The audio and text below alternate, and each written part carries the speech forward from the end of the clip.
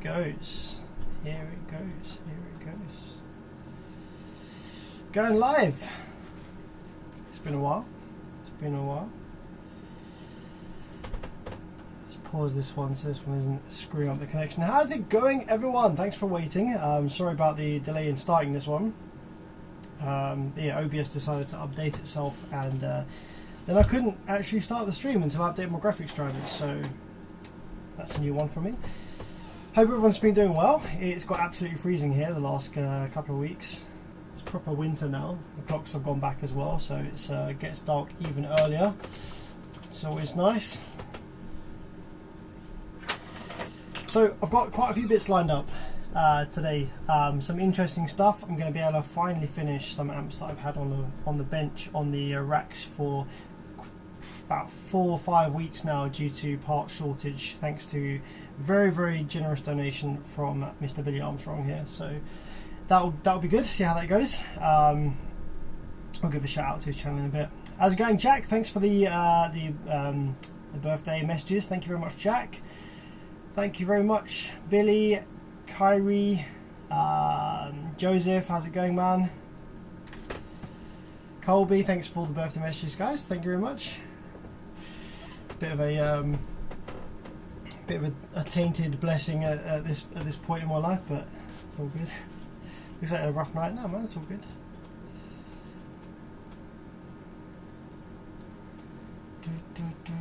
How's it going, John? Alright, let's check all the cameras are working. So we've got that side one, got the overhead cam, scope cam is a blurry AF. Can I get that to refocus?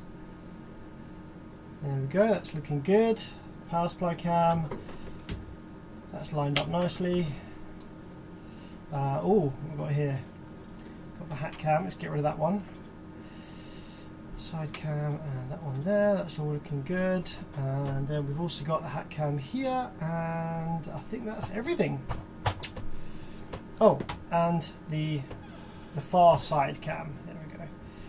That's actually a bit pointing downwards, and we can slightly adjust that one.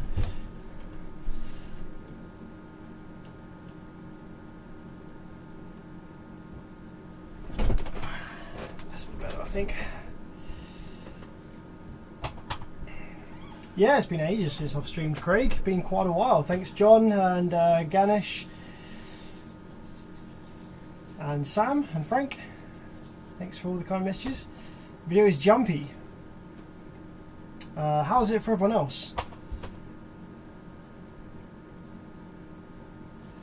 Hopefully the video is nice and smooth, or is it like laggy and jumpy? Like I said, I did just update OBS. Well, OBS kind of updated itself, and I had to reinstall my graphics drivers. So it says YouTube is not receiving enough data to maintain smooth streaming. Oh shit, man. Well, OBS looks good. I've got no dropped frames in OBS.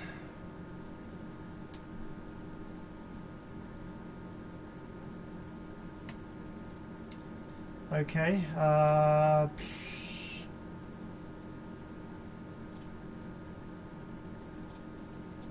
Preset medium.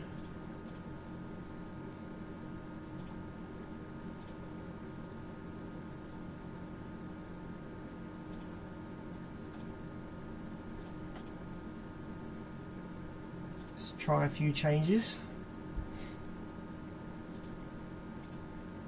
So yeah, there's no dropped frames in OBS, so it's not.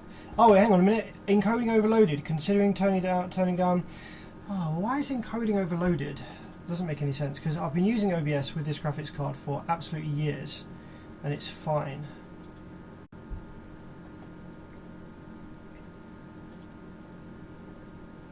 Okay, let's see what it's doing now. Change a few settings around.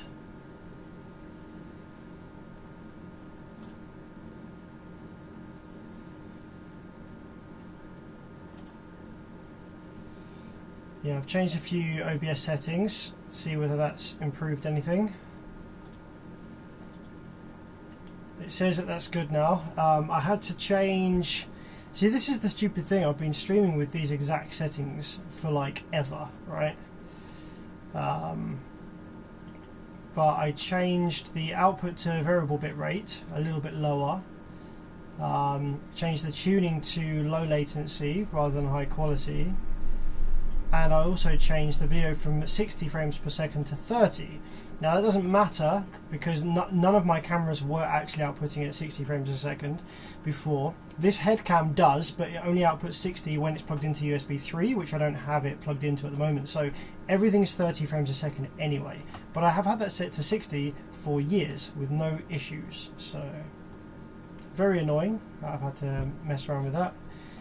Hate updating stuff. So yeah, let's just see how it does with a bit more information to process.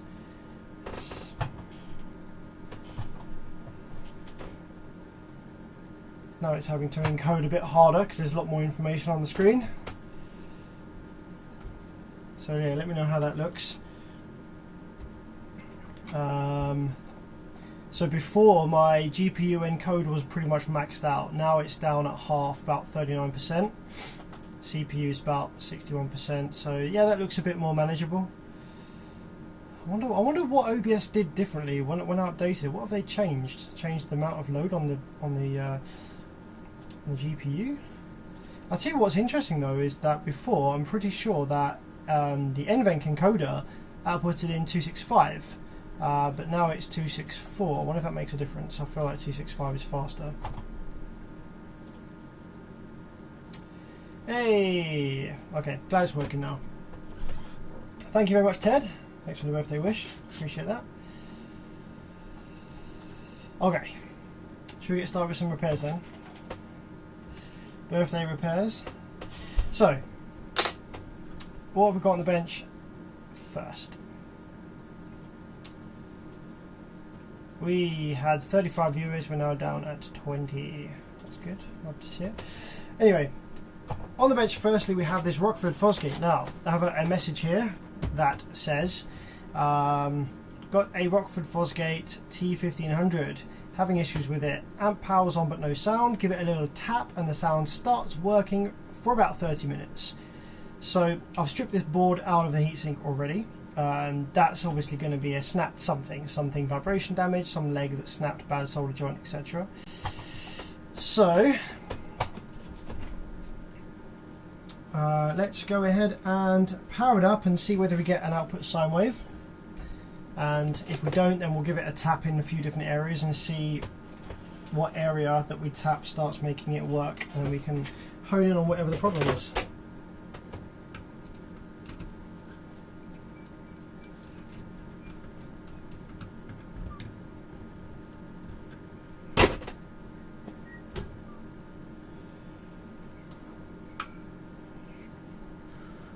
Okay, I'm just going to start nice and easy at about 9.8 volts.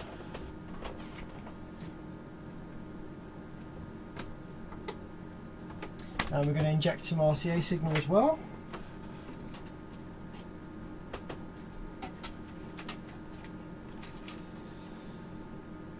RCA input is the bottom ones.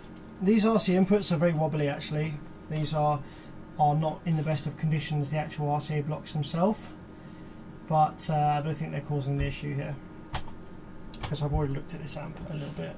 I did check that it wasn't the RCA inputs that was causing the problem.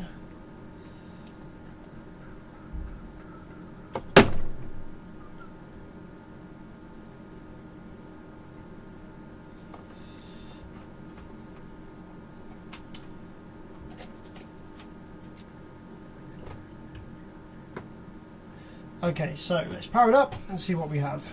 Blue light. There's no relay on this board. So, on the scope screen you can see there's nothing there just yet.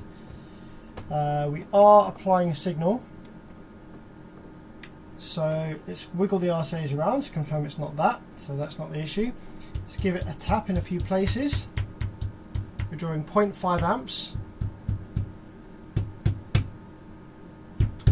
Oh, okay.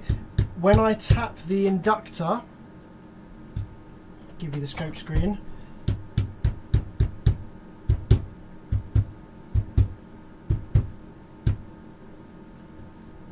When I tapped the inductor there for a minute, I had a little bit of a sine wave. Ah, there we go. See that?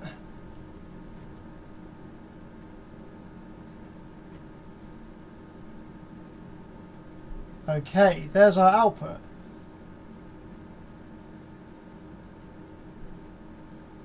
So in order to get output, I've got to hold my hand down on the inductor. So I suspect that the inductor might be snapped off of the board. Let's just try pushing down elsewhere on the board. Okay, so when I push down just now on this surface mount, I pushed down just now on one of these surface mount voltage regulators. That has now allowed the amplifier to stay operational. So maybe it's not the inductor, maybe it's something around it. Let's try moving these daughter boards a little bit. Nope. So maybe it's bad solder on one of these voltage regs. Okay, so the first thing we're going to do is reflow the solder on these voltage regs, because that was something that I touched and it sort of stayed operational then. And the solder doesn't look amazing around there, I'm not going to lie. So I suspect that could be what it is. I'm going to let the rail voltage sink out of the board, and then I'm going to give these legs a wiggle with the tweezers and see if any of them are actually loose or not. Okay, let's see whether we've got any rail voltage left in the board. A little bit of voltage there.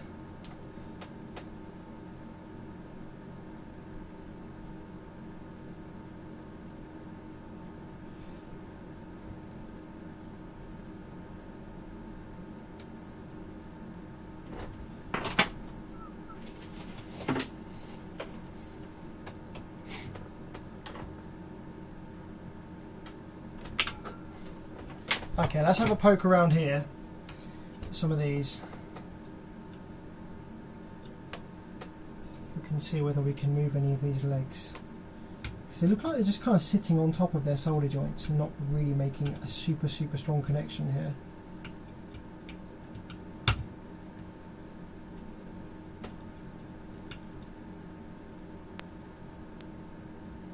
I think I can see a little bit of movement in that one.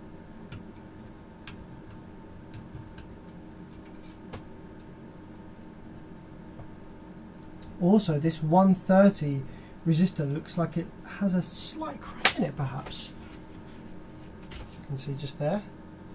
So I'm just going to give that a quick measure.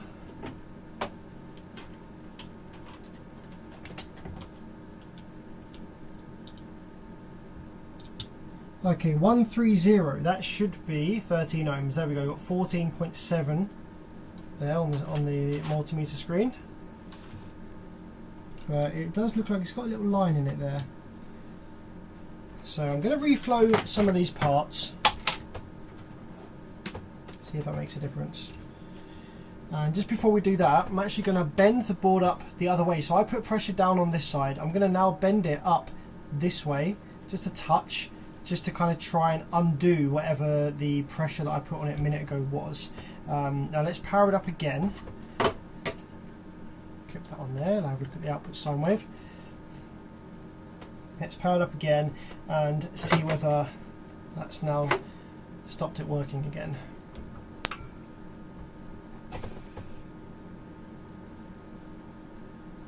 Okay, now there's no output again. So if I put a little bit of pressure on that 130,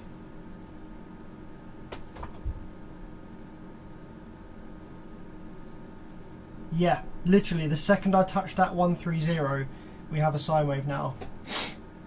So I think that it's the 130. It could be either a soldered joint on the 130 or it's got a little crack in it.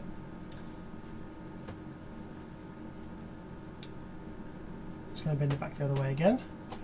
Power up. Okay, no sine wave yet. I'm just going to really gently touch this. Okay, so it's not that, not that, not that, not that. If I touch the 130, there we go. Yeah, I think it's that resistor there. So I'm actually going to remove it. I'm going to remove that 130, 13 ohm.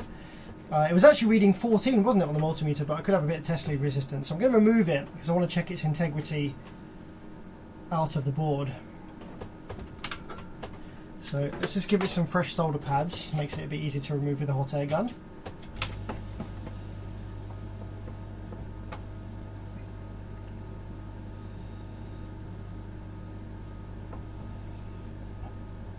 Thank you, Jesse, for the kind words. Thank you very much. It's really kind message. Thank you. Thanks, Steve. Thanks, Roman.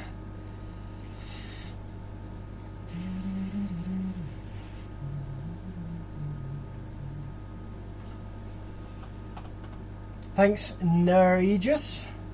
The Alpine is alive and kicking. Good to know. Glad that that's still working now. The subsonic removal improved the low end on my IB sub. Nice. Yeah, I thought it would do. The high pass filter was set quite low, but yeah, it definitely was killing off some subsonics. So yeah, I'm glad that made a difference. That's really cool to hear. Not really a huge fan of the Hyphonics boards. Some of them have been great, some of them have been not so good. Thanks, Frank. I own a Orion HCCA that goes into protect and comes out protect every 3 seconds, every 30 or 40 seconds, but it keeps going back into protect. Sounds like it might be either a failing PIC or PIC, a failing PIC chip in those, which is a common thing that they're doing now because those chips are really old, or vibration damage. My birthday's in 8 days. Oh, the big 4-0. Shish kebab. I am a little way away. I'm a little way away from that yet, but yeah, it will come round far too quickly, I'm sure.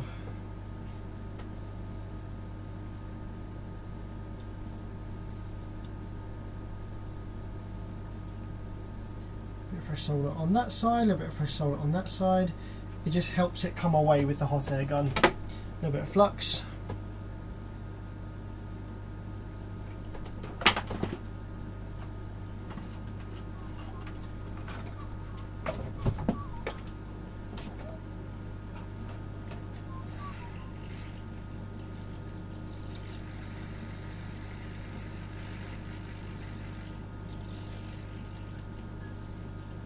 Hey Sam, Antigua in the building. How's it going, Antigua? Okay, so that's the part removed. So I just want to have a quick look at it now off the circuit to check it out, because it did look like it had a little line in it. So I just want to make sure it's not like cracked or anything like that. So it could have been that it just had a bad solder connection on one side.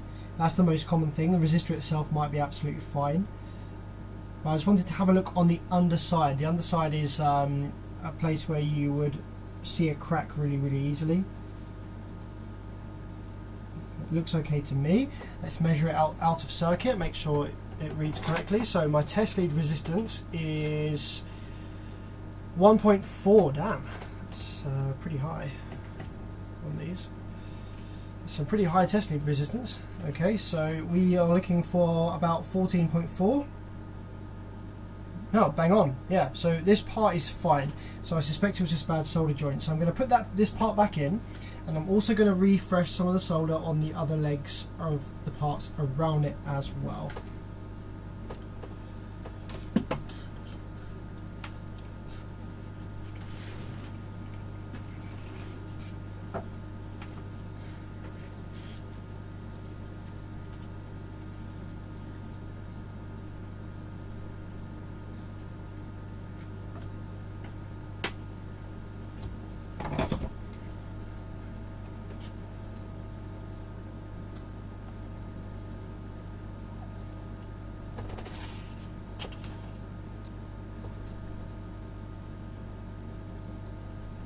So to reflow these other legs, just going to drop a little bit of flux on all the legs I want to reflow. Do these little resistors as well, just any parts around this area.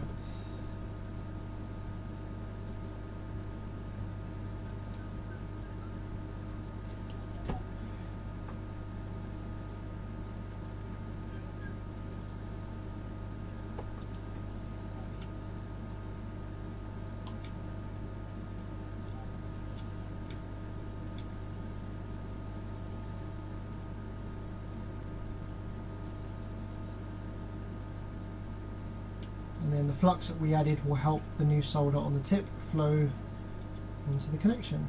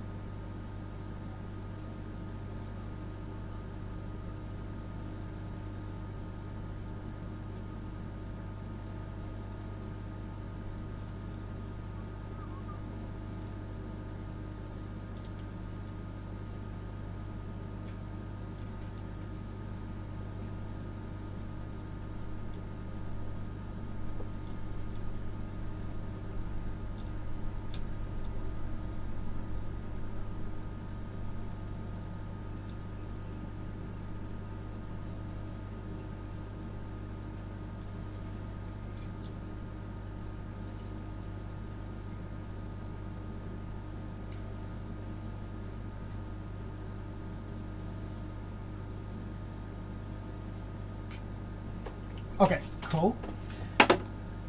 Let's see what the jam is now. So now we want this to come on and produce a clean sine wave regardless of how we flex the board.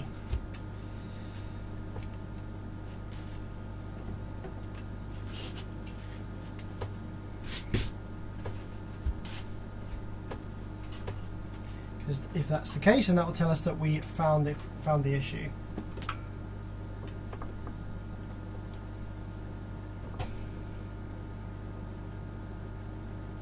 Okay, the sine wave started instantly this time, which is good. Giving that a good old flex there. Yep. Giving that a good old flex the other way as well. So yeah, I would say that we found it. I think the issue was the resistor. Perfect. Nice. Nice easy one to start with.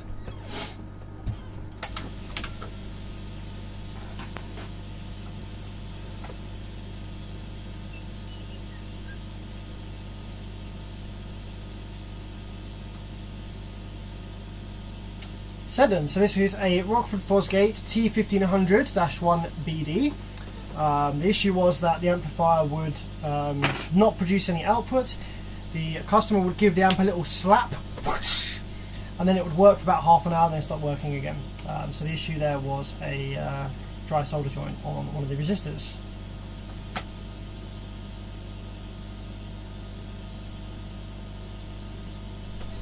So let's get this back in the case.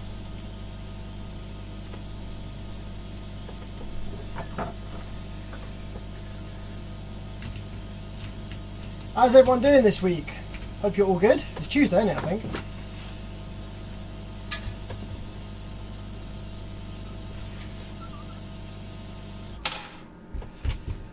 I'm going to load this up with some fresh thermal paste as well, because the thermal paste is pretty old on these. Although it is actually not that old. It's still very squishy. It's not dried. So it's probably fine, but put a bit fresh stuff on anyway.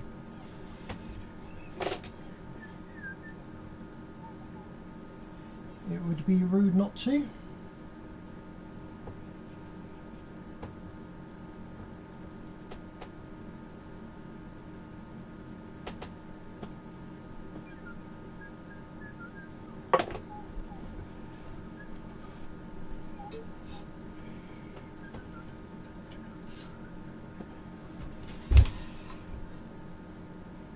One really important thing to do when I'm reassembling these is just make sure that there isn't any foreign objects sitting on the pads or the mounting plate here between the FET and the pad, because if the FET isn't sitting dead flat, then it won't be able to transfer as much energy as heat to the heatsink.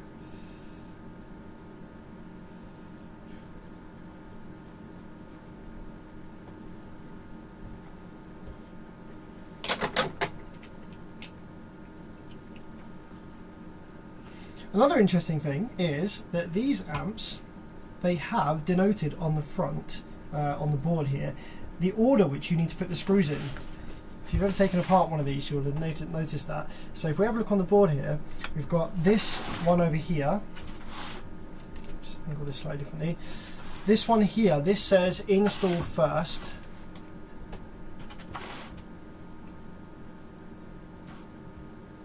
Yeah, so apparently you've got to install that one first, then you go off to the back corner and you've got to install that one second. I suspect it's to do with how the screws pull the board down into place, something like that.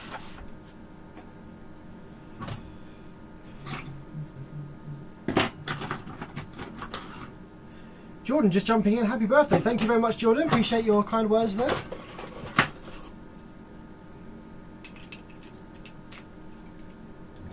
I said, and yeah, done already. This was a nice, easy, quick one. Just a dry solder joint there. It didn't even need stripping from the board, but any time that a customer states that their amplifier works when they tap it, or anything like that, or it cuts out when they go over a bump, suggests maybe some kind of vibration related issues. So even if you find the issue, it's always a good idea to strip it just to make sure that there aren't any like snapped legs of components or anything like that, because it could have multiple like failing or vibration related issues.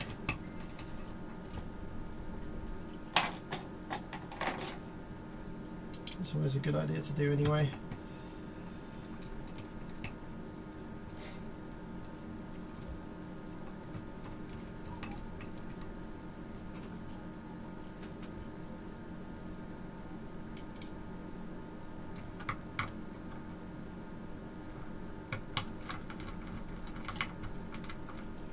Where's the wine, says Ernard. Well, I don't drink wine when I'm working on customer repairs because that would be a bit irresponsible. So I only have a drink of wine generally when I'm working on either my own stuff or it's like really easy repairs for a mate, or something that's not like my actual job.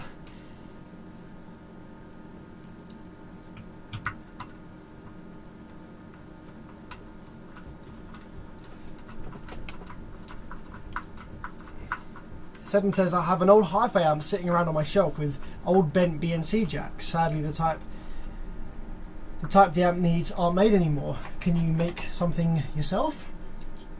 Is it just like a kind of passive part that you can have made or made yourself?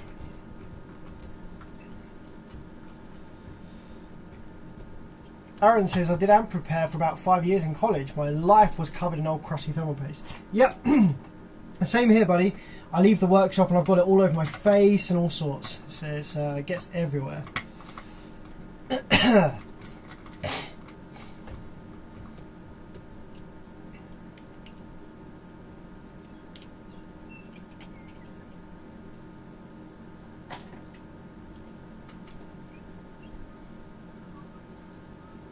I think that's all the main screws.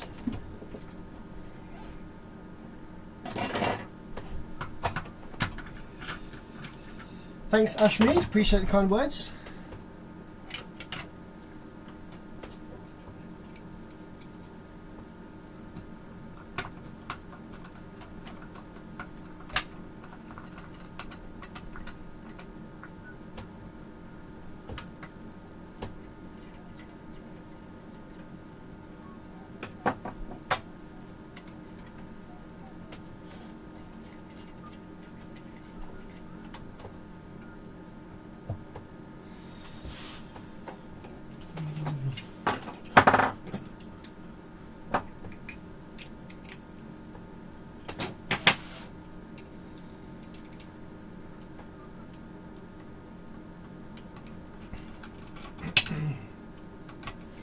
Okay, the next amp we're going to look at is an amp that I have done a video on, and the video that I did on it was I can't repair this amplifier. This is a B2 Audio 4-channel that uses 4 IRS 2092S that I wasn't able to get hold of. However, I have had some really good generosity from people, and I've got some come through, so I'll go through that in a minute, and hopefully they're all that the amp needs, because if not, then it's going to be a bit of a tricky one. Theodorus, thank you very much, man.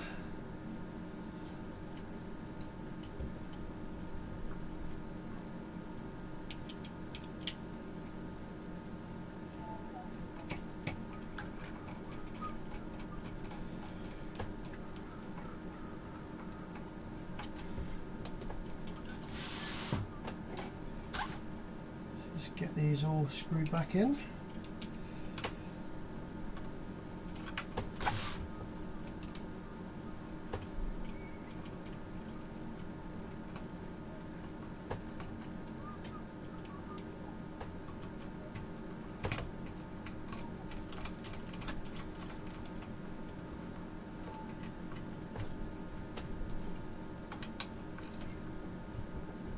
The 2092 are some nice stuff. Yeah, they're used in all sorts of stuff, but they've been impossible to get hold of for the last like few months, or like, well, last year really. They've been out of stock like worldwide,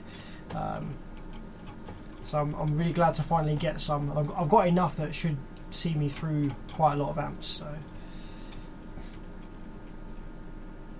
thanks Ken, thanks Pradeep, appreciate your kind words, buddy.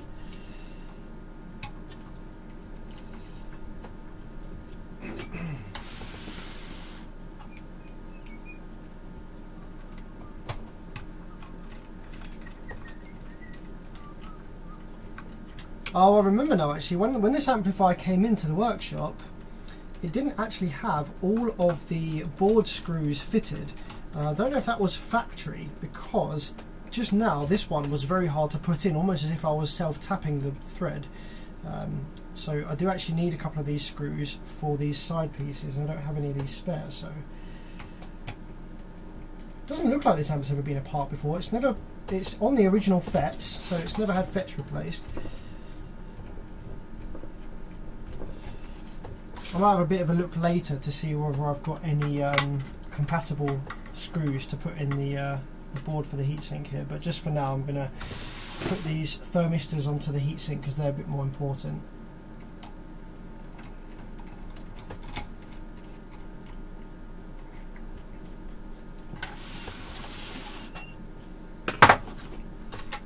I find 2092 circuits can be a bit of a headache to work on with repair work, because they don't give you any gate oscillation without the MOSFETs in place.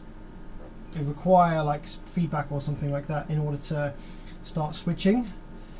Even just giving low side drive. So it can be a bit of a headache to diagnose, because you can't check whether all the drive circuit's working before you put the FETs in.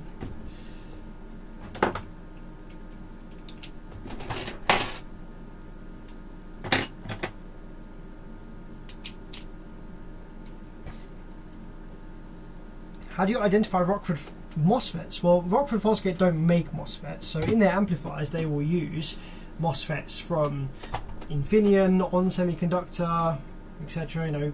Manufacturers of MOSFETs, and they'll have the markings on the front of them, so you can just read the markings and then search to see whether there's any available from your local electronics parts suppliers. Jordan says, I've got a bunch of amps needing 2092s. Yeah, I am in the same position, but fortunately I got a really generous donation of a lot of 2092s, so I can finally get some of these amps out. Thanks Salvatore, thank you very much buddy, appreciate that.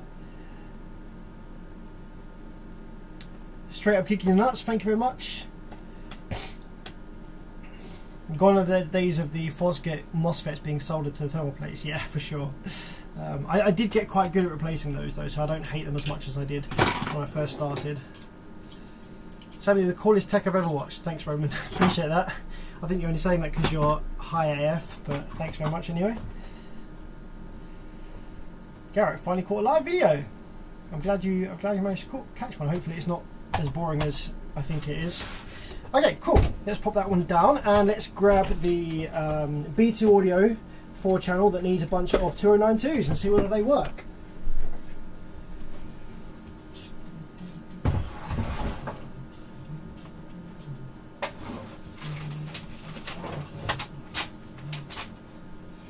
Okay.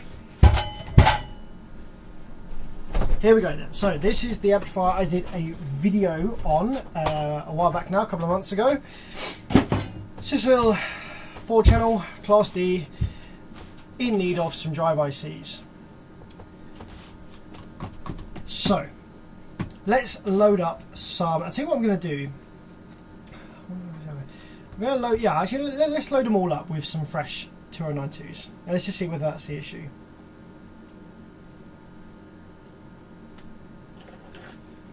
Thanks, Jason.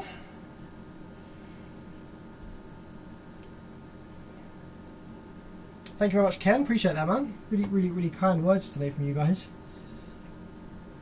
I do try my best.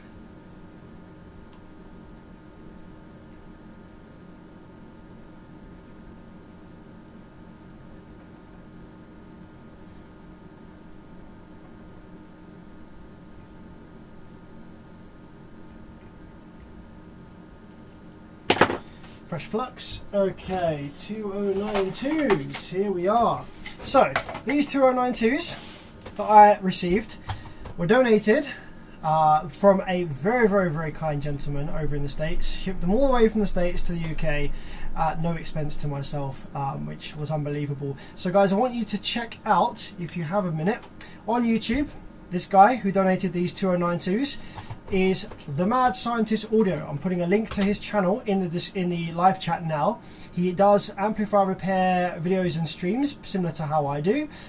Really knowledgeable tech as well. Recently worked on recently did a video on some lithium stuff, and he's done some videos on B2 audio amplifiers as well in the past. So yeah, he's doing a few more videos, so definitely drop him a subscribe. He's got 62 subscribers at the moment, so drop him a subscribe. Here we go, I'll do a screen on his channel, the Mad Scientist Audio. There's a link in the description. He sent me 50 IRS 2092s.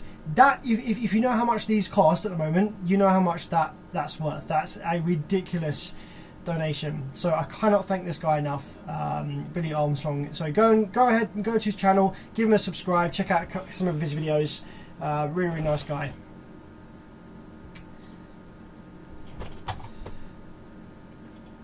And thanks Josh, holy crap, for the $10, my man. Thank you very much, my friend. I really appreciate that.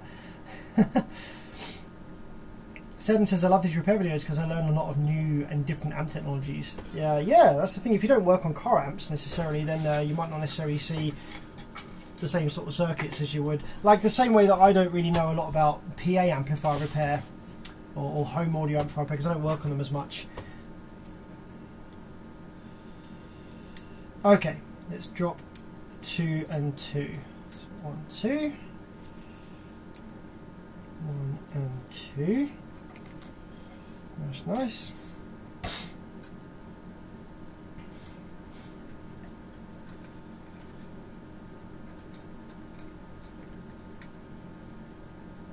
Get the air gun warmed up.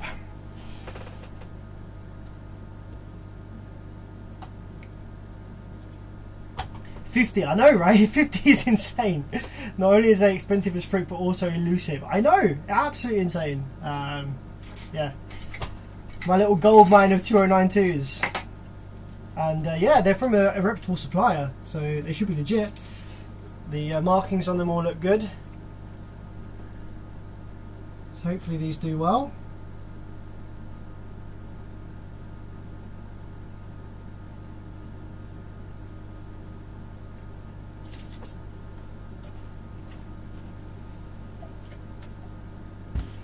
So let's get these soldered in, and hopefully this just works. This amplifier, I think that the reason that this one failed was, I think one of the 2092s died, and the way that it died is it spiked a bunch of high voltage back, and all these 2092s share the same supply line. So if it spiked a bunch of high voltage down the supply line, then it would have killed all the others with it. So I think that's what happened. There was no dead MOSFETs or anything like that, like no dead output FETs, so yeah, it's a bit of a weird one. So I think that's what happened, but at the time I didn't have any spare 2092s to confirm whether that was the case, so I'm hoping that this just straight up works.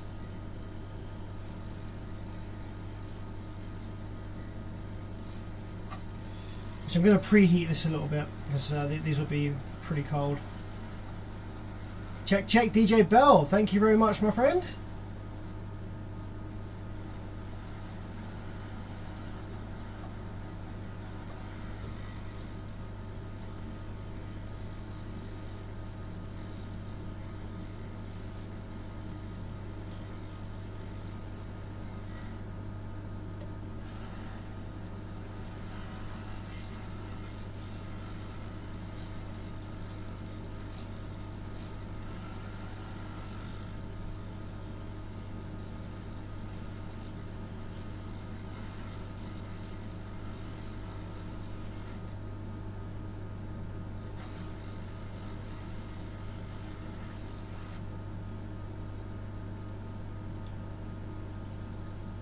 So I really hope that that's the only issue with this one.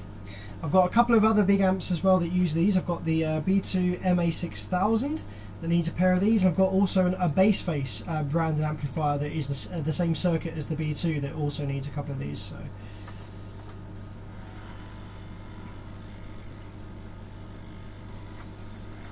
preheat a little bit.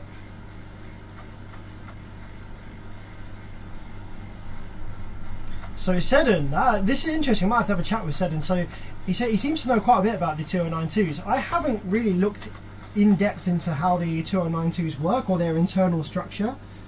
So let's have a quick read of his comment in a sec once I've soldered this down.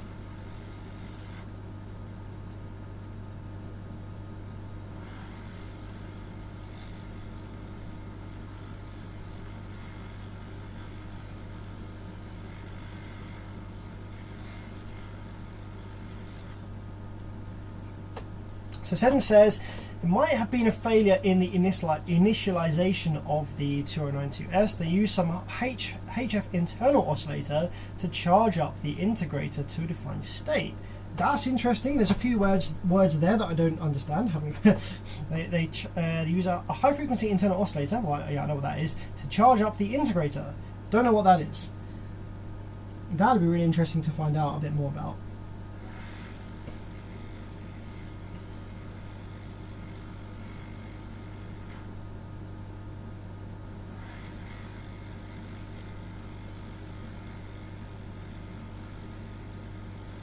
Actually, Seddon, you might be able to help me here because I have a 2092 based circuit from a home subwoofer plate amplifier, and it failed because of the classic black glue that goes conductive and corrosive over time. So the black glue was laying on a bunch of surface mount resistors and stuff and capacitors, and it caused them to corrode and fail. And because of the corrosion, the markings of the resistors have disappeared, and I can't find any decent enough pictures of this plate amplifier online, or any that are online also have the black glue over the resistors that I need to know the values of.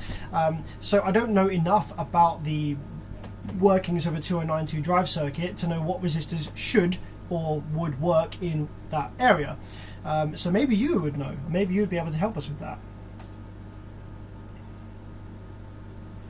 Roman just turned 57. Nice. Good on you, my friend. Why is there no cake and glass of wine? Well Frank, I had cake for breakfast. I had cake first. So I've had my cake already today. And no glass of wine because these are all customer repairs. So I don't drink wine when I'm doing customer repairs. John, no problem at all. So that's 4 brand new 2092s, and like I say, I do hope that is the only problem with this, because the 2092 drive circuit is a pain in the ass to diagnose if it's not the 2092 itself that's the problem. So let's get some power wires in here and see what we've got.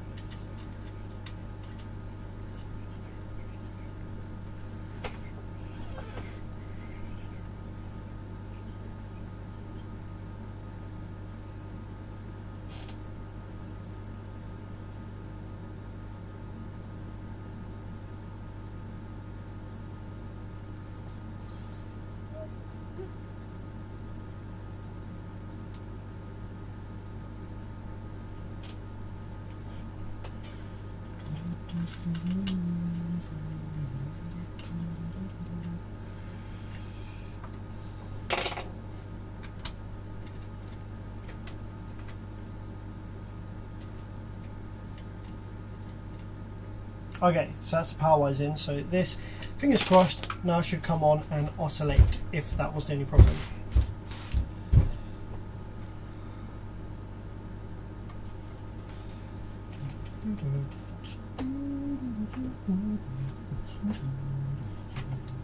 So what I'm going to do first is I'm going to just pulse the remote a couple of times just to build a little bit of rail voltage. Just want to make sure that we have correct rail voltage on the high and low side FETs before it starts trying to oscillate. So let's let the power supply pulse a couple of times. Let's get the scope on the right setting. Reject low frequency. Okay, there we go. So we have over here we have a high side, and over here we have a low side. A high side. Okay, and over here we have a high side and a low side with nothing on it. That's good. And a low side and a high side. Okay, so I'm going to go ahead and stick the probe in the low side drain and power up and see what happens.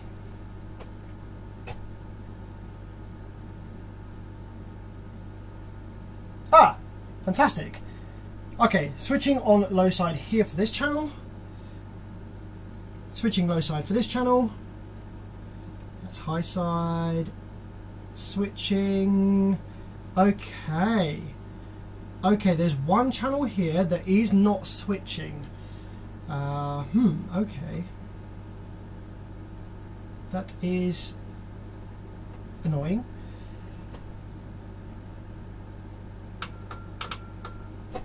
Okay, let's just try again. I'm going to start with a bit higher voltage now. Let's go up to 12 volts.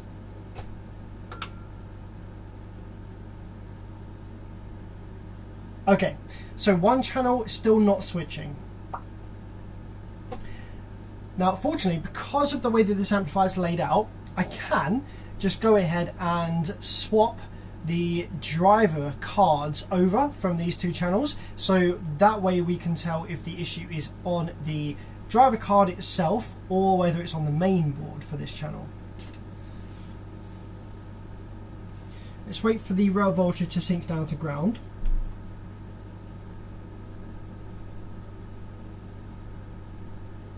Which it does almost instantly actually on this amp for some reason, which is pretty cool. So let's turn that off, and I'm just going to make sure that we have good looking multimeter readings. Wow, what is going on with my multimeter cam? Okay, so going to make sure we have good multimeter readings on this channel compared to the others. So this is the channel that wasn't oscillating. So if we take the low side, we should have 637 roughly thereabouts here. We have 634, a little on the lower side. Flip the probes round the other way round. We have a 932-ish and climbing slowly. We have a 933, that's about the same. Okay, high side. On the good channel, we have a 932 again and climbing slowly. Similar enough. And flip the probes. On the good side, we have a 930 and a 926. Yeah, that's pretty close enough. Okay, let's check the gate resistors. So on the good channel, we have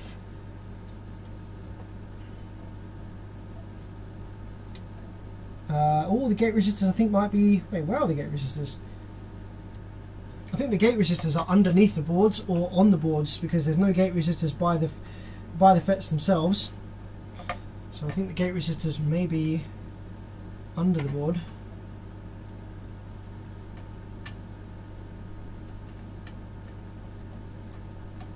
Okay, yep. So it looks like we've got I think it's 1 ohm gate resistors. 1R0 looks like on the board here in this little drive circuit. So 1R0, which is going to read 3 on my multimeter due to test lead resistance. A 470, which should be about 50 something on this multimeter, 66, okay. And then we've got this one here, should read about 3 or 4, yep. That should read 66, 65, okay. 65, 66. And this has some black glue on it, which is never a good sign because that glue can go conductive over time. So let's scrape that off a little bit. Let's heat it up so it's softer.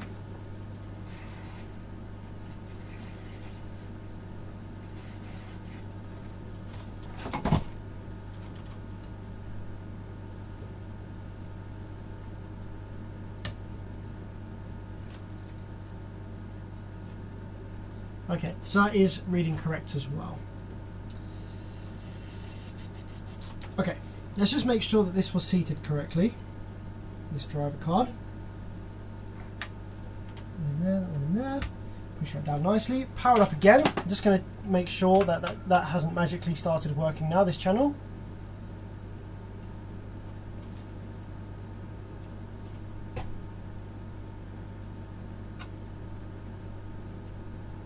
Okay, yeah, still no switching on this channel. So let's wait for the rail voltage to sink down, and I'm going to swap the driver cards over.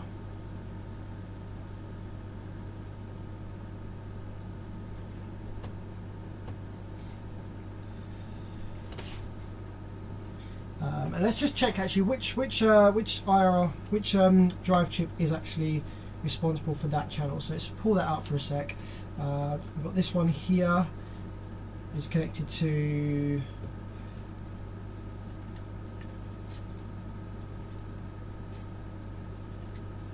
this one here.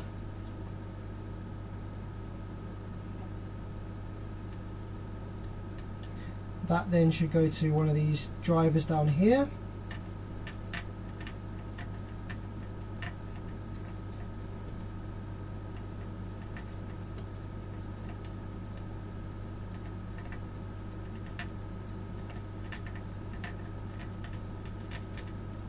Okay, so that goes to these two drivers here for this MOSFET, and then this one goes to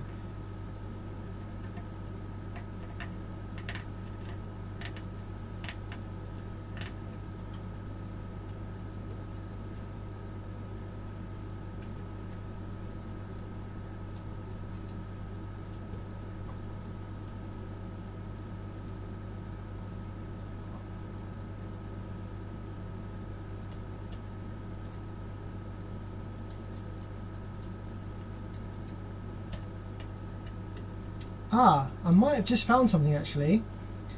So it looks like we shouldn't really have...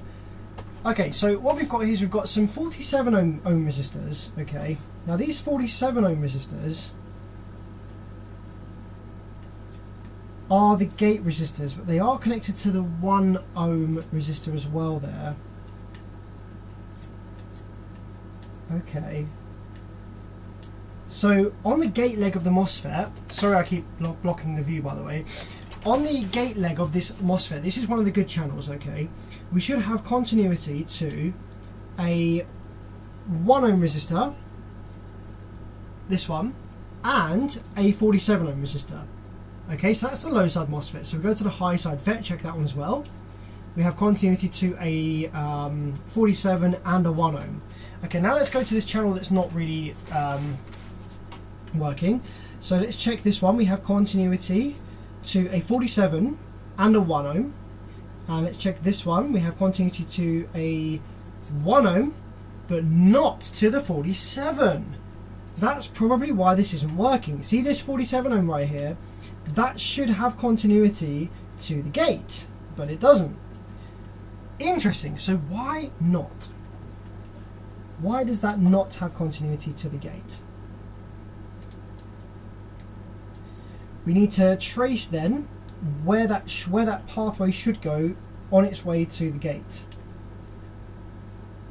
Okay, so these two then, we have continuity to the 47. So let's just go ahead and put my multimeter onto the most accurate ohm setting so we can actually read the ohmage properly. So this 47 ohm is reading 45.7. Okay, now this to the gate reads okay, to the gate it reads pretty much test lead resistance. Oh no, test lead resistance is 0.8. So to the gate it reads 1.8. So that's 1 ohm. So that means the gate must be connected on this side. 47.2. Okay, so then on this 1 ohm resistor we have a direct connection, and then on the other side of this resistor we have 1.8. Okay, so basically the gate pathway goes, the 1 ohm resistor is the last thing in the gate path, then the other side of the 1 ohm resistor is the 47. So we go through the 1 ohm and then through the 47.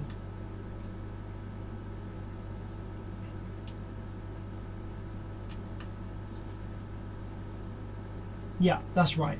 So on this side then, we have this 47 reading 46.3. This 1 ohm reading 1 ohm. This 47 reading 46.2. And this 1 ohm reading 1.8. Okay, so they're all reading the correct resistances. So let's go from this gate then. We should have continuity to the 1 ohm resistor.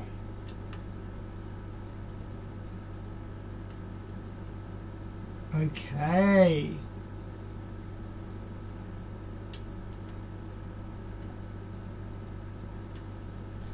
There's no continuity from this gate. We have continuity to that 47. Okay, so that one's continuity there. This one needs continuity here. Okay, so this one has continuity to this 1 ohm.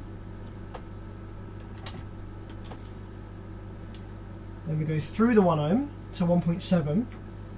Then that should connect to here, but it doesn't.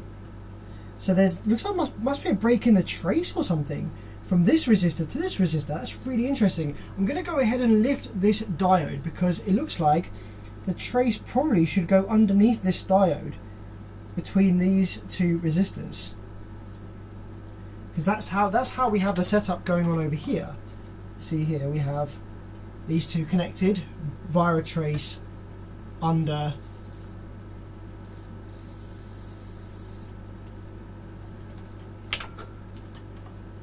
the diode.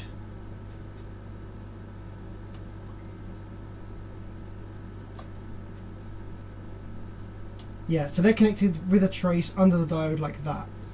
So they should be the same. So let's go ahead and remove this diode and see if we can see any damage underneath it.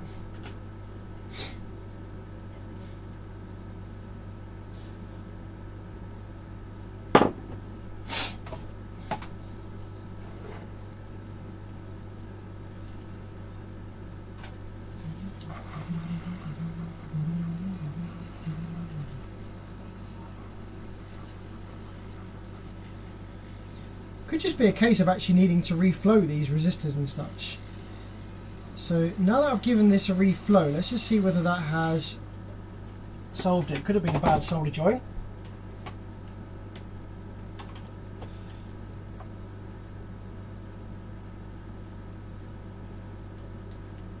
Okay, still no continuity, but the resistors themselves are fine.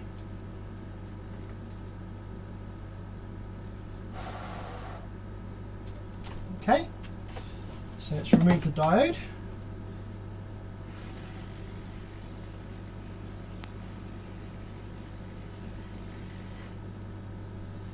Okay, I can't see anything underneath the diode there. That might be an issue. It's really interesting this. So these two should be connected. I might just run a little jumper wire.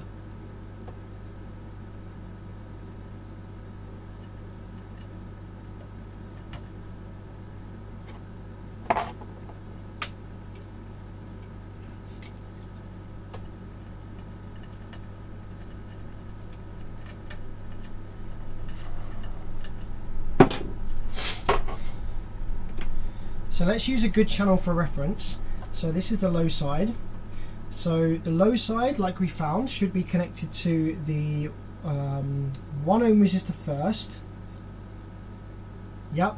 Then after the 1 ohm, we go after the 1 ohm into the 47, which is there. And then after the 47, we go into the driver, which is there. So on this one that's bad,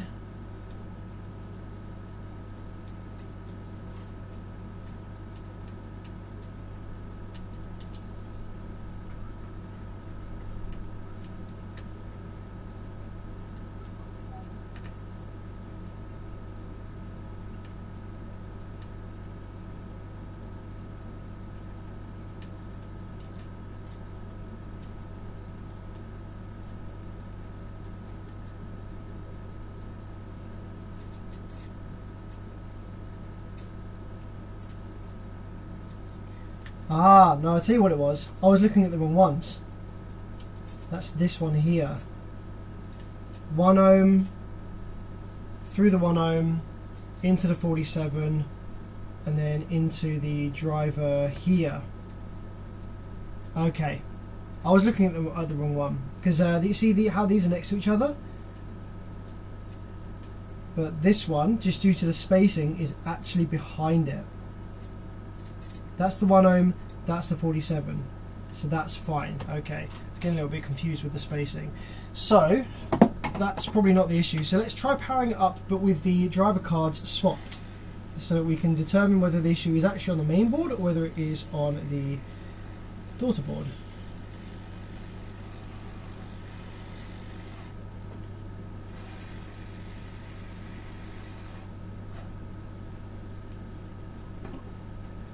Switch to my head cam. Problem is the head cam is kind of too far away really to see anything.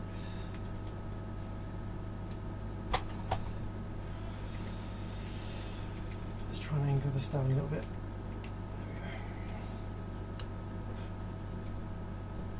There we go.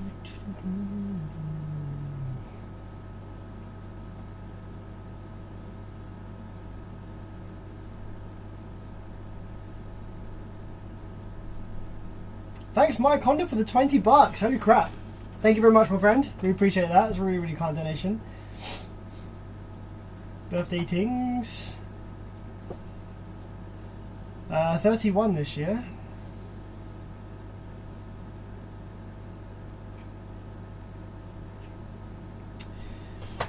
Alright, I'm just going to power it up one more time just to see whether us poking around in there has changed anything. Probably hasn't.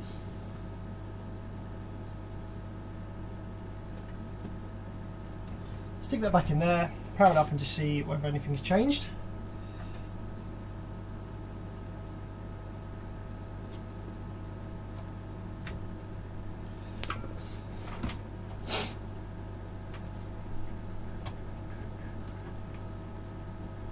Happy birthday from brother from another country.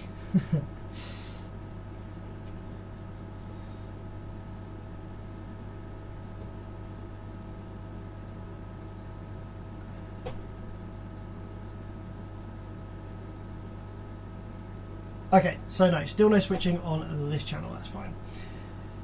So,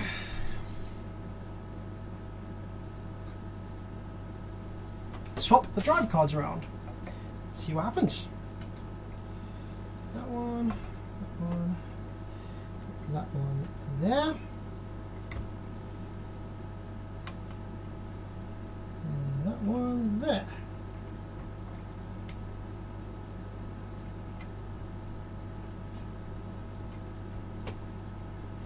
Okay, power it up and see whether we have switching with it flipped. I'm kind of hoping the issue's on the main board, I think, because that means I haven't got to mess around with the 2092s much more. Okay.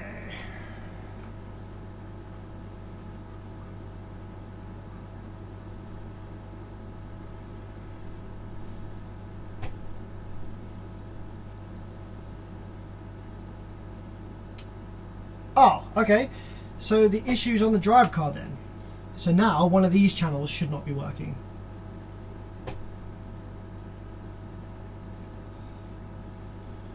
Okay, so it's now this one that's not working.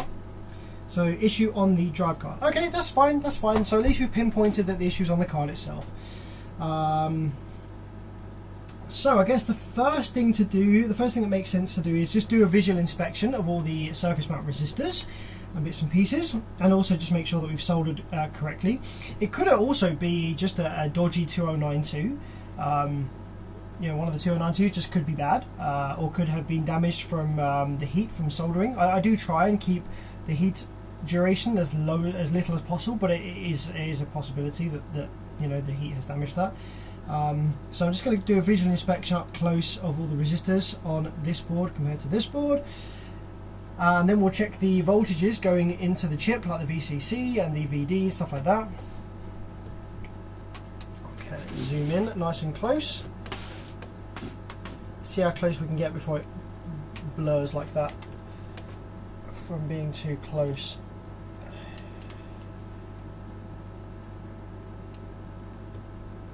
It's a B2 audio. I think it's a Rage 4-channel Class D. Okay, there we go. That's as close as I can get. So, the ones that are likely to be toast, if any, are going to be the low value resistors, probably, because low value resistors will blow more often. So we've got a 4.7 here, I think, for R7.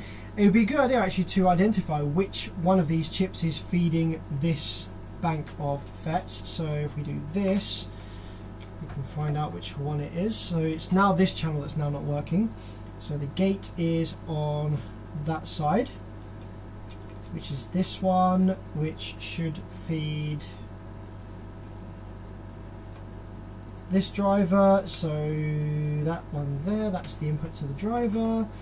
So which leg is that coming out of? Actually, I could just do feedback, couldn't I? I could do it based on feedback from the low side to the high side. So low side, it's that one there, which is going into this chip. Okay, so it's this chip here. Sorry, I keep blocking the view, by the way. It's very difficult to do this without blocking the view. Yeah, so it's this chip, this side here. That's the issue. So that looks like it says 4R7. Yep. Got a 10 ohm there. Ah. Okay, that 10 ohm is not 10 ohms. Ah, might have just found the issue straight away. So you see this resistor here, this here, that's a 10 ohms. It's reading 17 on the screen because I've got it in diode check mode, so it always adds a bit of resistance. Over this one is reading open or very high resistance, so that's cool. Might have found the issue very quickly there. Let's go ahead and change that out.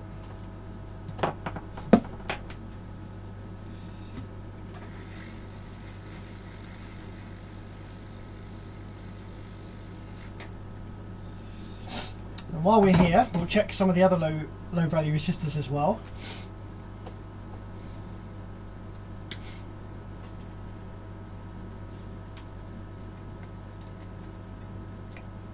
Ten ohm, that should be about 100, 147.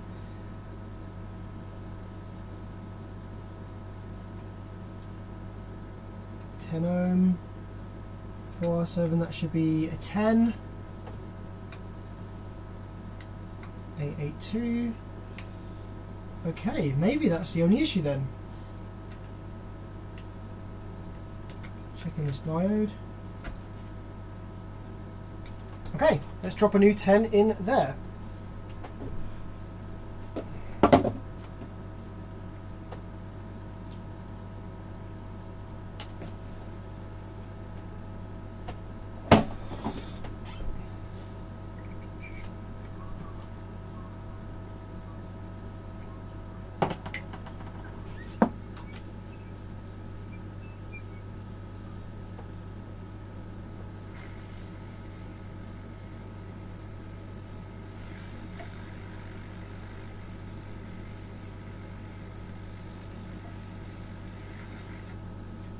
Okay, let's wait for that to cool down.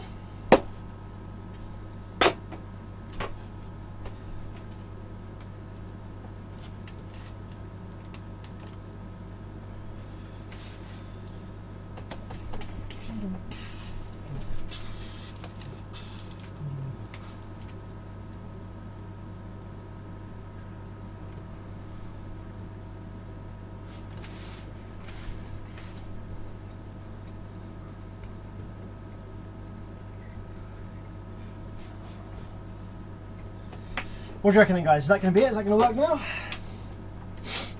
think this was low side, wasn't it?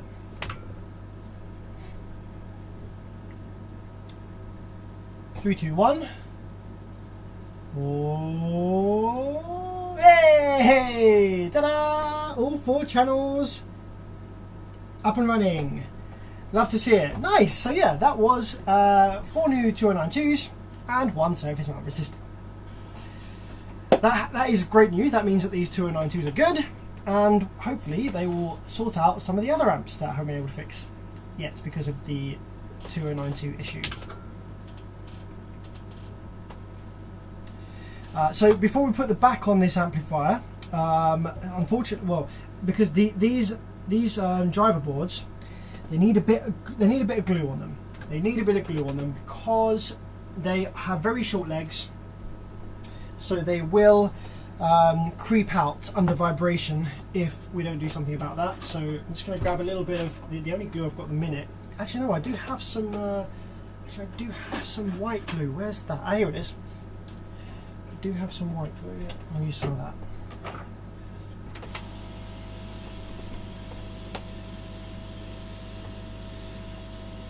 So we just need a little bit of this white cement glue, just to prevent these boards from backing out of their headers under vibration. Just hold it in place a little bit.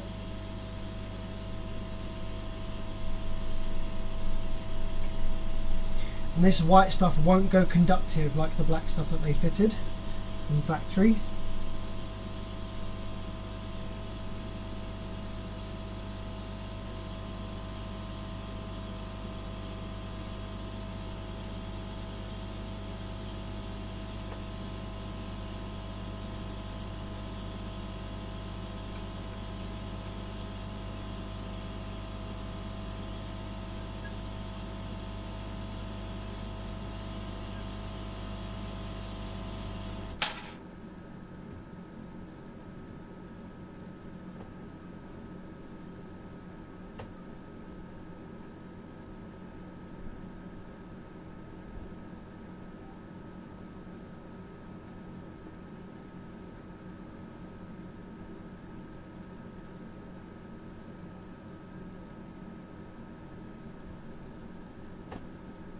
Cool. Looks like wood glue. It does look like wood glue because it's white.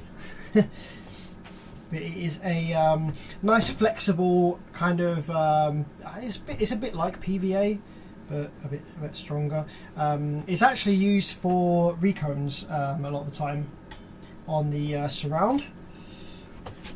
But it's perfect for this because you don't want, when on this kind of glue, you don't really want anything too brittle. For vibration stuff, you do want it to be able to move a little bit. You want it to have some flexibility so that it's not so brittle that under hard vibrations it will snap and crack and won't be glued anymore. You want it to be able to flex a little bit with the vibrations but not actually come away. It's been a long time since I took the back off this amp, so I have the screws for it somewhere probably, but it may not be. Oh, I think they might be these ones. 1, 2, 3. Need 6.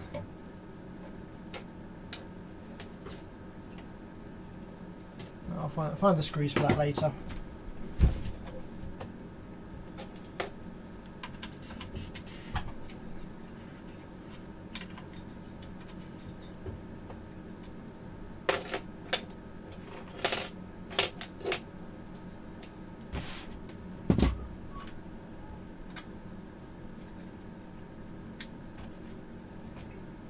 What do you think about special glue which can be hardened by UV light? Yeah, really cool for time critical scenarios. This is not a time critical scenario, so I don't need to use it. Said, right, gotta go. But if you want me to help you with the plate amp, hit me up. Ah, bugger. Okay, thank you very much. I'll check out my inbox. But if I'll be streaming for, what are we now, 5:30? I'll be streaming for about another 5 or 6 hours, so he said, and if you are around a bit later, jump back on. Right, let's put that to the side. Let's grab the other amp that needs 2092s.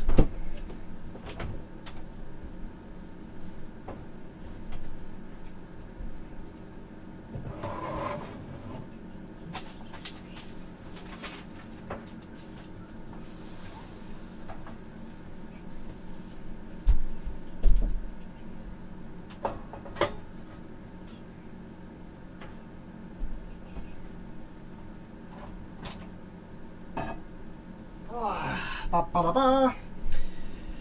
Yeah, so this is B2 Audio MA6000.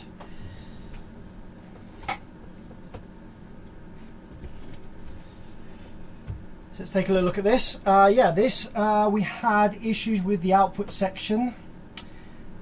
This needs, by the looks of it, some new FETs on one side of the board and a couple new drive ICs. So let's load up the drive ICs first, I would say.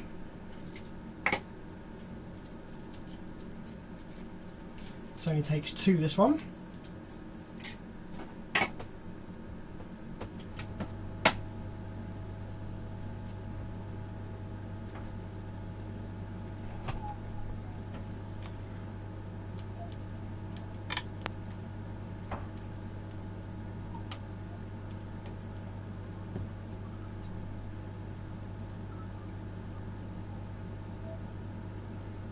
Don't know how to get my camera to focus on the bit that I want it to focus on.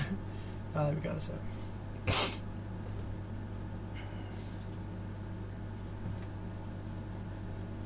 Hello Jay Chavez. Hello, I hope I pronounced your username correctly there. Thanks for jumping on the stream.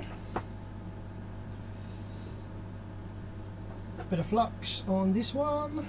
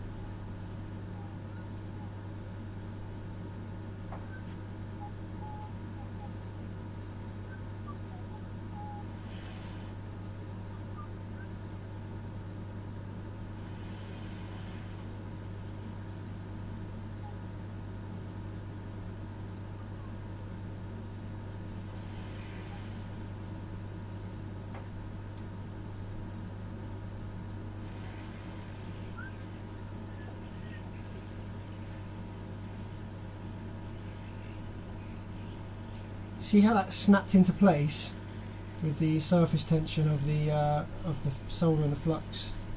Love it when that happens. Really, really nice to see. There we go. Lovely stuff. That's one.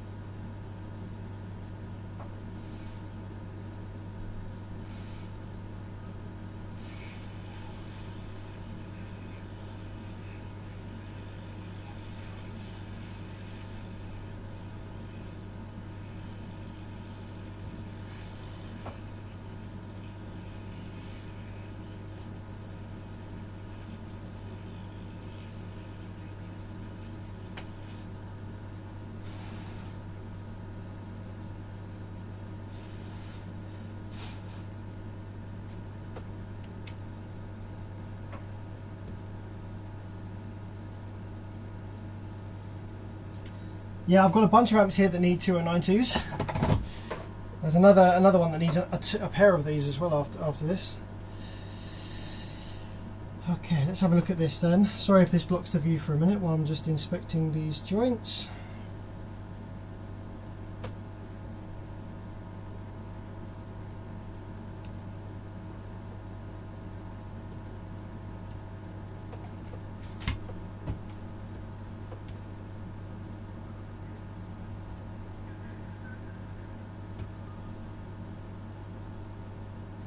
Okay, looks good to me. So this amp needs some new output FETs as well. What model FETs is this one using? Just get back onto my cam. What's going on with this? Is it like angled weirdly to the side?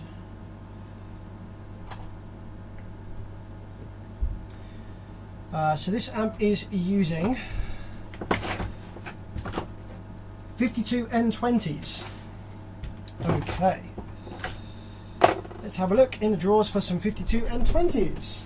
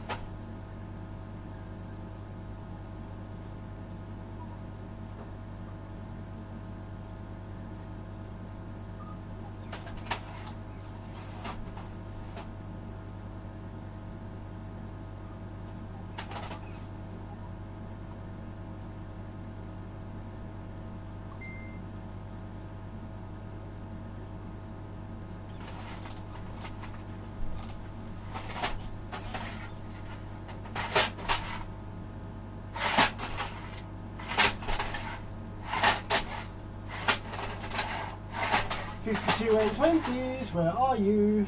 Okay, 4115s.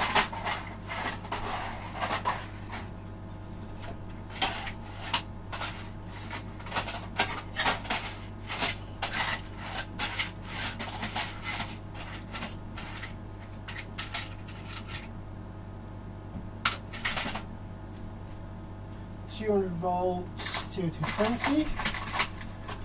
That would be these.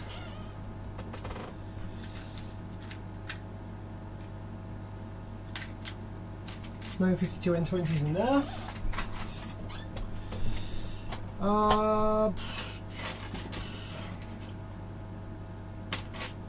Might buy some.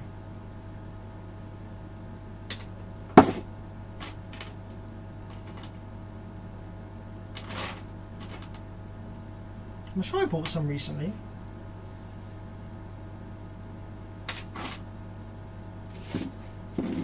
I'm super sure that I bought some 52 N20s really recently.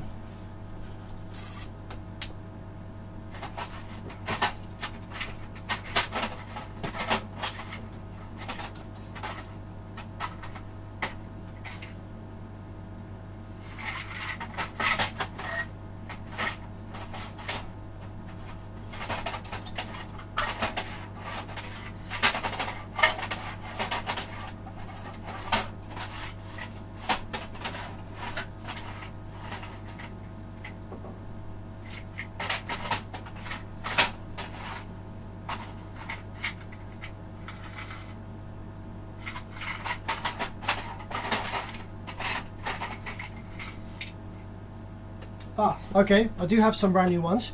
1, 2, 3, 4, 5, 6. 1, 2, 3, 4, 5, I need 8. Okay, I guess we'll order some new ones of these then.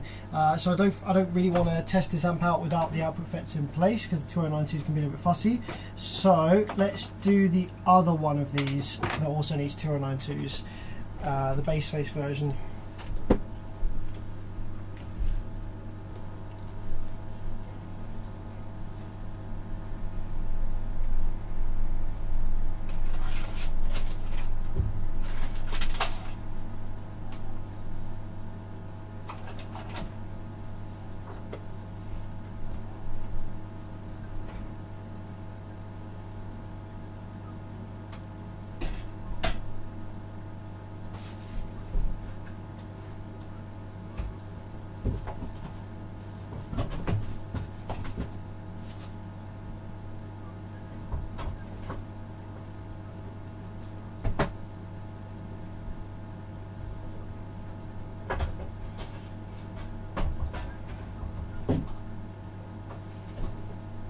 Okay, this is the base face version of the exact same circuit. As you can see here, it uses the exact same drive board and final drive buffers, everything the same. So yeah, we just need to go ahead and swap out some of these ones, these 2092s as well. I need to get this to stand up, stay upright somehow.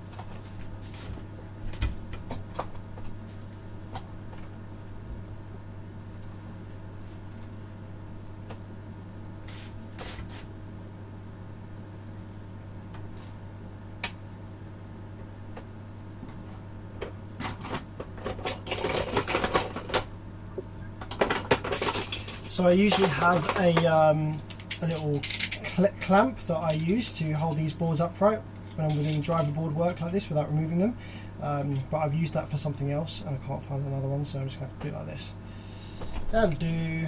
Okay, bit of fresh flux. So this already has one 2092 in the board, but I don't trust it. So we're going to remove this 2092 that's currently in the board and swap it out for a new one. This one seems to have all its FETs in. It's interesting. So I wonder whether this amp didn't have any dead FETs, just had a dead drive IC.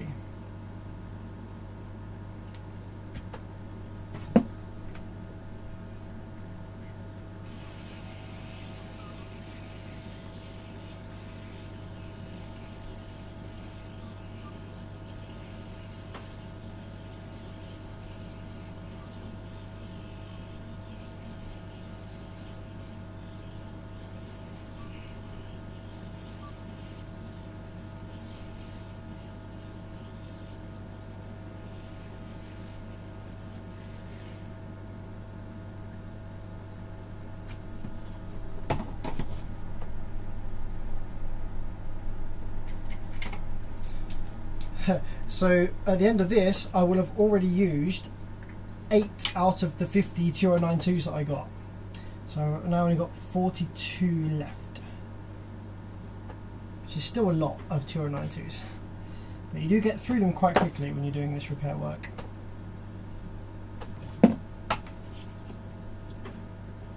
Eric, good to see you live. Thanks, man.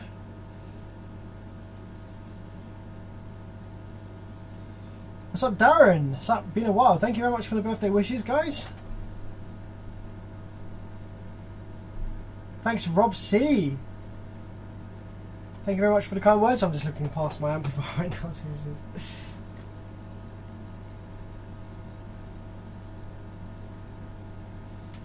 Mike Honda, by the way, I finally can write diagrams from amps. So far, I have the whole power supply section done on an Optimus 170.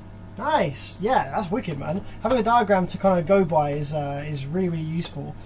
Yeah, if you make one yourself to kind of go by. I'm just gonna apply some fresh solder to these pads.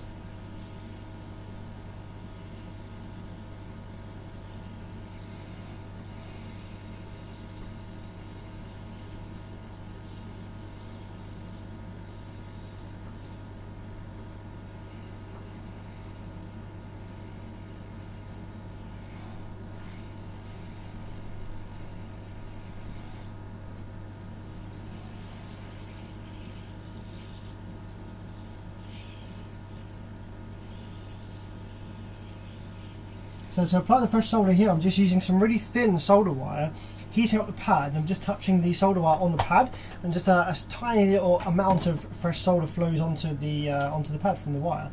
Really nice, easy way to do that. So now a bit more flux. Then we can drop the new 2092s in place.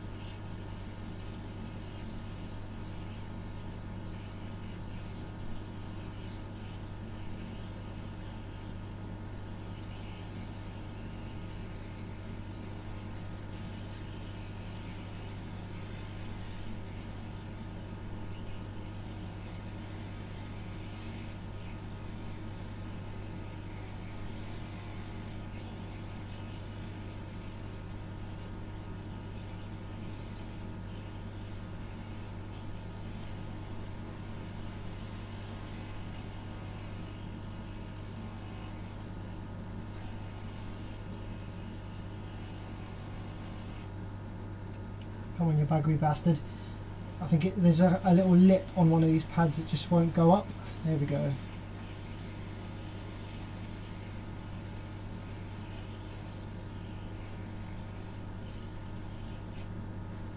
Okay, I think we're good now.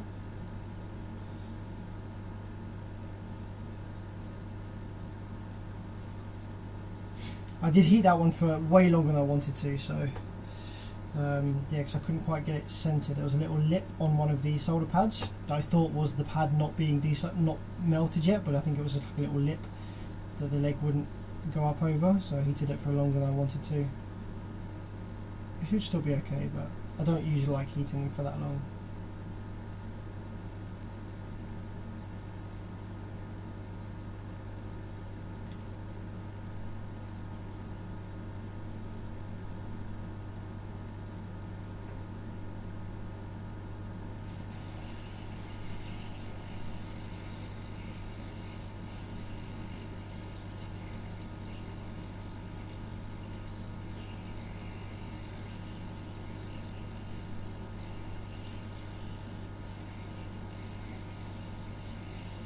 There we go. That one was much better. That one stanked into place perfectly.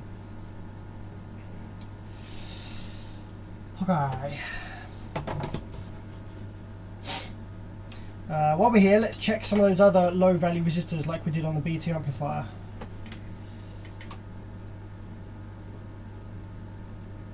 Now, the drive circuit won't be the same, but it might have some similar resistances and stuff on the board here. Low value resistors we got. I can't really see it that well. No, let's just send it. Let's send it. See what we got.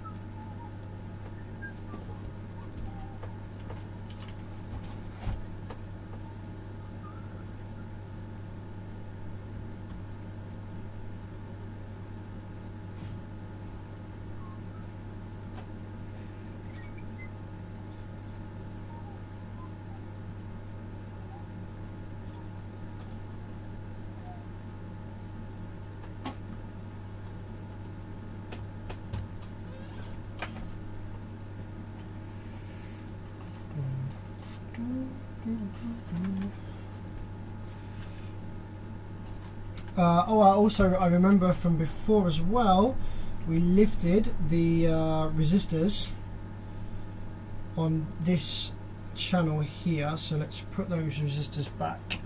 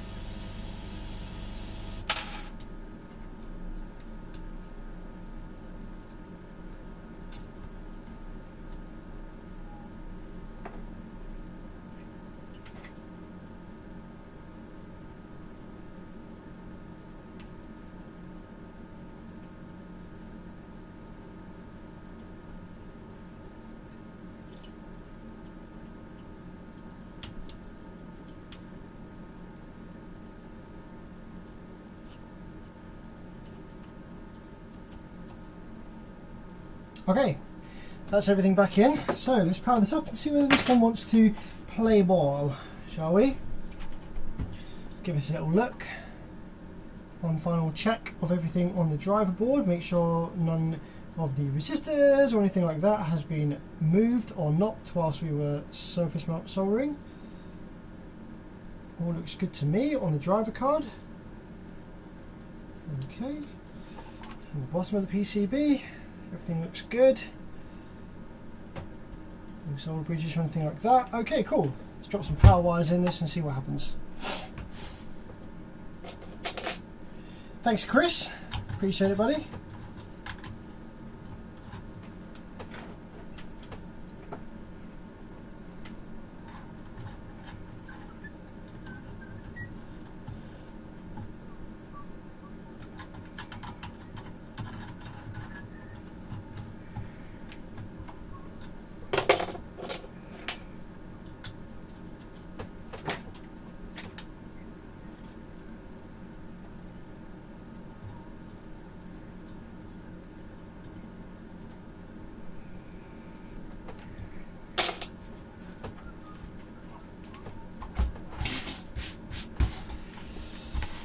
Okay, let's run some power into this thing then. So 9.5 volts, nice low voltage to start with. Let's get that up. So let's pulse the remote for a second just to check high and low side positioning. Okay, so high side here on these two, and high side here on these two, so low side is over this side. Okie dokie. So we're looking for some switching.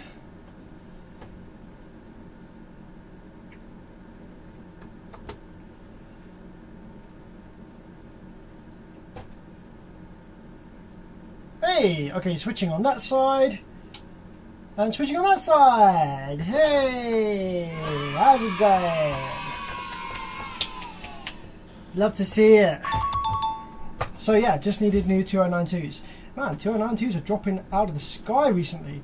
I'm going to take it up to 12 volts as well, because that was with 9.3 volts. So let's just take it up to 12, make sure it's still happy at 12. 1.3 amps worth of RO current draw. Let's just compare the waveforms on each side. They look identical.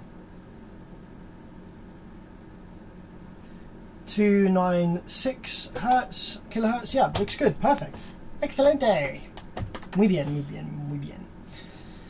So that's that one done. So that is the third amp for this evening that we have finished with the 2092s. Haha. I'm tempted to now actually get out this old plate amplifier, home theatre subwoofer plate amplifier that uses the 2092, and try and figure out what value those resistors should be around the chip. Because we have this amp, obviously it uses the 2092 circuit that we can take a reference from, and we also have that B2 4 channel that uses the 2092 circuit that we can also maybe take a reference from. Mike says, Beverage, on your free time when you want, I sent you an email of the drawing and diagram I completed back in September. Okay, might not have seen that. Something I'm doing for future with all repairs. All of us. Wow, that's really cool of you, my friend. Yeah, if you can't get schematics for these amps, that's really cool. Yeah, Perry's guide is fantastic. Yeah. Yeah. I'd love to make a guide similar to Perry's guide, but that's more up to date. That covers more modern circuits, especially the Brazilian stuff. Goes into more detail about the Korean boards, the differences, and the modifications you can make to correct factory problems, improve reliability, and stuff like that. And just all the tips and tricks that I've learned over the years to make successful repairs be really reliable. I'm still waiting on HKI Repair Centre, Sound Digital USA, to fix my Sound Digital 12K. Eric, how long ago did you send it to them? Was that a while ago now? Okay, has the rail voltage sunk out the board? Getting there, 7 volts. Yeah, it's probably safe to store now.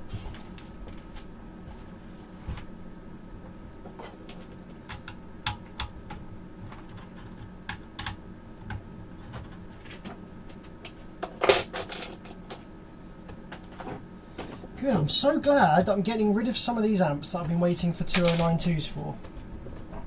Absolutely brilliant. Billy, you're a legend. Thank you very much, sir.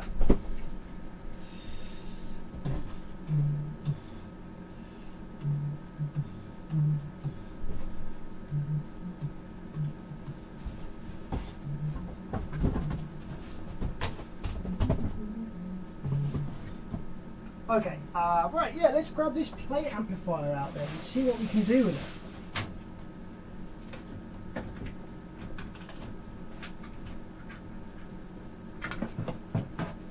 Although I feel like there might have been some capacitors as well at the bad that were causing us a bit of a headache. Okay.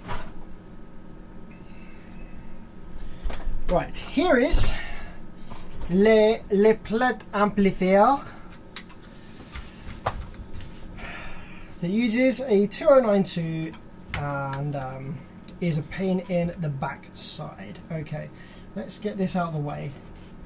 Oh heck, I removed everything. I forgot I removed so much stuff from this. Wow, okay. Zoom in on this. Let's take a peek. Okay. Eric says they sent it back with the same issue and a cracked case. Oh geez, now I had to send it back, so it's been a few months. Damn, that sucks, man. I'm really sorry to hear that. Was that postage damage? So we're missing the 2092. Oh jeez, we're missing. Oh man, missing lots of stuff, and lots of stuff is. Maybe I remember now why I put this one away. Let's just give this a bit of a clean for a sec.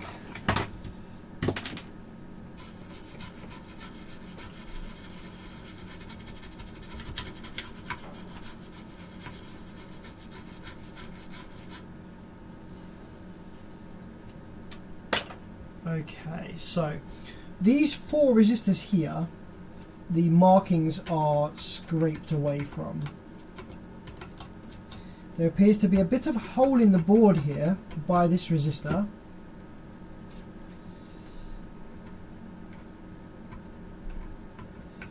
That capacitor doesn't seem to be really connected very well to the board. Okay. So we're missing capacitor, 2092, diode, resistor,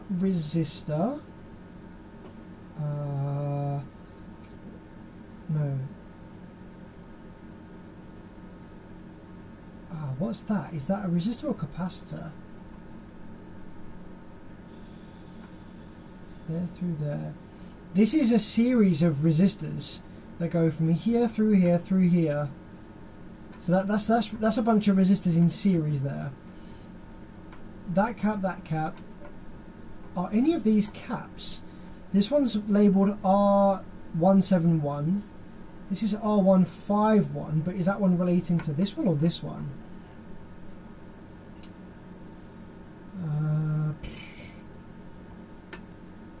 These 4 resistors look sketchy AF. That cap's missing. This resistor over here doesn't have a marking on it either. Neither does this one. Actually, loads of these resistors don't have markings on them. They're just kind of like black. So I wonder whether that's some resistors I've seen are just like that. They don't have a marking on the front. They're just kind of a black label. So that one's probably fine. But yeah, all of these ones I'm not sure on, because some of them aren't necessarily going to be part of the 2092 circuit. They're going to be part of something else, some other oscillator perhaps. What's this chip here? What's this chip? Has that been marked off? Can I read that one?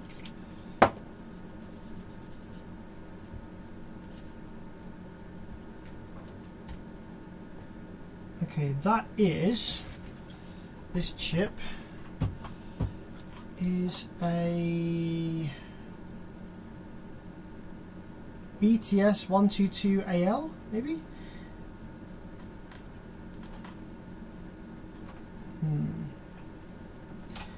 Maybe this is going to be a bit too much to take on right now. I was forgetting how much stuff is removed from here. I think probably the only way to get this back up and running again would be to buy a replacement one of these and then have a look at the resistors. You know, I buy a working one and have a look at all the resistor values.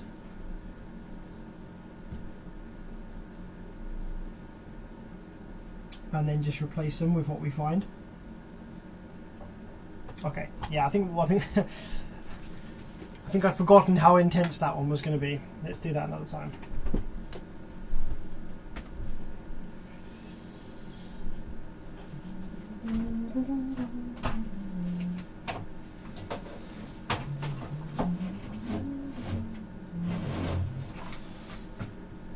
Okay, let's have a look at what else we got in here to do.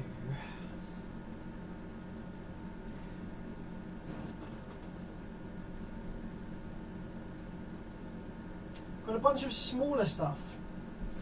Okay, who wants to see? I've got a bunch of smaller amps, like Class A, B stuff, like kind of junk stuff really. That's probably not worth repairing. But like I got an old JBL, got some Mutant stuff, an old Rockford, an old Vibe. So I've got some smaller stuff that I can look at repairing, which might be good if you're trying to get into repair yourself, because you'll probably be starting on smaller stuff. Look at some issues that small stuff have. I have this amp just behind me. This is Additional Designs Z2C or Z2B. Not sure if it's Z2C or Z2B. Great big 12K type thing.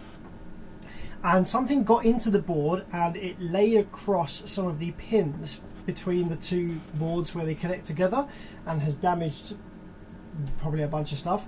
So we can look at that one.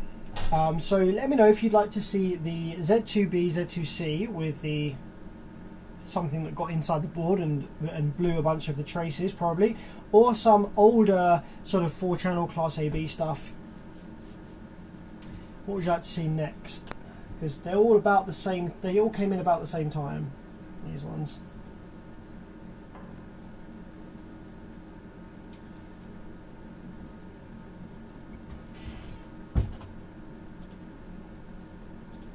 Thanks, Rick. Thanks for the birthday wishes.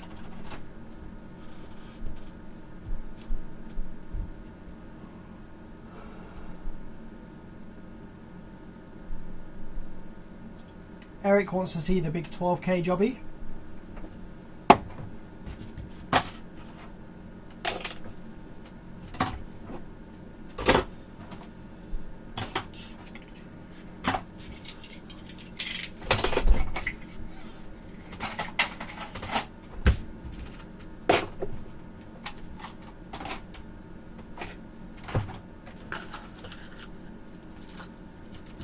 Spare 2011.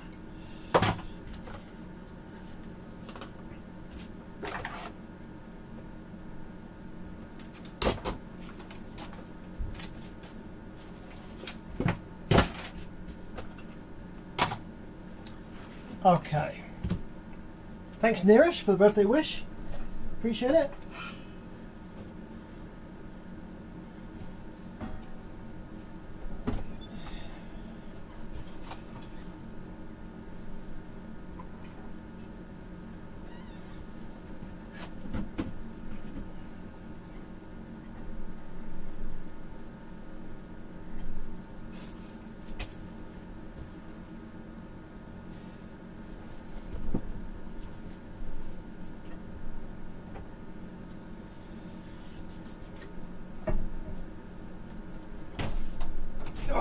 So Digital Designs Z. Oh, it's a Z2B. Sorry, it's not a Z2C.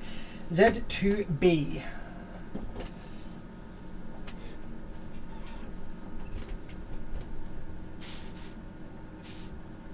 Is there ever a problem you cannot fix, or is anything really fixable, findable? So this like I say, that plate amplifier that I was just looking at just then, Eric. I can't fix that because I don't have a schematic for it, and I don't know. Holy shit! Oh, I don't know if I can even do this one because I don't have rectifiers like that. Jesus. Anyway, sorry. Yes. The plate amplifier I can't really fix because I don't know the resistor values that are supposed to go on that board. I don't have a schematic, and I don't have another working example to take reference from. So stuff like that is always difficult, and I don't know that circuit well enough to just be able to, you know, pull the resistor values out my ass. So what happened on this amp is something's got into the board and has laid across where the rectifiers are. So these rectifiers are absolutely junked.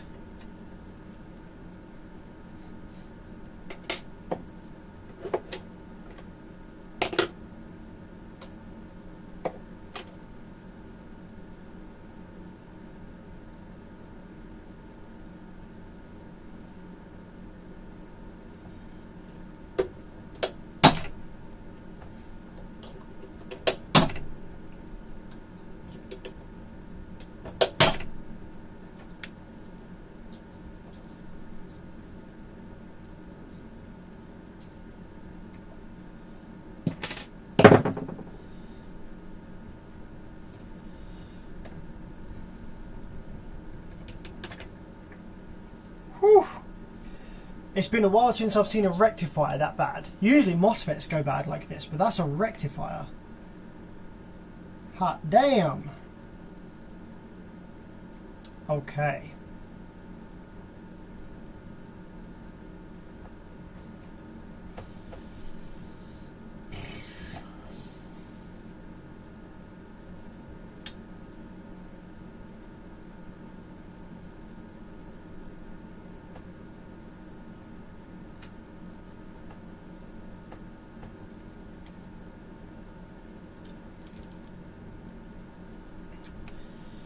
So these are MOSPEC U20D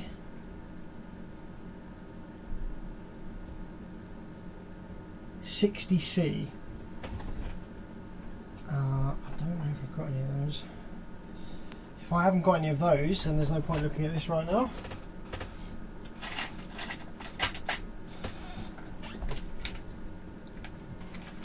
U20, U30, U40. I've got some U20D40s, but this needs the 600 volt part, sadly, because it's such a high rail voltage. So yes, I don't think I have any of those.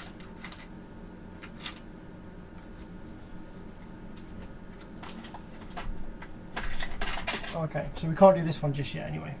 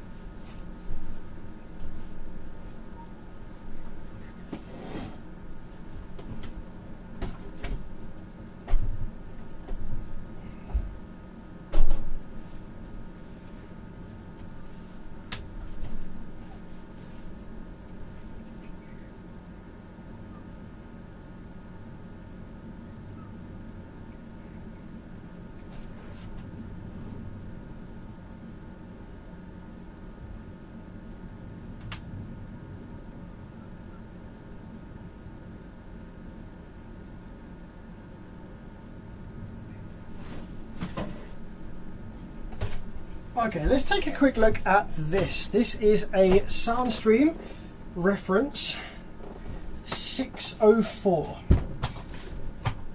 Is this a nice little thing? We'll soon find out. So, yeah, this is a, how many channels is this? 2 channel? 4 channel? Okay, there's a 4 channel Class AB, old school amplifier. Got a sub level on here as well. They might expect you to use 3 and 4 for subwoofer, perhaps.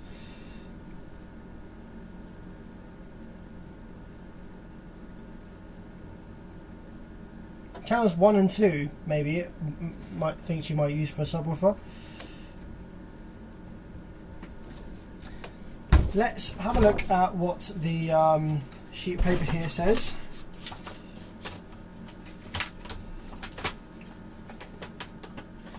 Okay, there's a couple of amps here that were sent from this this customer. Soundstream. I think it's playing with distortion from all 4 channels with only one RCA connected. Okay, so he says playing with distortion from all 4 channels with only one RCA connected. Let's see whether that is actually the case. Eric says, does it sound a lot better than the full bridge amps? Nope, not really. It's just a really old circuit design.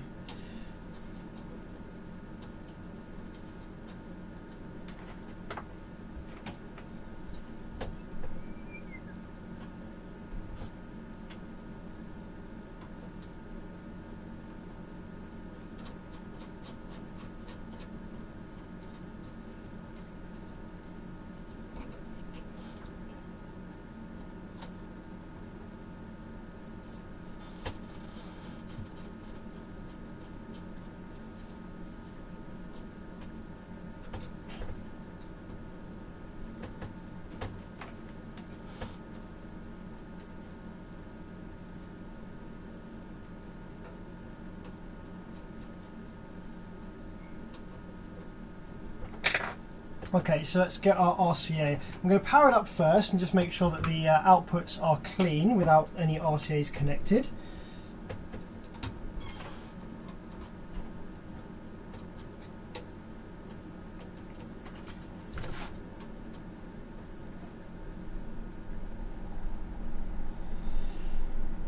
Okay, let's power it up.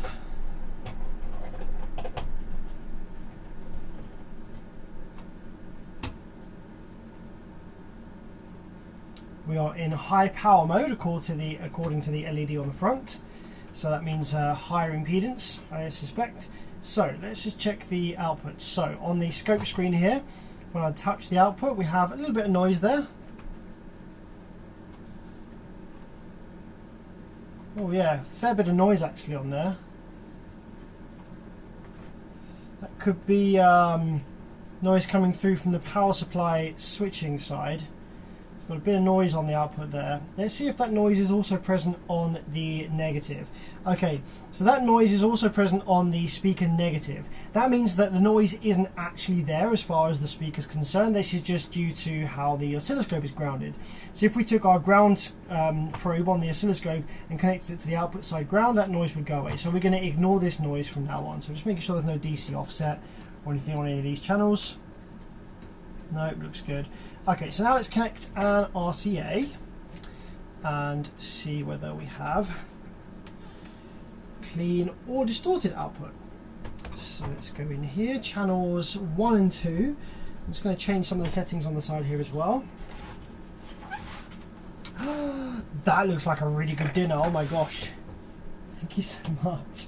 Whoa, this looks nuts. Like genuinely it's got peanuts on it.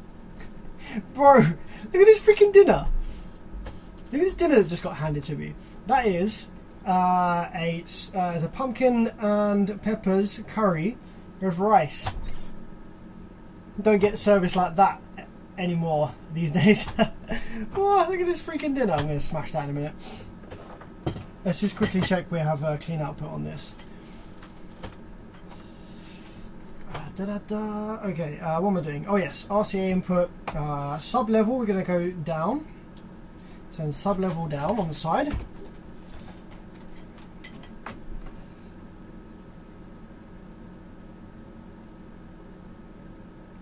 -4. I should go middle because it says -4 plus 8. I'm just going to kind of go in the middle. I'm not sure what that means. Low pass filter. Let's just keep that up at 120.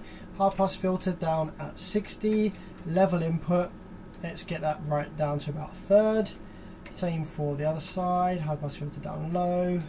Level input about a third. And this amplifier has the crossover settings on the bottom of it as well. You flick some switches on the main board as well. Okay, let's power it up and see if we get a nice clean sine wave anywhere. So we're in channel 1 at the moment, which is the left hand channel, 66 Hertz.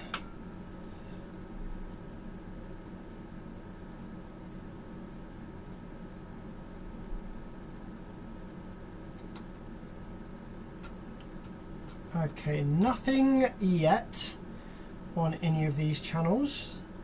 These outputs. Not getting anything there. Oh, that's because I am connected into the line out. How stupid am I? That was the line out. Okay, let's try that again.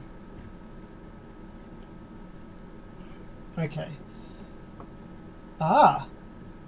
So yeah, I'm not actually getting any clean output. This is me to it's like distorting. If I give the amp a tap, does that help? It looks like it's trying to make a sine wave, and it appears sometimes as I sort of move the screwdriver around a bit.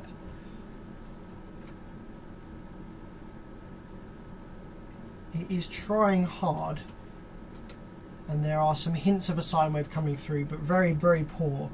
Let's try the right hand channel. Oh wow, okay, that's got something janky on it. Okay, so the right hand side channel does have a clean sine wave. Looks like this is a very sensitive gain here. So the right hand channel does have good signal coming through. I'm going to go up a bit on the frequency because I think we are high passing. Okay. The waveform looks a bit of a funny shape. It's a bit slanted in one direction. So we're going to take a look at that in a bit. Now let's try the rear outputs.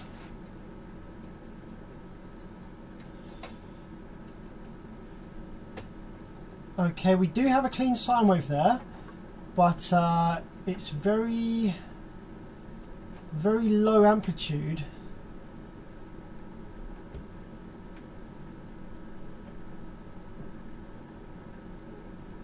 Okay, I think that's because we are low passed on channels 3 and 4.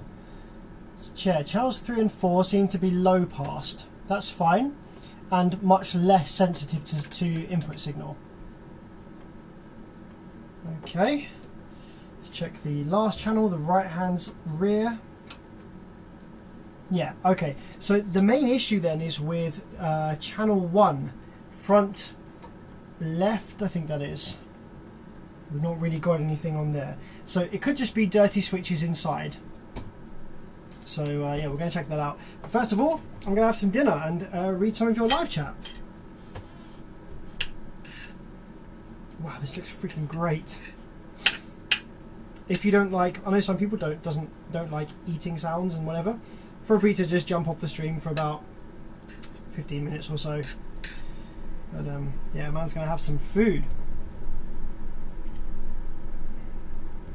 Neerish says it might be cheaper to buy a new amplifier. I would definitely agree in the case of the Z2B. I think that's going to be an expensive repair. Well, actually no, maybe not in that one, because there's no output FET's dead, I don't think. No power supply FET's dead. It's just going to be a rectifier circuit that needs replacing.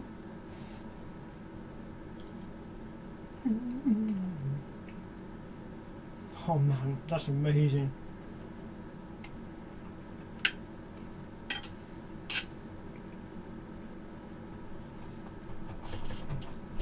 Look at this freaking curry. So good.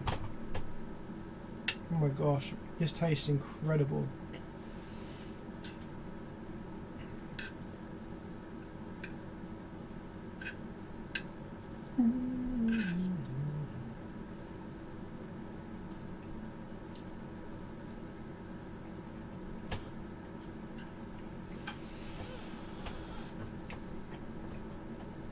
The Toaster sends me $10. Man, thank you very much, dude. Happy birthday. Thank you, buddy. Appreciate that. If you've got any questions or anything you want to know, just let me know. I'll help you out. Thanks a lot for the 10, my friend. Really kind of you.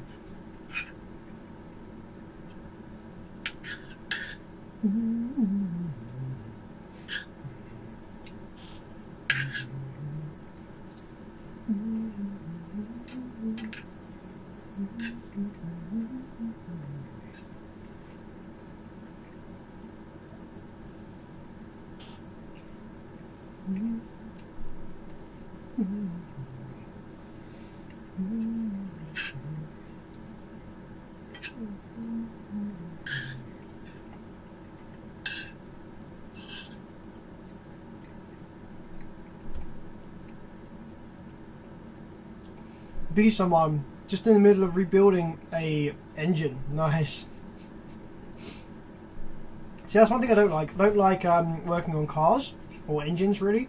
Like it's too sort of like messy and like crawling around on the floor and oil and like grime and stuff like that. I'd much rather sit at my bench with a glass of wine, you know, comfy with some tunes on, repair some electronics, some smaller stuff. Doesn't require so much effort.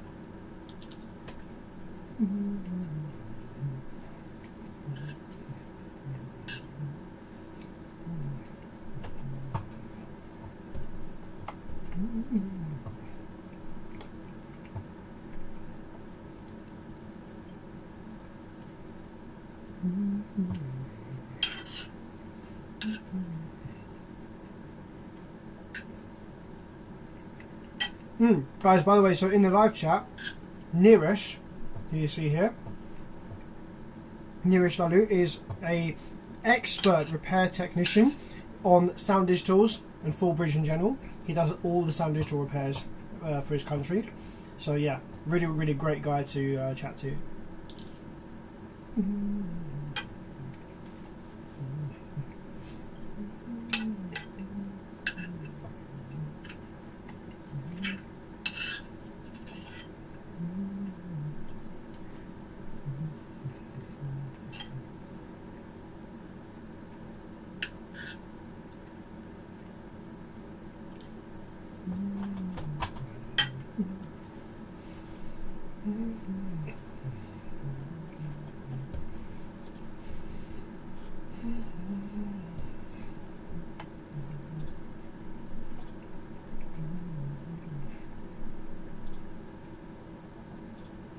Maybe while I'm eating, we could watch some of Billy Armstrong's repairs.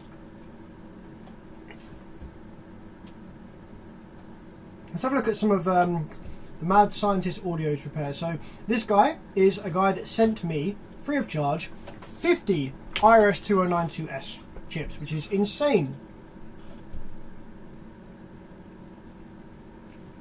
Let's see what he has to say about this. Let me just make sure my desktop audio is muted.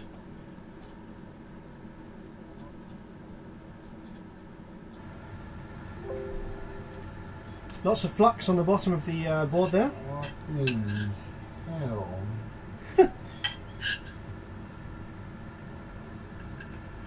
Lots of flux on the board there.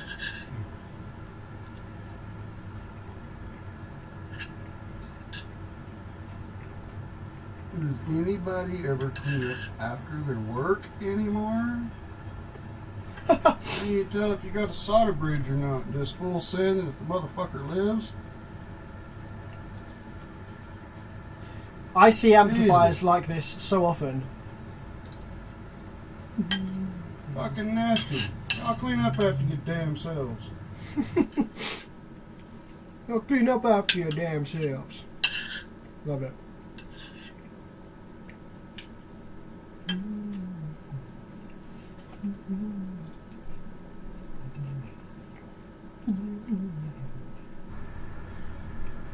Okay, I'm gonna make me another little short video here. So, capacitors are in every piece of electronic equipment we have. From amplifiers, and yes, my bench is a mess. So, from amplifiers, So is mine, Billy, don't worry. So is mine. radios, even our test equipment. And the quality of these caps make a big difference, people. Their tolerance for our oopses. So, the main purpose of a capacitor is to filter. And we're going to be testing in capacitor mode here. And of course it's reading 0. And I have the shortest leads I have, so I don't get any capacitance in the leads or inductance, which makes a difference on the reading. So anyway, here we go. We're going to test some. I'm going to be pausing the video while I handle and hook everything up, but you'll get to see the test results each time. Stand by.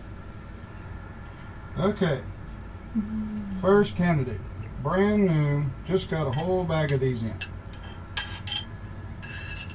And so we have a 4700 microfarad, and you know, whatever name brand that is. So 4700. Well, came a little short. I know there's a 20% tolerance, and yeah, it probably falls in that 20%. Stay tuned. Next one. Very popular. The Sam Young, of course, camera doesn't want to focus. Oof! Another one falling short. Yep. Falling short. Falling short. Not a inlet for 12 volt side. This is a rail. And yeah, these no-name Chinese brands. So they just go out of a name amps. See, all these caps are coming up short in their capacitance. 20 just to make this. So we got her there, we got her hooked up. Oh, and it's a 20. That one's coming up short as well. All these coming up short, but does Billy have a good one for reference? Rating. Now I'm not checking these for voltage tolerance. Their storage capacity at the moment. So this one would stand by. So this is a Nichicon.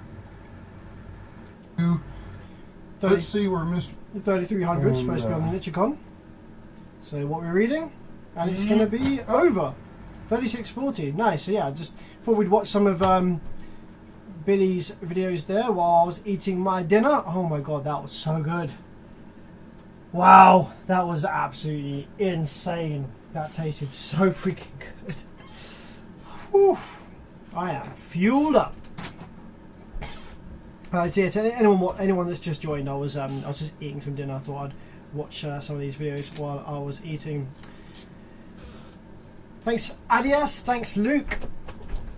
Alright, let's have a look at this SoundStream reference then. So the issue, yeah, like we were saying, we're getting sine wave output on all channels, apart from channel 1, which is the front left.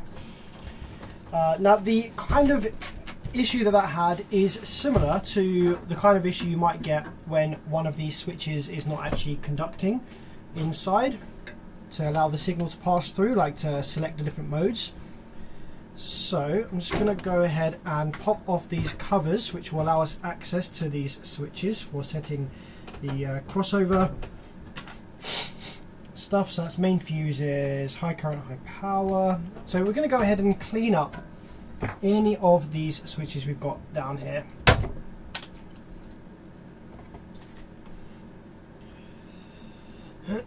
So let's spray some isopropyl nicely. So we've got mono, stereo or mixed. Low pass, high pass, full range. That one felt a bit crusty. External or input from channel 1 and 2. That was for 3 and 4. So it's unlikely to be the issue because we were missing audio on channel 1.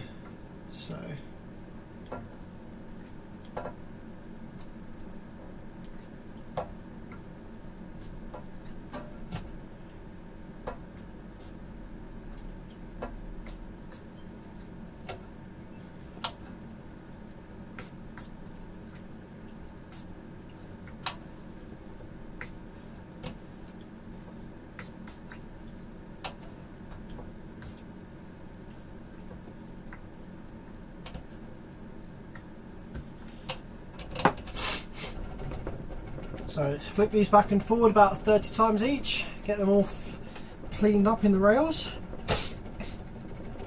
The fact that this is making audio on like 3 out of 4 channels suggests that all of the rails are correct, the VCC supply voltages to the drive circuits, the bias voltage, etc. is correct. The voltages to the op amps and the preamp circuit are good. Usually channels 1 and 2 will share a dual op amp, so that op amp is probably working. It's probably not that. It's probably just something really simple like this.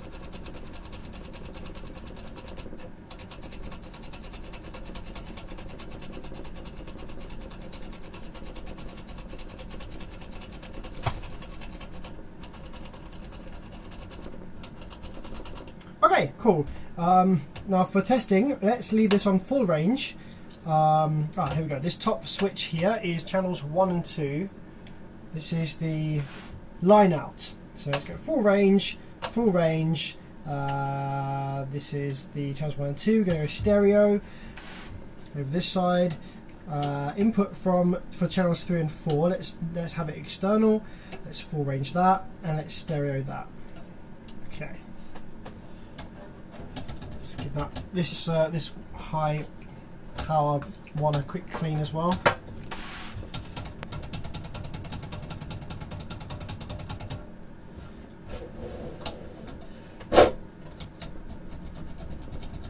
This is a big switch, this one. This switch changes from high current mode to high power mode. So you'd use high current mode when you're running loads at or below 1 ohm, which we're not. We want the most highest rail voltage out of this thing at the moment. So that's that cleaned up. Let's see what happens.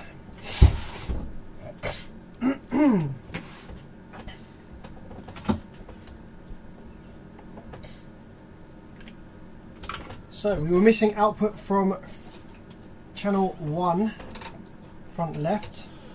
Let's see what we got now.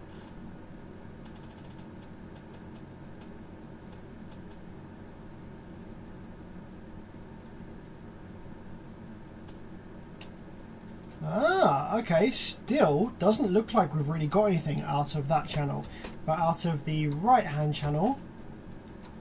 Oh, don't have anything out of the right hand channel. Oh, I've got it in line out again. Did that last time.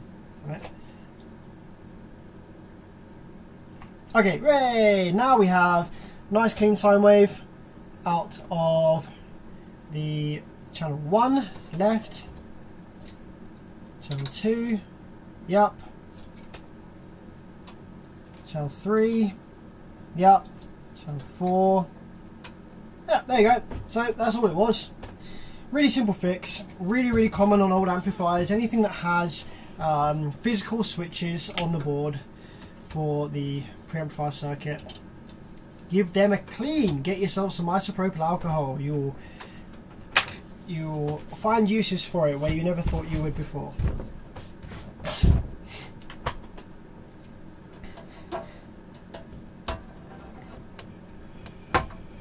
The customer did state that there was distorted output on all the channels, but it looks clean to me. So I'll tell him obviously that I have changed all of the channels to full range for testing, and then he can change them back to whatever he needs for his use case.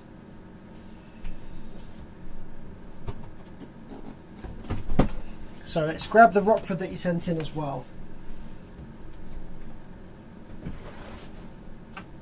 which I think might be this one maybe.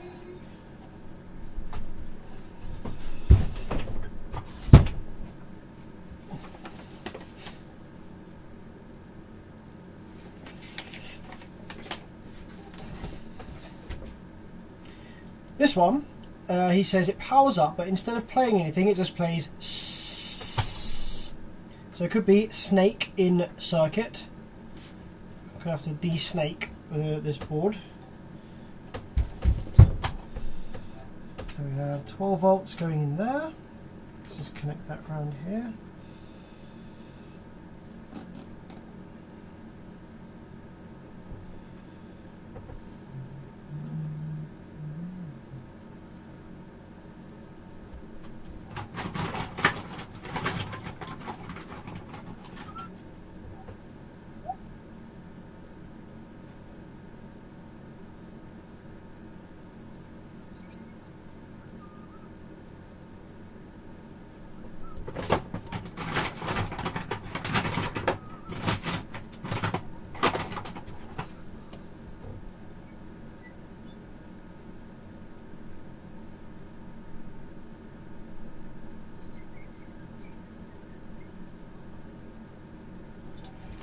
So that's ground and 12 volts. Now we also need the remote wire.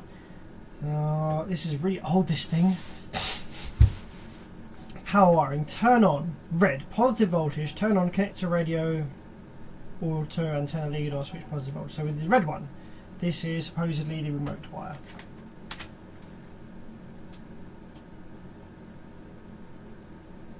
Technically, Eco says, I've got one you can't fix. Gun, what is it?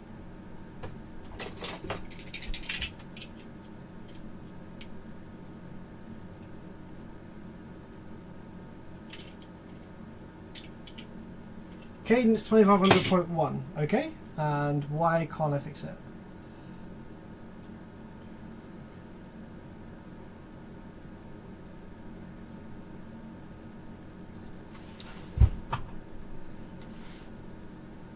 Okay.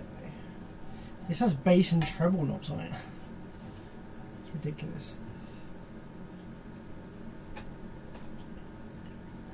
Has separate gains for left and right as well. I actually hate that, because trying to get them matched up is a pain in the ass. It uses a tiny little screwdriver. It keeps cooking MOSFETs on power side. Well, I could definitely fix it. The reason it would keep cooking the MOSFETs is probably the drive circuit, or there's a short in the output side.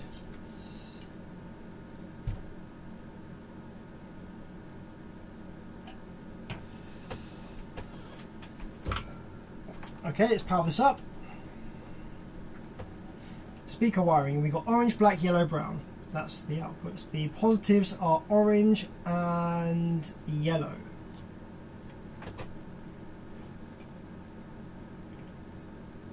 Okay. Okay. No DC offset. So let's grab our RCA, plug her in.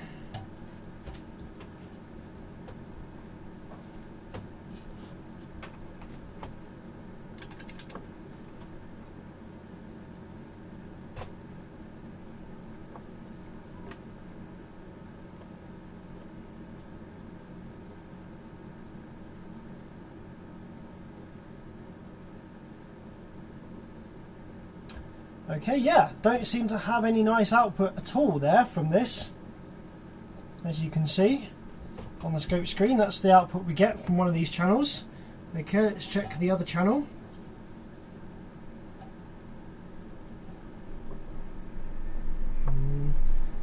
Nothing at all from this other channel. On the brown wire we seem to have something, which doesn't make a lot of sense because brown is supposed to be a negative.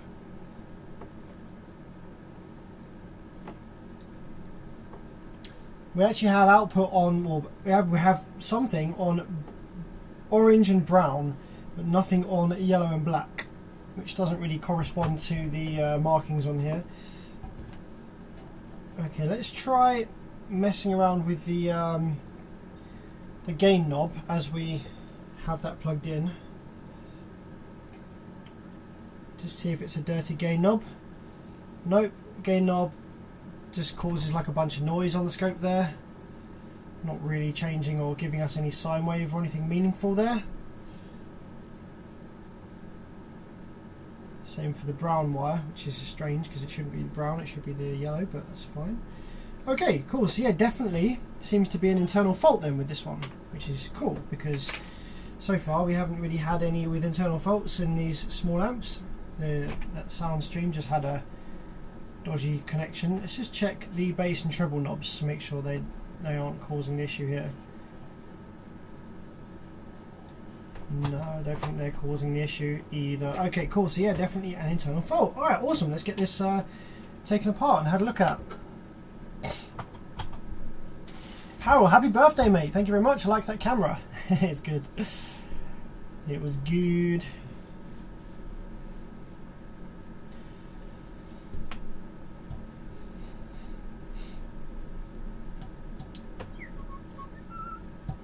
Okay, how do we get this one apart then? Looks like we need to take these ones out.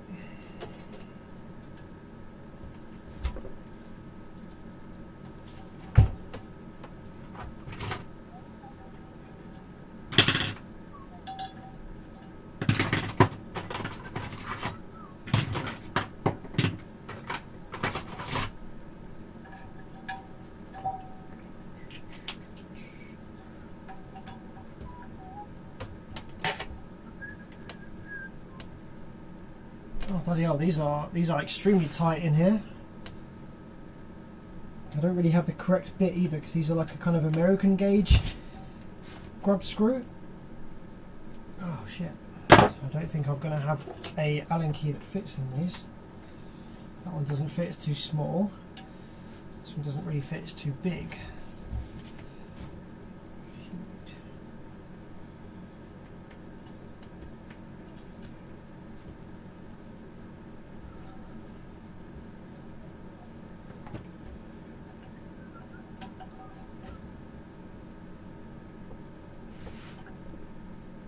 Oh, slowly but surely it's coming out.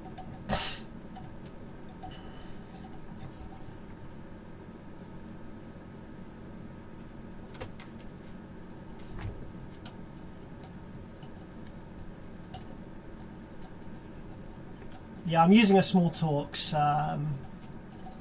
but if it jumps it ruins the Torx driver, ruins the little knobs on it.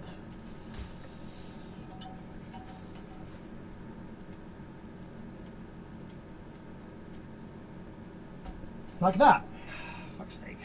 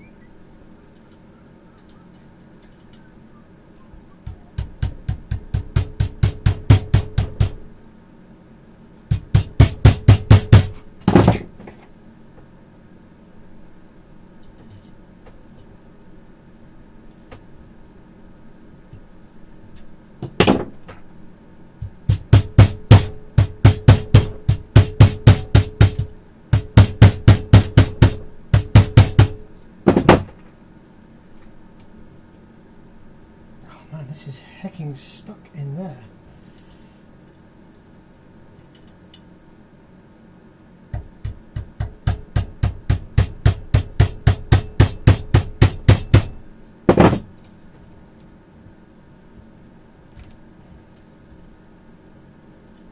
This is so tight, this.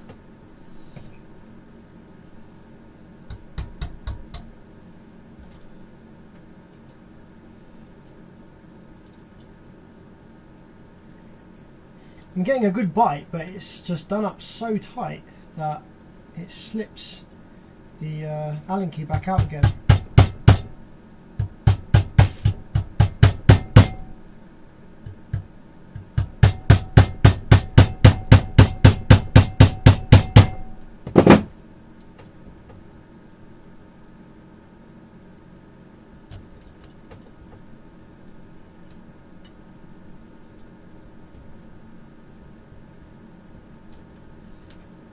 Nope, I don't think I can get in there.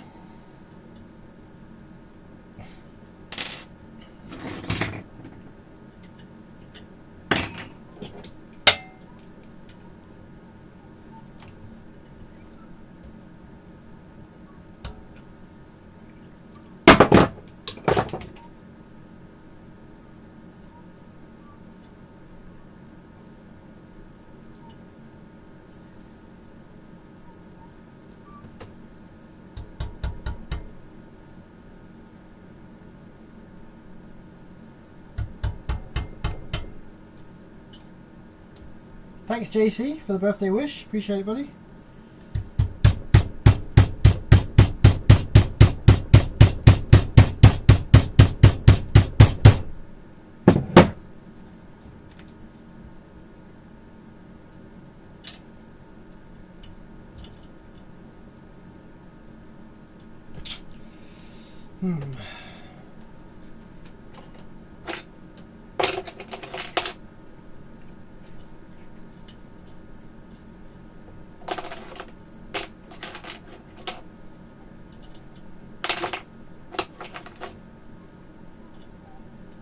Aha, this one looks like it's going to go in nicely.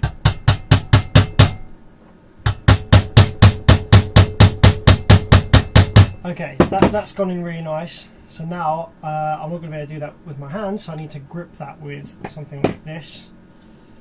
Maybe a maybe not needle nose, maybe just regular ones.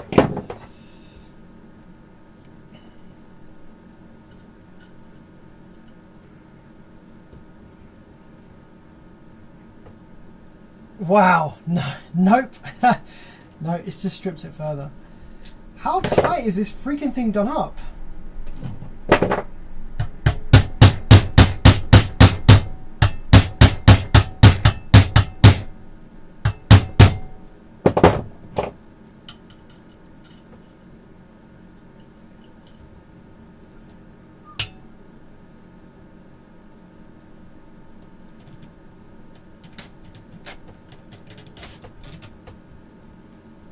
Oh, we have movement. We have movement on the bolts. My God, why is it so tight? Oh.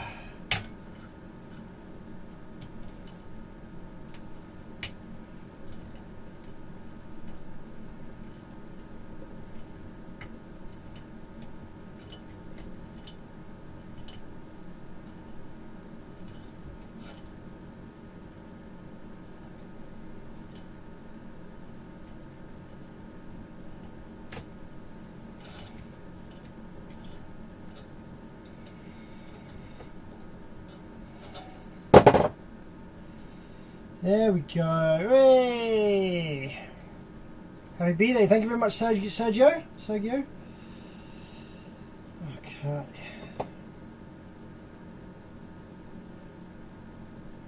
that was in there, that was. It's done a bit of damage to my bit here, but whatever. Okay.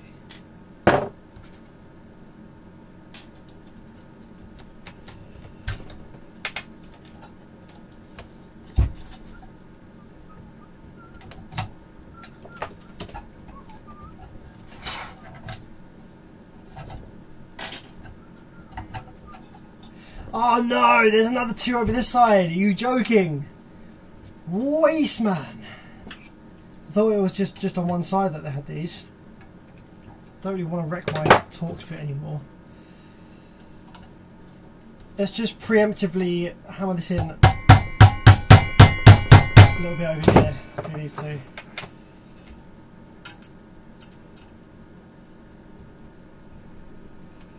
Right, that one was fine. It was tight, but it was fine.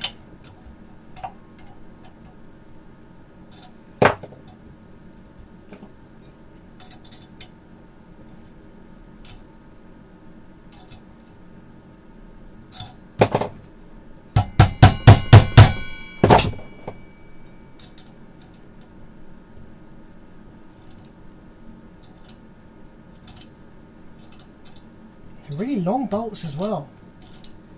Why you do this?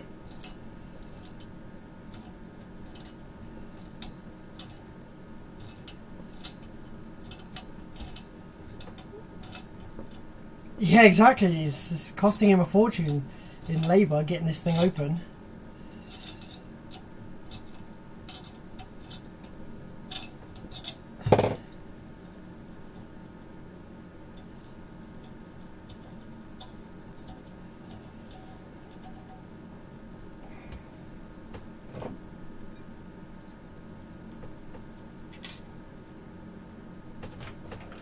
Okay, this should be the last one.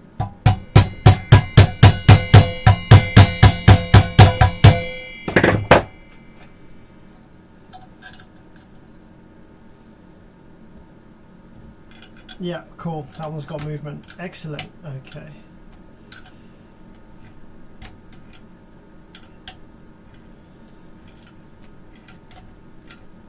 I also made a video of my Alpine Type X12 PSI recones. Nice, man. I'll check that out, Mike Honda. Thanks for that.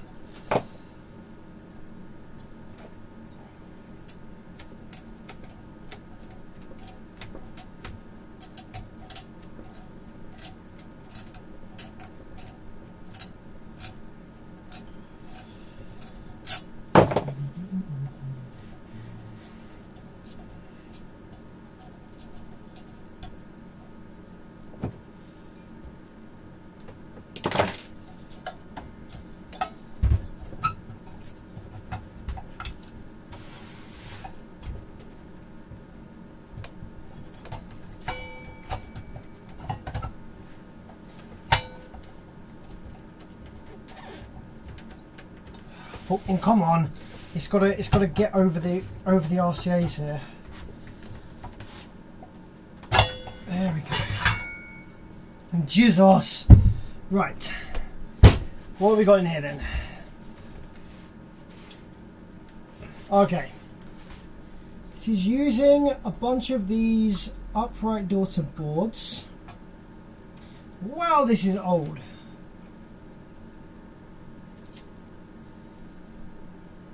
There's a bunch of junk sitting here on this circuit board. It doesn't look like it's soot from something that's blown, but it doesn't look good either. It looks like it could be like water damage, or like maybe something did get hot over here actually. It looks like it might be some kind of soot. I'm going to take the isopropyl alcohol and clean this up, because that doesn't look great, not going to lie. Maybe something got in the board here. Maybe something got in and sat on this TL 072C. Maybe this op amp is dead.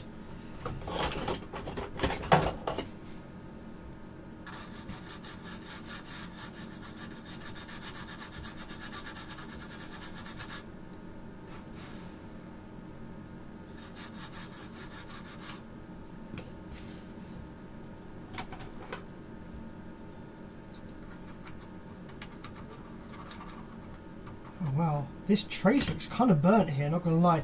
These are weird, these boards. They're not traces as such, they're like bits of carbon or something. Bits of... they're not quite traces in the classical sense.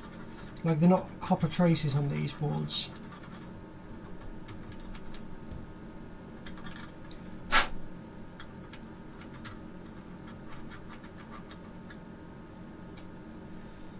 Okay, so whatever that was, I don't know if it was soot from something burning.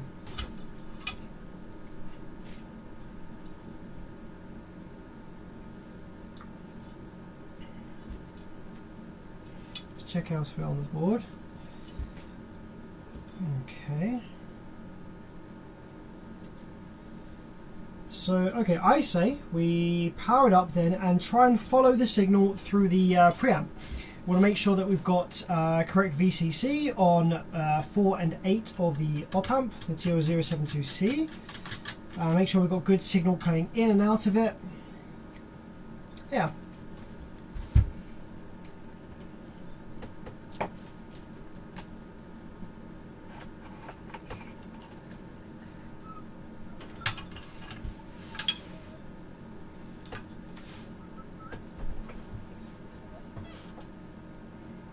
Ground is closer to the edge.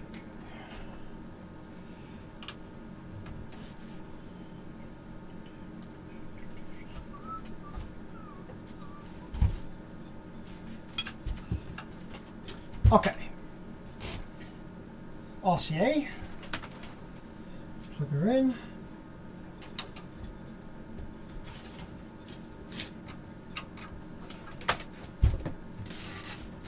Let's see what we got.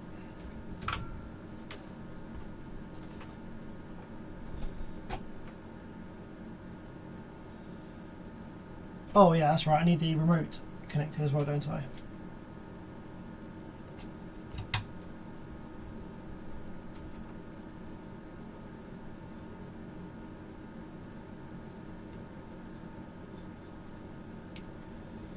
So TR072C, we need some voltage on pin 4 and 8. Ah, okay, we've got 3 volts on pin 4 and 8 volts on pin 8. Well, I'd say that's our problem then. We are missing supply voltage for... well, actually, yeah, completely missing. So pin 8 has +8 and pin 4 is supposed to have -8, but it has +3. So there's our problem. Auxiliary voltage supply is lacking, is missing. So let's just do a quick visual inspection on the board and see where that might be being generated. It's probably going to use the rail voltage with a very simple voltage divider to bring the voltage down to 8 volts. So we're looking for a couple of resistors, probably the same value, with rail voltage on one side and with about 8 volts on the other side for the working one. So let's have a look. I'm looking at these resistors here on the board. We've got a couple of resistors, both the same value next to each other. So we're going to see if we've got rail voltage on one side.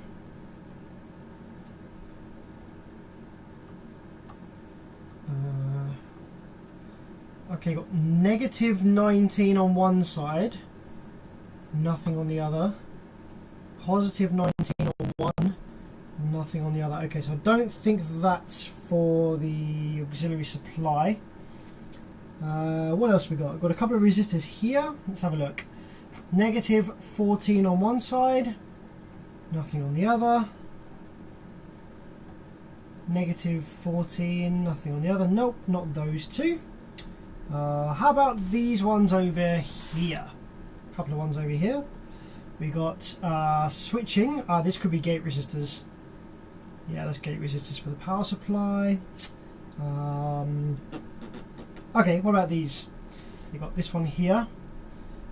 This one is not anything, and this one is not anything either.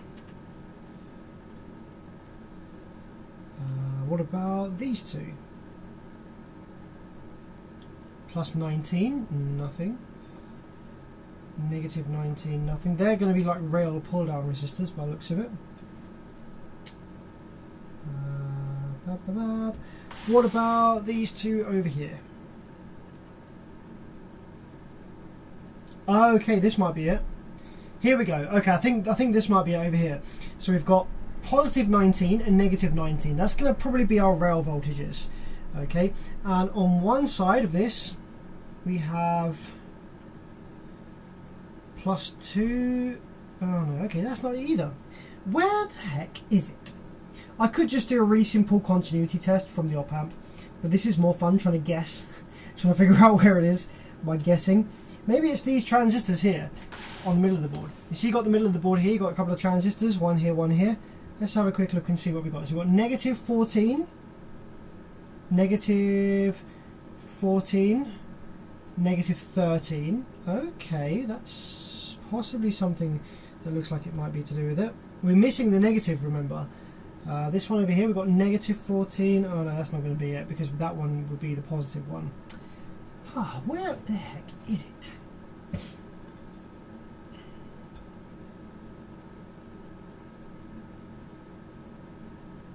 Might have to just go ahead and use a continuity test. We'll follow the traces.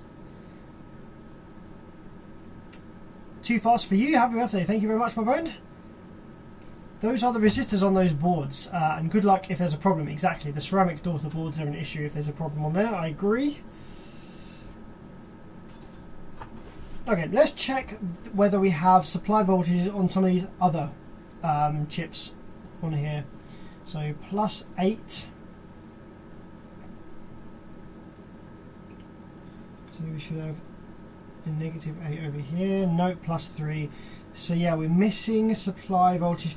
You know what I'm wondering? I'm wondering whether the supply voltage generation is actually on this daughter board.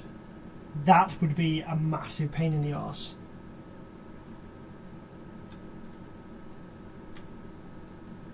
Yeah, so all three of these little ICs are missing their negative 8 supply. Okay.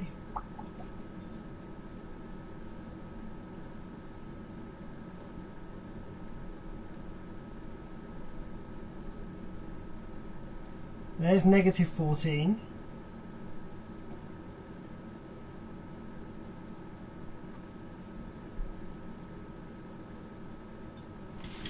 So I'm just checking this capacitor that had a bunch of black crap around it. We've got negative 14 on there.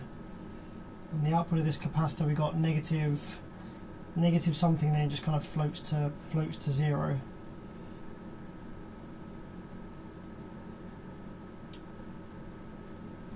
Okay, let's do some continuity tests. Isn't there a 7809, 7909 on the heatsink I don't think so, but maybe. On this amp we've got a total of 8 components on the heatsink. We've got over here what's going to be 2 power supply MOSFETs. Then over this side is probably the rectifiers, unless the rectifiers are here and they're not actually mounted to the heatsink. These could be the voltage regulators over this side. I would assume these would be the rectifiers. And then we've got NPN, PNP for one channel, NPN, PNP for the second channel. So there's our 2 channels.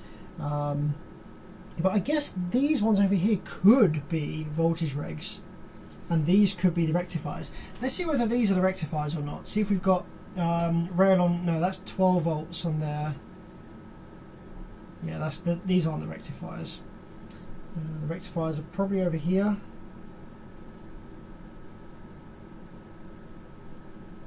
Negative 19 on that one.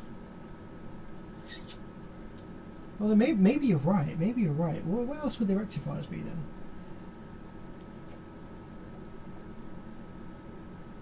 These are the rail caps. Ah, maybe the rectifiers are under the board.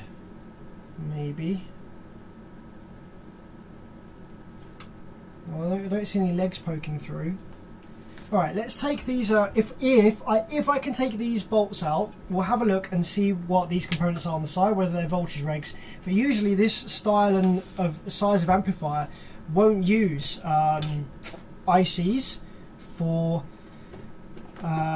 auxiliary supply voltages. It will just use some kind of voltage divider or some kind of really basic stuff. Oh, these bolts are in the middle sizes as well. These are not regular sized bolts.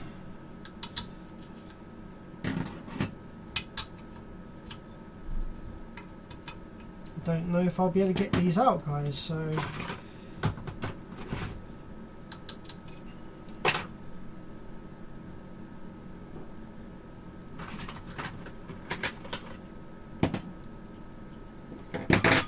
the rectifiers are the 4 diodes next to the transformer. Nope, those are capacitors by the looks of it. They appear to be capacitors. They're rated with C. Let's have a look. Oh shit, maybe you're right. CR2. Are they rectifier capacitors? What the fuck? Well, that's new. That's news to me. CR. Why would it be CR? Why wouldn't it be D? Oh, all of the other diodes on the board are actually labelled with a CR. Fucking old markings that I'm not used to. Okay, so there's our rectifier diodes then. Thanks to Frank. These are our rectifier diodes. Alright. So yeah, maybe these are voltage regs over here then. Ah, there we go. One of my Torx bits fits quite nicely in there. See if we can get this off. Okay, these come out a lot easier than the case ones.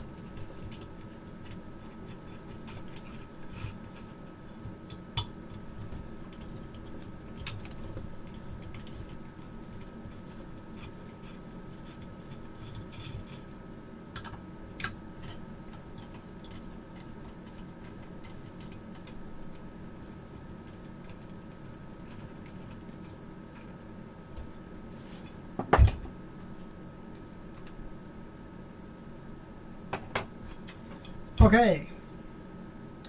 Oh yeah, we have a 7815 and a 7915. Alright, cool. Good shout, whoever that was. Damn, that's the first time I've seen that in an amp this old. Jesus. Okay. So let's make sure we have input and output then from these.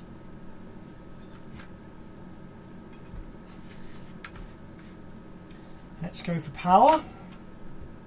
So 7815. We have 19 ground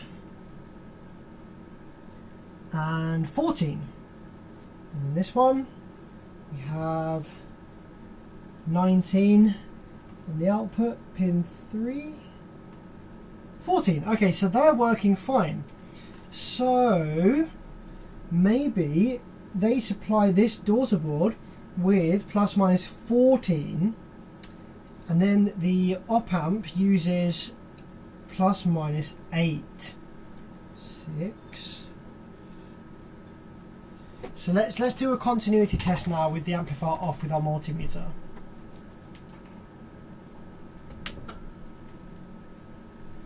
So from the output of the 7, 8, 15 over here, let's see if we have continuity to any of these pins.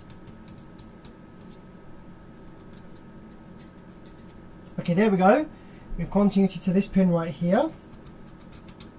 And then the other one over here.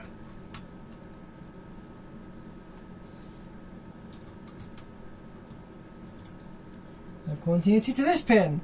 Ah, okay, so we are feeding this daughter board with plus minus 14, and then I suspect a resistor sits in line with that before going to the op amps, which brings it down to plus minus 8, and that resistor is likely open. So what we can do actually is we can measure the resistance using the multimeter, because we know that the plus 8 volts is working fine. So if we look at pin 8, we can measure the resistance between pin 8 of the op amp and the 7, 8, 15. And we have on the multimeter screen here 234 ohms. Okay, what about on the negative 8? We have open circuit.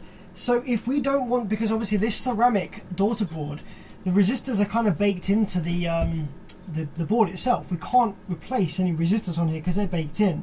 What we can do though is we can fit an external resistor from the negative 14 volt supply pin on this daughter board into pin 4 of this op amp.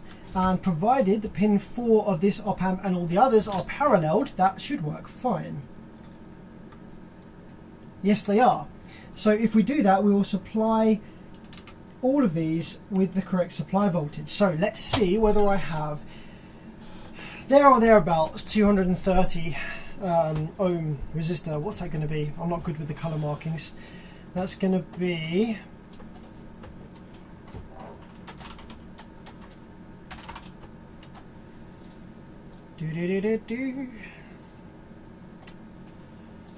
200. Go away. So it's going to be red. What was it? 234. Red, orange, and then times 100, I think. Nope, not times 100. Times 10. So it's going to be red, orange, brown. Can you do a close-up? Yeah. So these daughter boards are ceramic, and the resistors are actually part of the board itself. So you can't replace them. So you see these little black squares here? These are resistors. So all that black gunk that we saw on the board here is probably from one of the resistors just failing and stuff. So, yeah.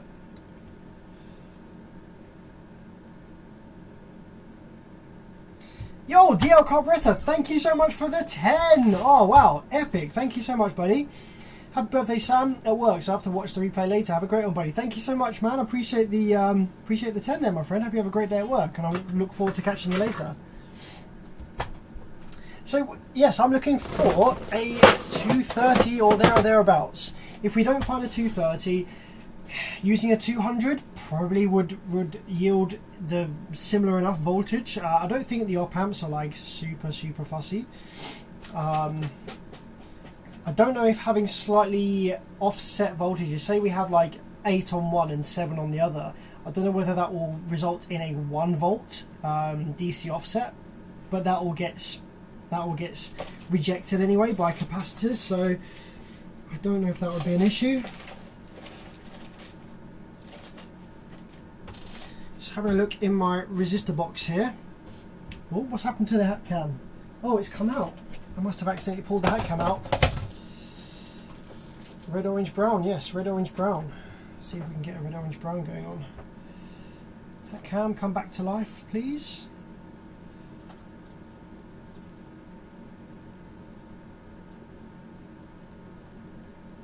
There we go. Red, orange, 23 doesn't exist. Look for red, red, or red, violet. Thank you, Frank. Good shout. Red, red, or red, violet. Okay. I've got red, red, black. That's a 22. Got red, red, gold. Maybe I can make a 220 with like a few different, a couple of hundreds. I can do a couple of hundreds in series and a 22. That would actually work absolutely fine. It would just look kind of jank, wouldn't it? But this amp needs to be a quick repair because it's probably not worth a great deal of money. I'm just doing it mostly for the entertainment of the stream here. Red, red, black.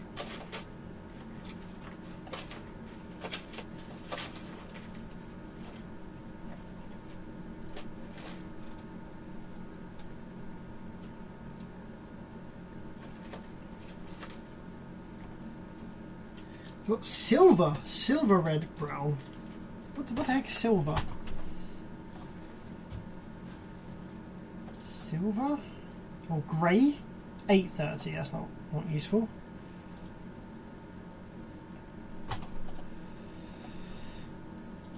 Tom, yes, my G. Please revive my Moscone when you get the chance. Ah, man, I will. Don't you worry, I will. I don't think I've got your Moscone out of its box yet. I think it's still packaged up downstairs. I've got a bunch of amps next to my front door that I haven't opened yet.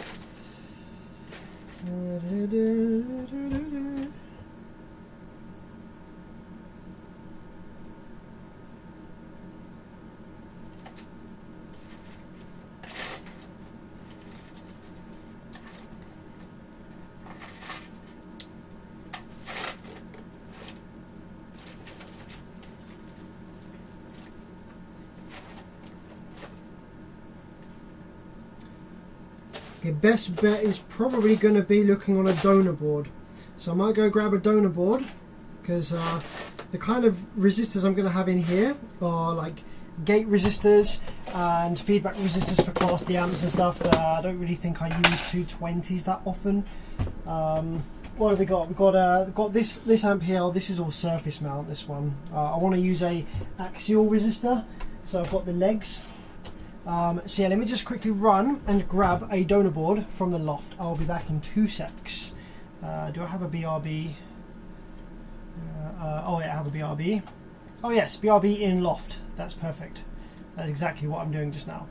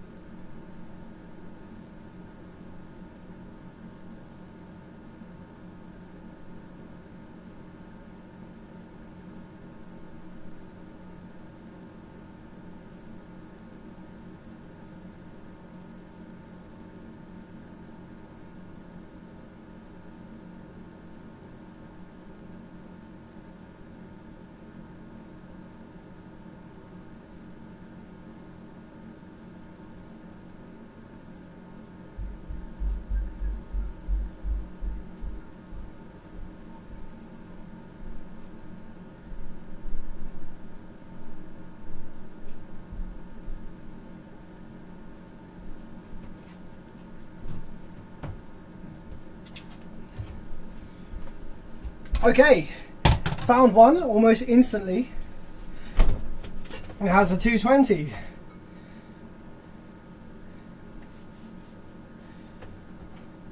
Okay, yep, not enough anymore. Alright, so this is an old piece of junk. Absolute piece of hunk of junk this. We've got as a donor board. Okay, so we are red, red, brown over here.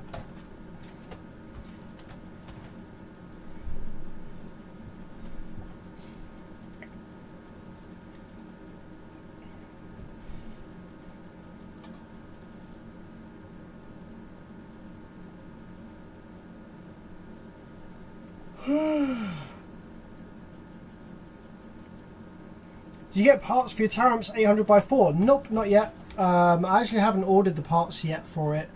I'm going to give Taramps a big order, like a list of parts to send over, but I haven't actually given them the list yet. The parts that I need, so I haven't got that yet.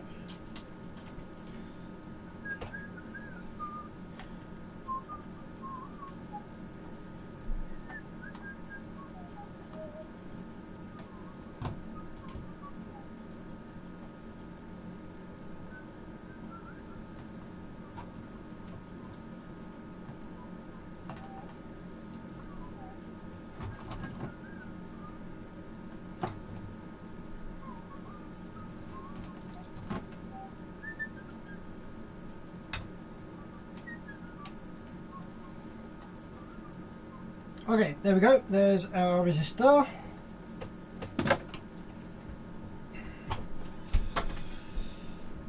So let's solder this between the negative 14 volt supply, which is over this side here, 7915. Which pin is it exactly? It is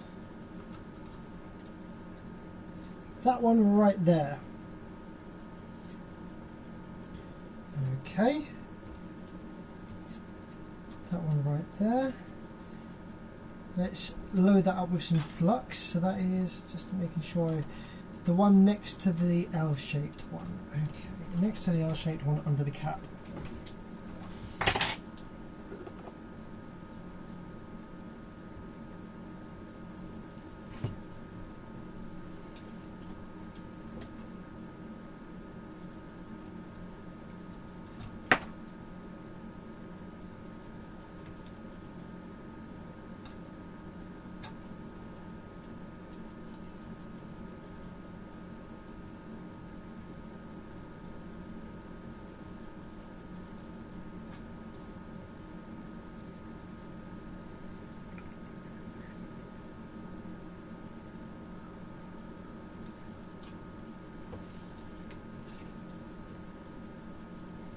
Okay, so now let's solder our 220 in there. Might be a good idea just to double check that is a 220.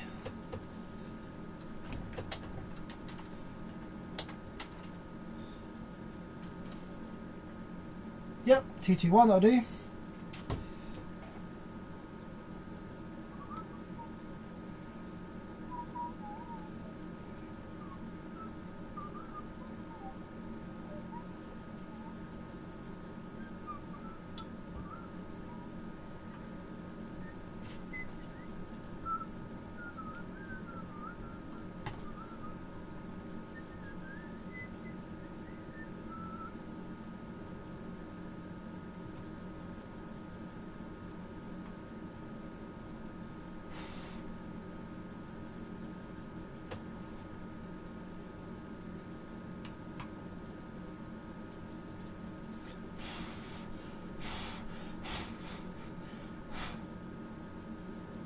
Okay, that's soldered onto that leg there, and then I just need to connect it to the pin 4, which is just there.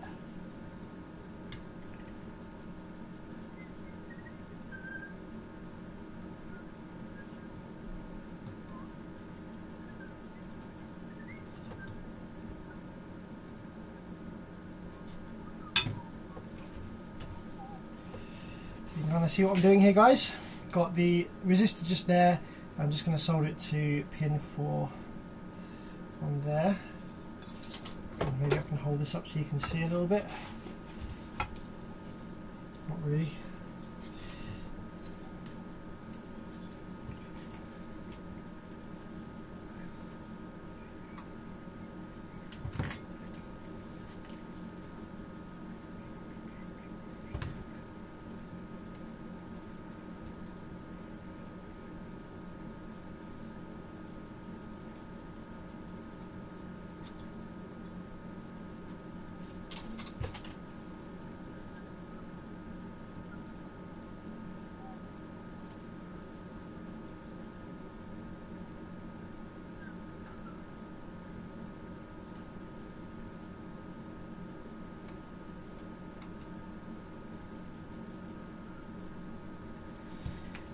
Jeez Louise, I put some flux on that, shouldn't have pushed up like that.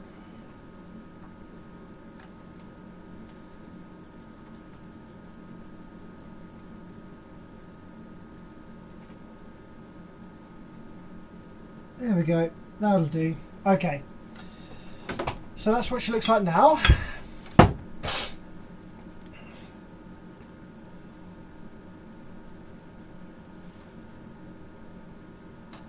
Have 420 from the -14 to the input of the 072C. So now, if we do a resistance check, we should get from here to here, we should get 220, and then from the positive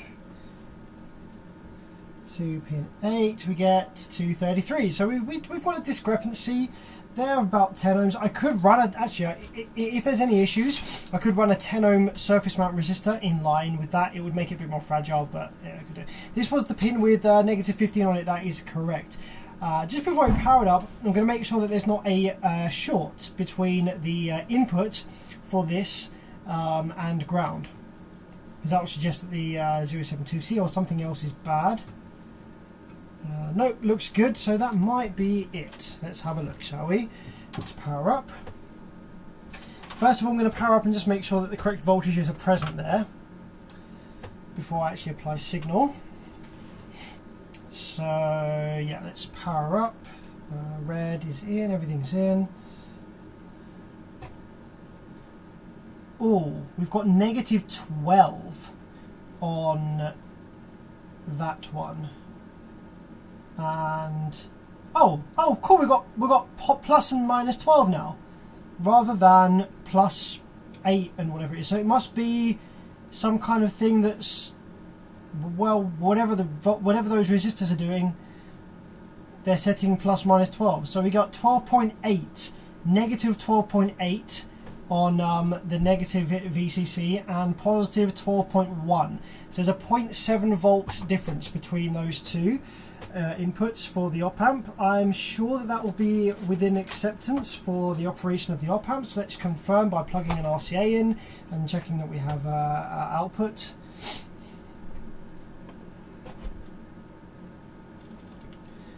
Okay, well, there's some clean audio.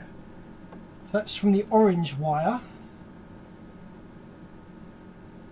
Okay, and let's try the other channel. Now we should have the yellow wire, but from earlier inspections it's probably going to be the brown. Yeah, it's the brown for some reason.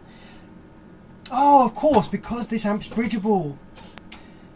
So this amplifier tells you that the yellow wire is the positive for the right hand channel, which is technically correct because the negative for the right hand channel, being the yellow, is an inverted positive, so that makes sense. It's just the bridge output. So yeah, that's all it was. Nice cheeky little fix. The labour time and whatever probably wasn't worth it on this grade of amp, but that was fun. That was interesting. Hope you find that interesting. So let's put this back together.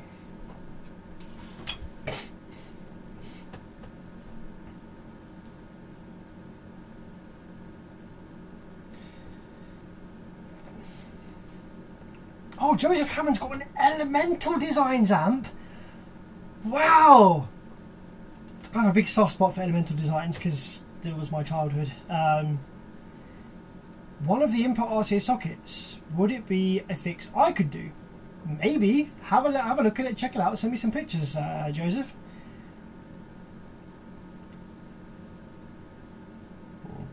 Wow, which one is it? I love Elemental Designs. Their stuff's not like super amazing or anything. I just have a soft spot for them because I had one of their subs when I was a kid, and I love the Elemental Designs aesthetic. The whole kind of like, you know, italic font, and they just look really premium and nice.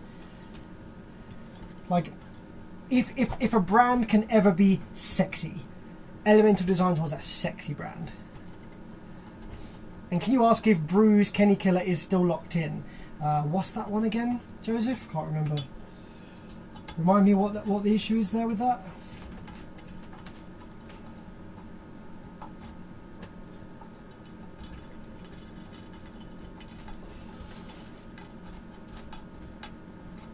Bruce is blessed. Happy Earth Strong. Thanks very much. What is Earth Strong? Is that birthday? I've never heard the term Earth Strong before.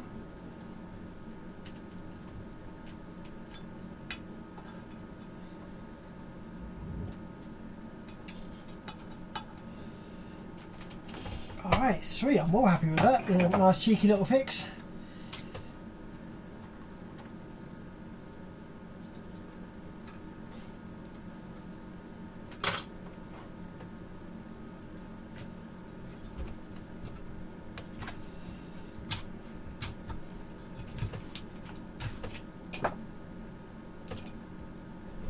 I've got to put these bloody bolts back in now. I'm gonna put them in gently. I'm not gonna put them in. Not gonna screw them up super tight or anything.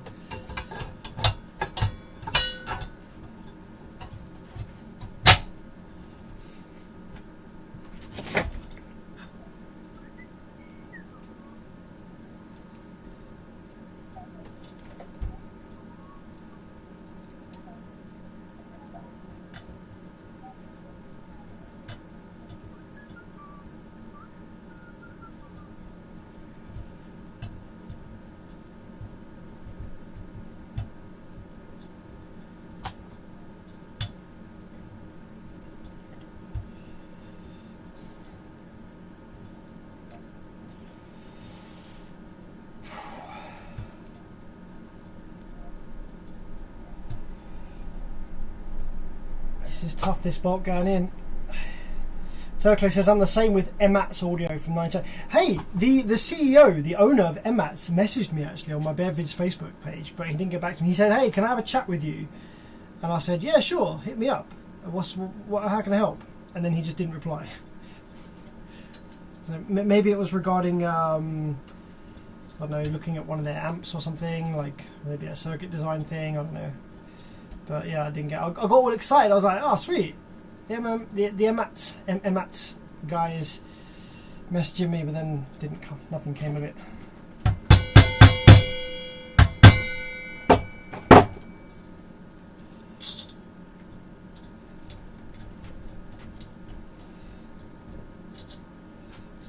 Revolving Wonder, happy birthday! Thank you very much, my friend. Appreciate it. I like the Precision Power art design amps. Yeah, lots of people have a soft spot for those. Yeah, they're very, very popular, aren't they?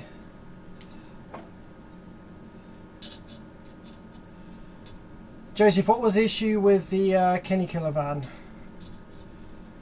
Was there some amp that died or something? I can't remember.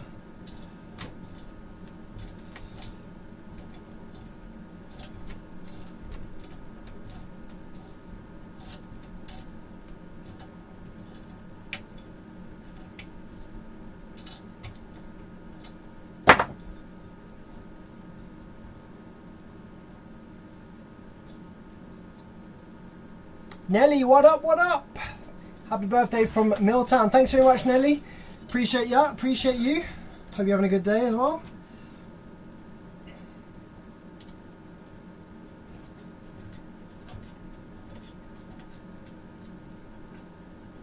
Oh, Frank says, should have replaced those screws with normal Phillips screw. Oh, that's actually a good shout. I should have done that.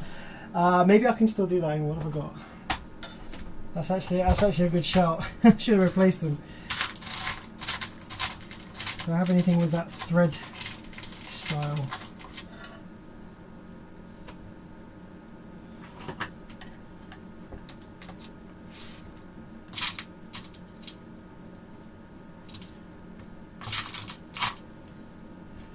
these are very where's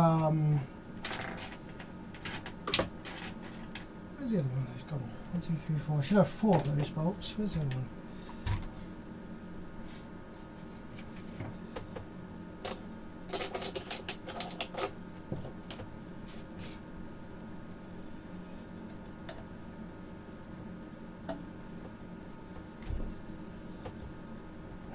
See, these are a bit too big, these bolts, but I can squeeze them in there.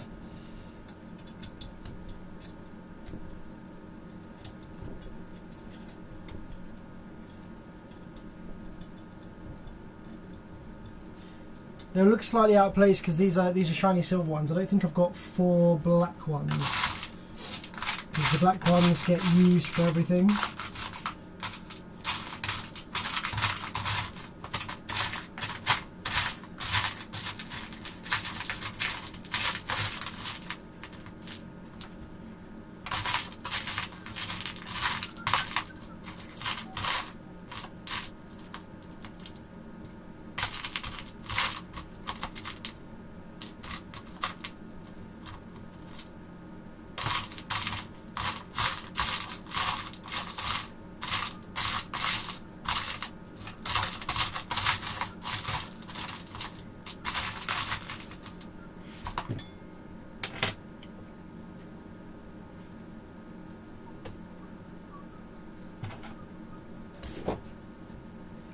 Eric says Happy Earth Strong.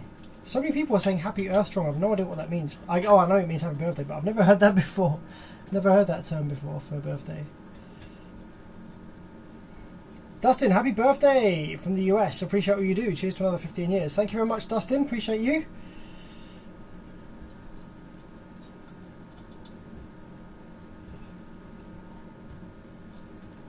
Bruce, the guy with the white VW Crafter.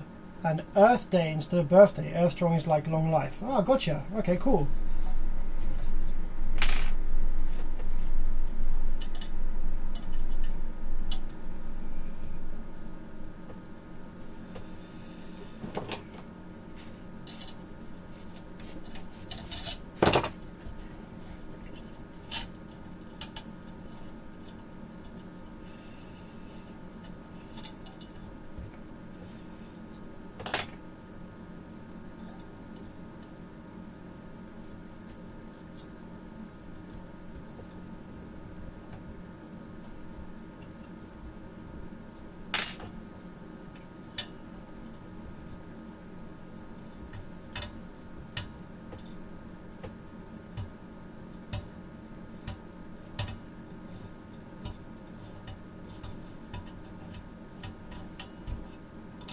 Yeah, I've just chucked some silver ones in that are a normal size,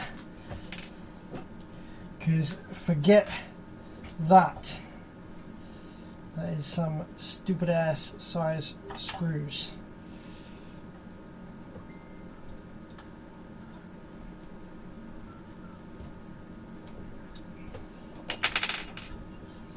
There we go, all done. All fixed. Put the bass and treble knobs back in.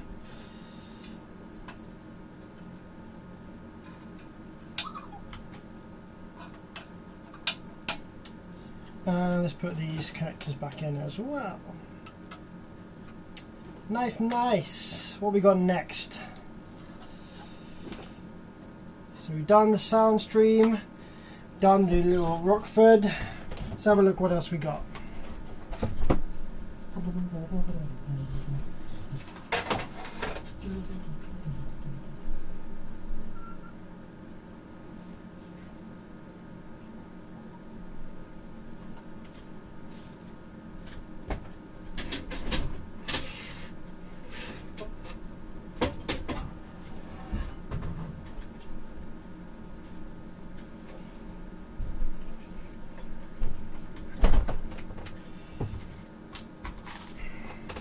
So this is a Mutant Origin 2. I don't know if you get Mutant over in the States or not. I don't know if that's just a UK tang or not, but yeah, Mutant, pretty old brand now. Feels like relatively half decent build quality this. So actually, I'm going to pop the back first, just because I want to take a peek what's inside this.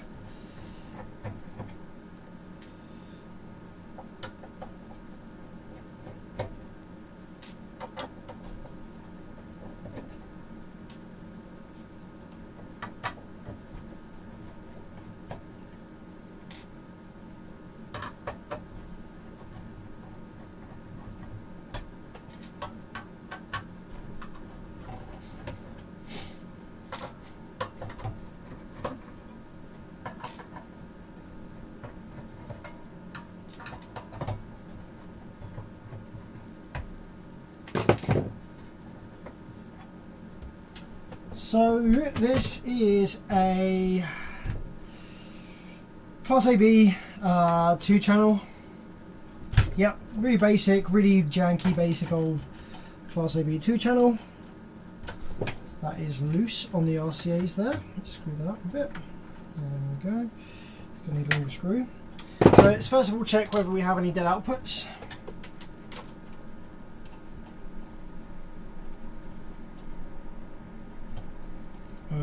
Yep, that's shorted, whatever that is. Okay, so now that being short might not be the output transistor here. It might be one of the drivers. NS108P and NS108N are the transistors here. Let's check a couple of the drivers. So yeah, this is the circuit we're looking at just here. So this one is shorted between whatever that is. These two.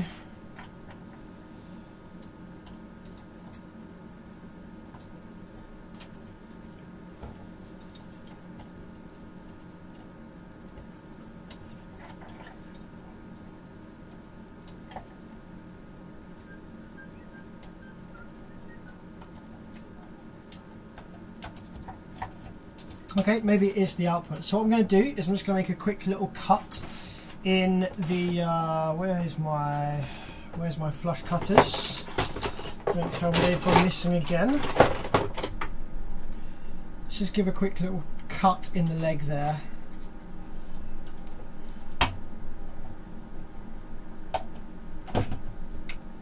Let's see whether the short's on the actual component.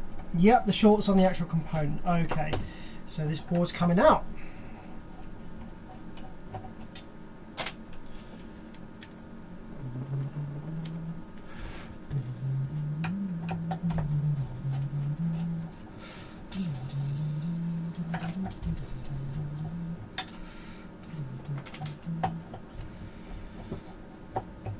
I mean, technically, if I wanted to do a really cheap repair for the customer on this, I technically wouldn't have to remove this from the board. I could actually just cut the legs of these two transistors here and then solder to the legs. Electrically, it would be fine. There's not high current going through these parts, but it's just janky, isn't it? It's just kind of janky. But electrically, it would make no difference whatsoever to the operation of this one. And also, seeing as this is a single-sided PCB, it's very susceptible to cracked solder joints from vibration because the parts are already soldered by at one place and they have a bit of leverage on the top of them. So yeah, it would be nice to actually get this thing fully out and have a look at the back. I'm drinking rum and Red Bull.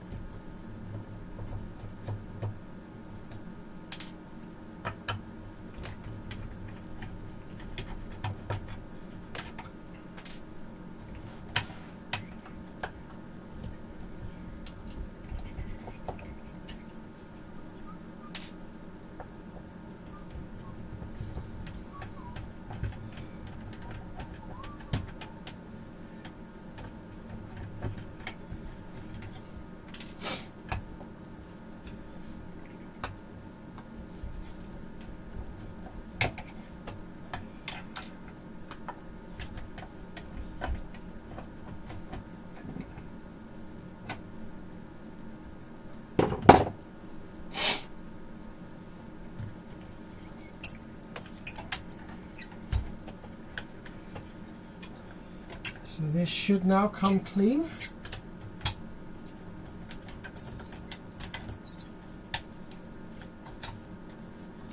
What's holding this in still?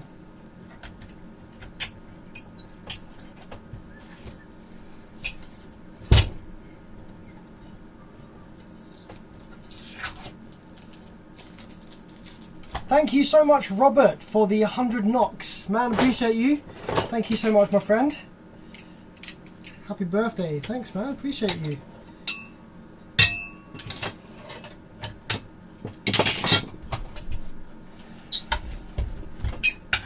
There we go. Okay.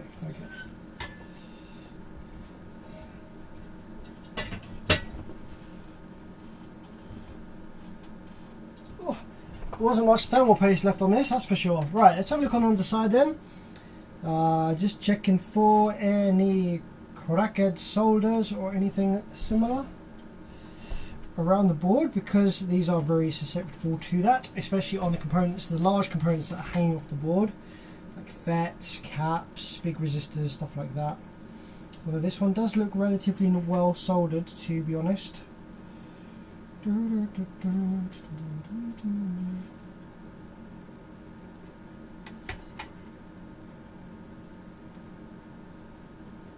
Yeah, this one actually looks okay on the back. Not bad, not bad. So these transistors, these are NS108P and NS108N. So I don't have those exact transistors in stock. There's some weird thing I've never seen before, so I'm going to go ahead and replace those with something equivalent, I think.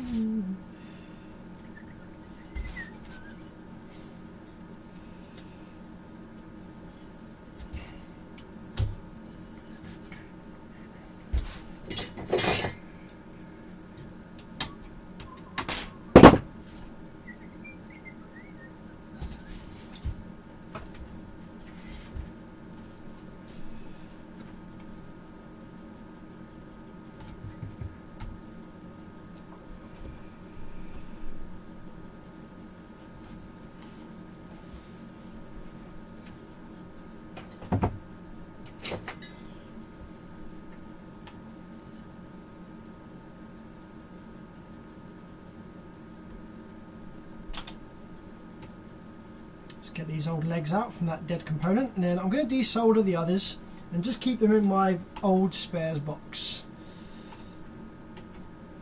Although probably not this one, because that one was paired with the one that died.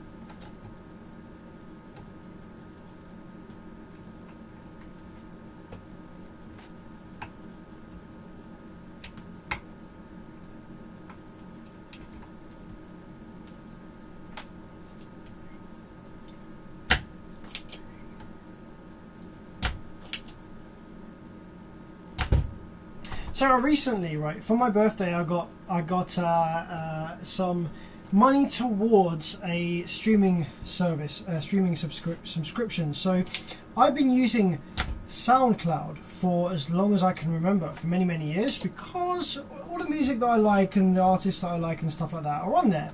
And on SoundCloud, you tend to get a lot of sort of more less released stuff, maybe like some sort of unreleased stuff or some experimental stuff from some of your artists that you like, some of your producers that you like. If it's not a super serious part of their portfolio, then they chuck it on SoundCloud. And some of those kind of more experimental, random, fun tracks that they play around with are actually better than some of their more mainstream stuff. So I really like SoundCloud. I've built up a massive library of liked tracks and playlists on there. The problem with SoundCloud is the quality is absolutely dog shit. It is horrendously compressed. It's very, very bad, low quality sound. So, I have been trying now to figure out which streaming service, which high quality streaming service I want to join. Tidal is obviously the go-to choice for many people. However, had a Tidal subscription, a free trial for 3 months, and they actually had a pretty decent selection of the tracks that I wanted on Tidal. Tidal's library is decent for the style of music I like.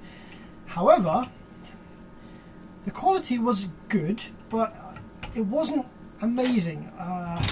There was sort of a slight harshness to it. It wasn't as good as I had hoped when compared to, because a lot of these SoundCloud songs that I like to listen to, they'll offer them as a free download, and you can download the original WAV file, like from the door,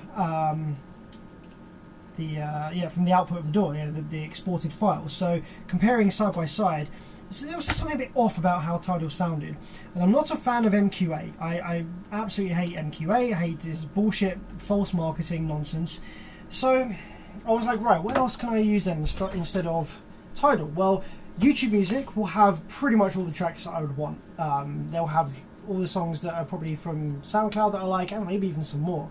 But again, the YouTube quality is hit and miss. They do offer some high quality streaming options, but most of the tracks aren't high quality, and you can end up listening to the audio from uploaded videos that could be whatever quality. So wasn't a huge fan of that idea.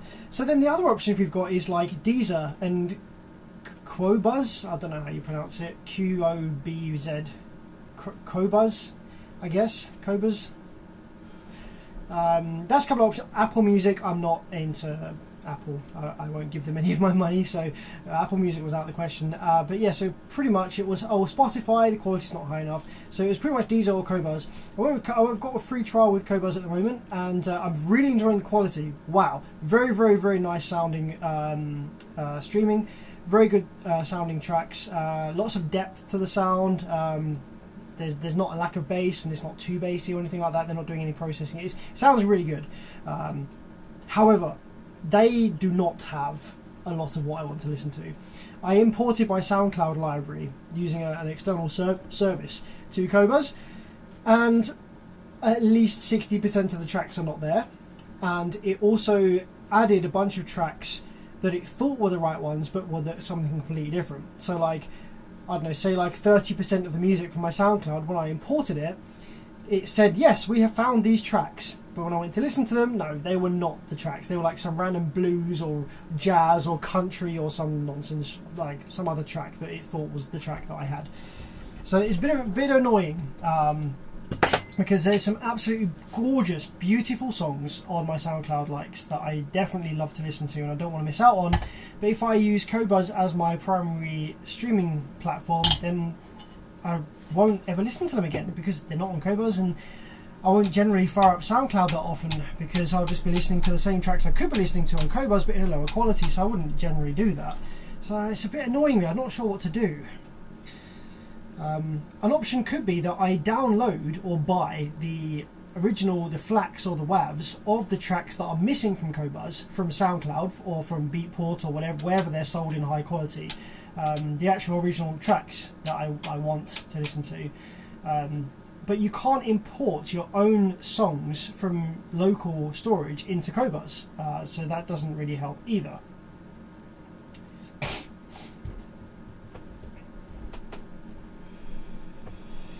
Yeah, I'm currently on a free trial of Spotify Premium, and it doesn't compare to Qobuz at all. It doesn't compare. Okay, so the transistors that I need, where did I put them? Where have they gone? Oh, here they are. So I need a NS108. Yeah, NS108. So let's have a quick look online and see what these parts are.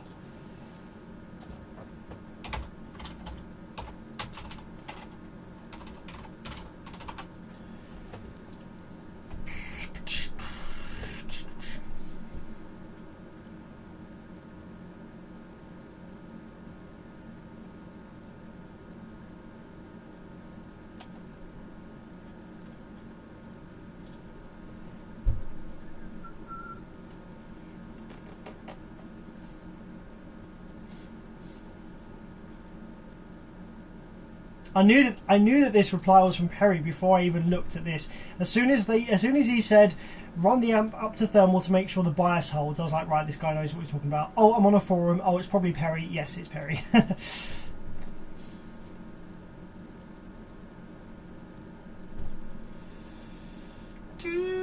So he suggests using TIP 35 and 36C.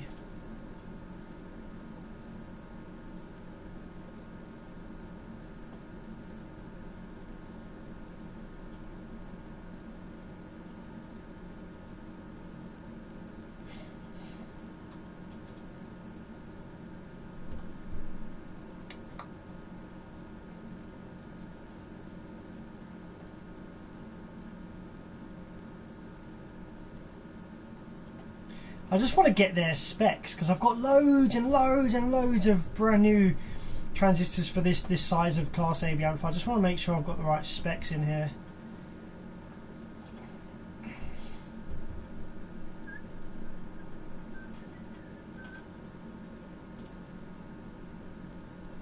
Eric says, do you speak any French? No, I did French GCSEs, but I can't remember any of it. Yeah, I don't think I'm going to get specs for these, you know. Okay, well, what are the specs of the TIP? Oh, I think Firefox crashed. What are the specs of TIP 35C and 36C? Because then we can kind of use that as a reference. Blah blah blah. We have 100 volt parts. Probably don't even need 100 volt parts. This amp probably doesn't produce plus minus 100 volt rails. Let's get a reference for rail voltage. What rails is this amp using?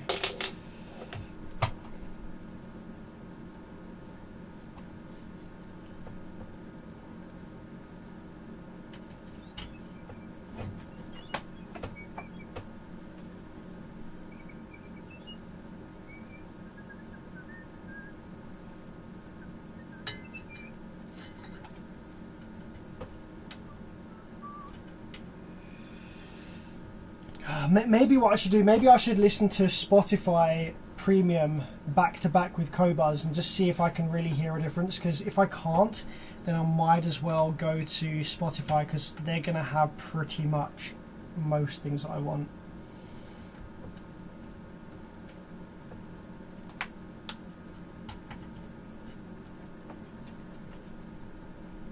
Just wish SoundCloud offered higher quality streaming.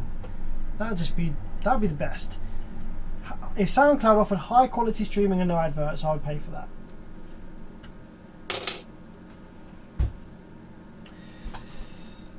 Okay. So what rail voltage have we got on this little thing then? Make sure there's no solder bridges.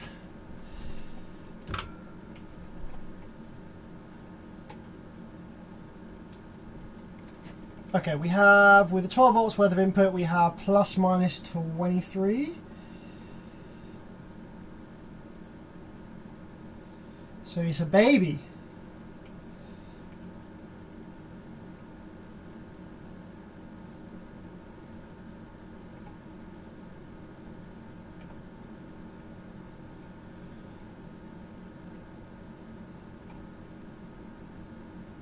The drive looks a bit different between these. This one is this one's sitting on negative 12 volts with a bit of noise on it, and the other one is sitting on negative 6 volts with a bunch of noise on it. So there is a difference actually in the voltage for these two sides. I'm wondering whether one of these transistors is toasted.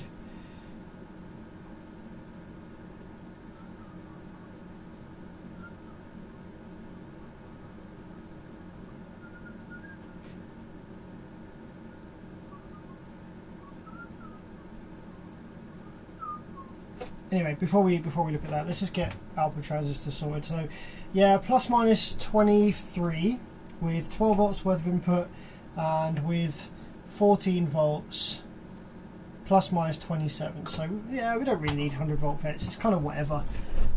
Let's see what we've got then in the drawers.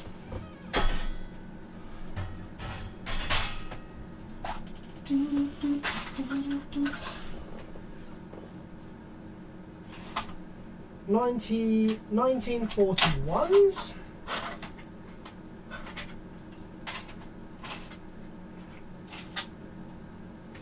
1407s.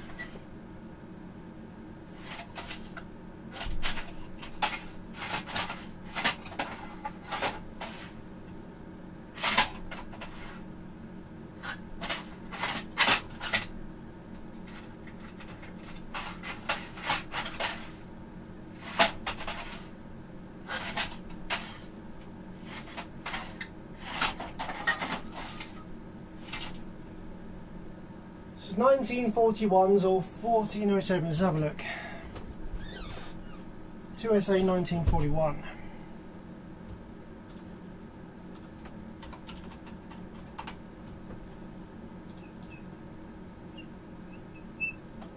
This is a 140 volt, so the current's probably going to be a bit lower than 10 amp. And we've got what's the other one? 2SD 1047.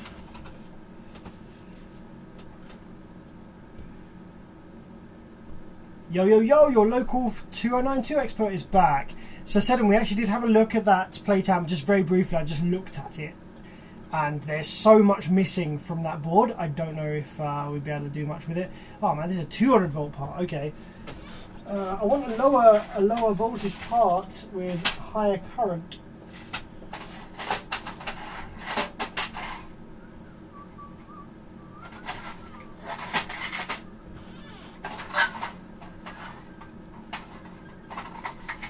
I've got a few here actually. I've got some 2SB778s. These are closed back, so they're not great at dissipating heat. But Jack the Ripper, check my last message to see if the drivers are fine. Don't fit new BJTs. Bridge the base to emitter pads for each channel, and you should see a clean signal when fed with audio. Huh. Okay. Cool, I'll check that. Thanks, Jack. I'm not so good with Class ABs. These are collector base collector. These are only 10 amp parts again. Not ideal.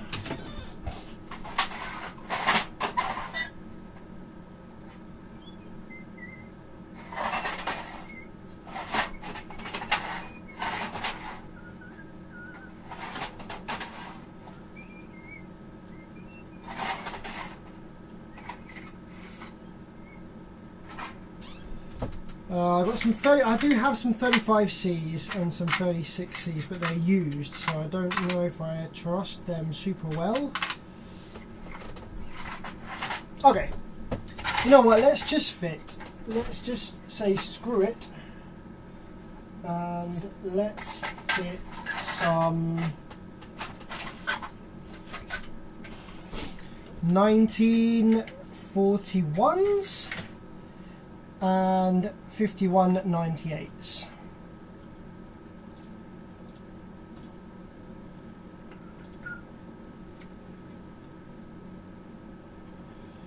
The TIP parts are 25 amp and 50 amp, so they're much more powerful. But I've no idea what these original parts were in terms of their current abilities and stuff. So.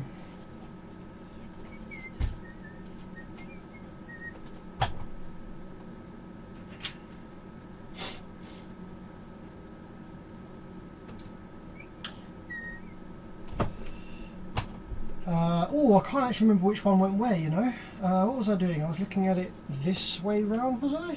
Which way round was I looking at it?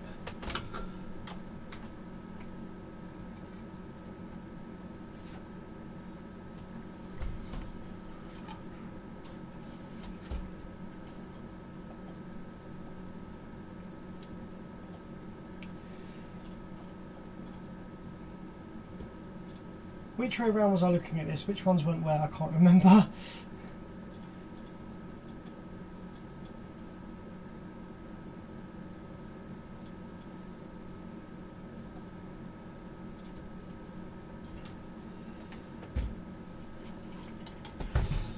We've got plug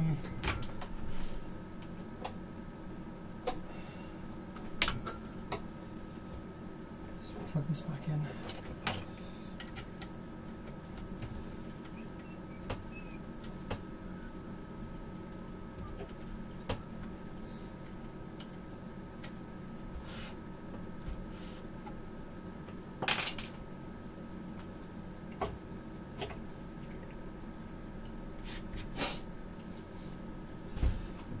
Okay, so there is positive rail on. Okay, negative rail on that one. And positive rail on that one. So, is it the P? Which one goes in the negative rail? I want to say the PNP, but it's probably the NPN that goes in the negative. No, which one goes in the negative rail one? Is that the PNP or the NPN? I'm so rusty with Class ABs. I don't do them anywhere near enough.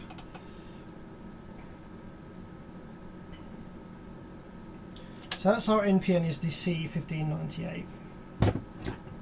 So I'm going to guess that goes in the one with the positive rail.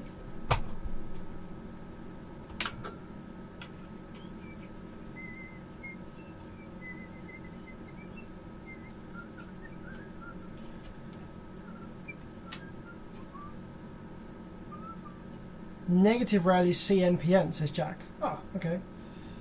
Because the NPN is positive, right? Positive voltage, so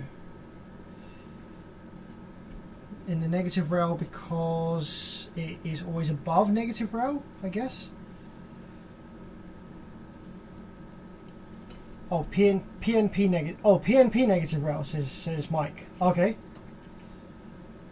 So NPN is positive rail. Frank, hello. Hello Frank, how's it going?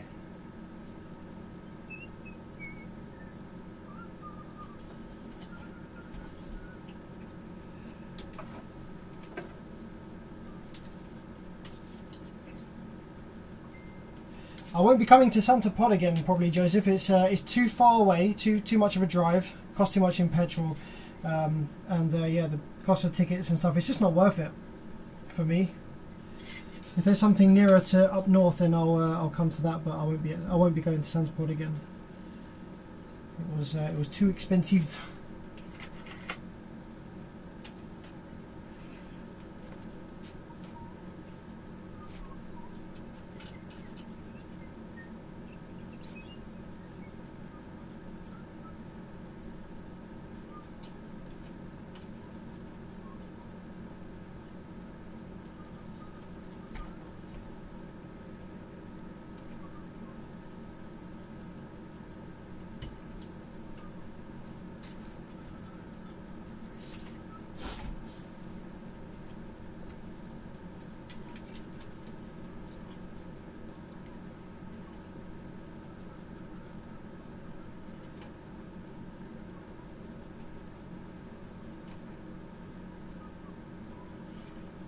Happy birthday from New Zealand. Thank you very much, Craig. Appreciate you.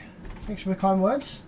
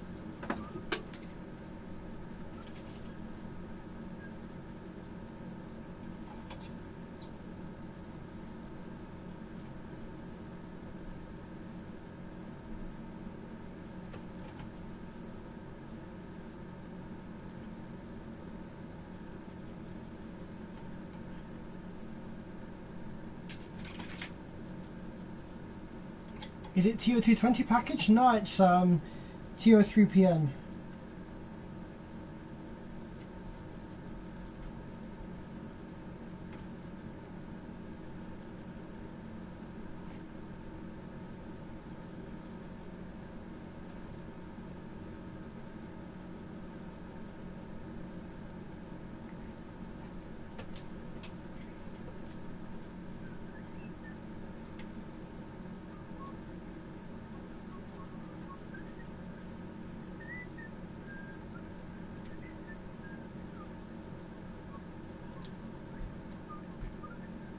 So I suspect this isn't going to work because we had a difference. We had a variance between both of these channels without the outputs in.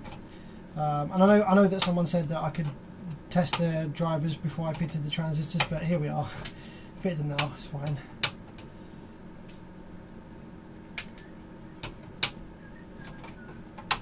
there's an issue, they'll run hot and we'll know it, so we can then have a look at the drive circuit.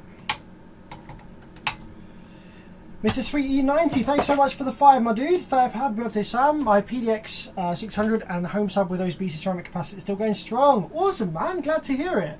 That's really cool. Home sub with those beastie ceramic capacitors. Resistors. I think. Resistors. I think that was...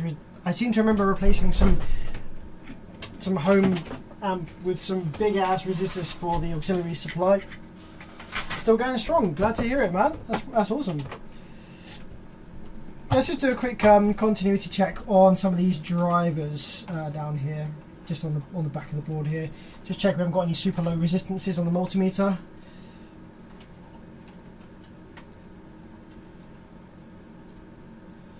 If you see a low resistance flash up, give me a shout. I'm just mostly listening for beeps. Oh wait, what's that? Oh no, that's fine.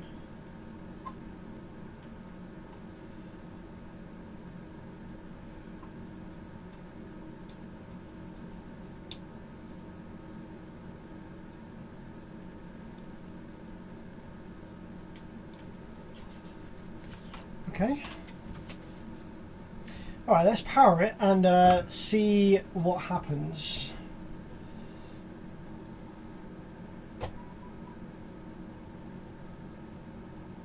Okay, 0.3 amps of idle current draw. We have our rail voltages present. What do we have on the speaker terminals? Nothing, nothing, nothing, nothing. That's a good sign. No DC offset. So let's apply some RCA signal. I wonder why there was a voltage difference between these two channels then when the transistors were removed. That's a bit strange.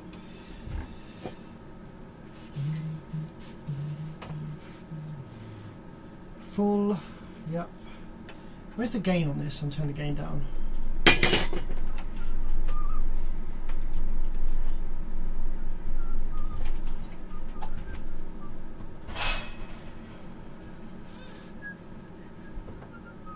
Level is min, bass boost min, high pass filter min. Okay, great.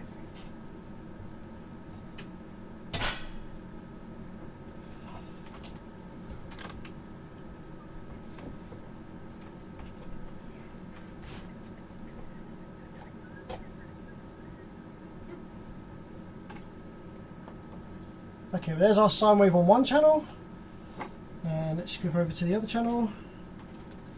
Oh, there's our sine wave on the other channel. So yeah, it looks good. Cool. Working well, low idle current draw, etc, etc.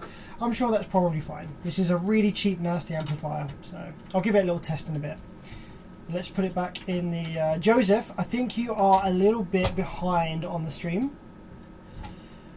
So Joseph, if what you want to do is you want to tap the button that says live, and that will bring you back up to speed with where we are in real life. Another trick you can do on the YouTube player is you can also set the speed to ×2, and it will fast forward and it will bring you right up to as close as you can get to where we are.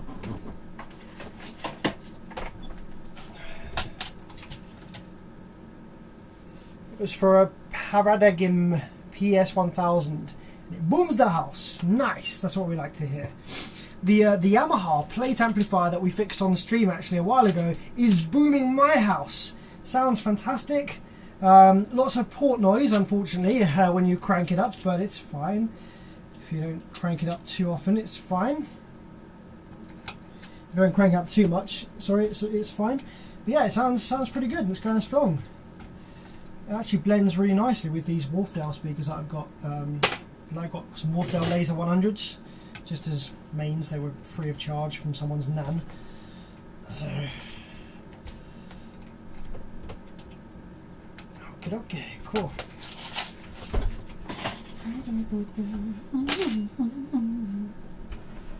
Slap this back in the case. Right, what was the issue with the overvolting on the plate amp?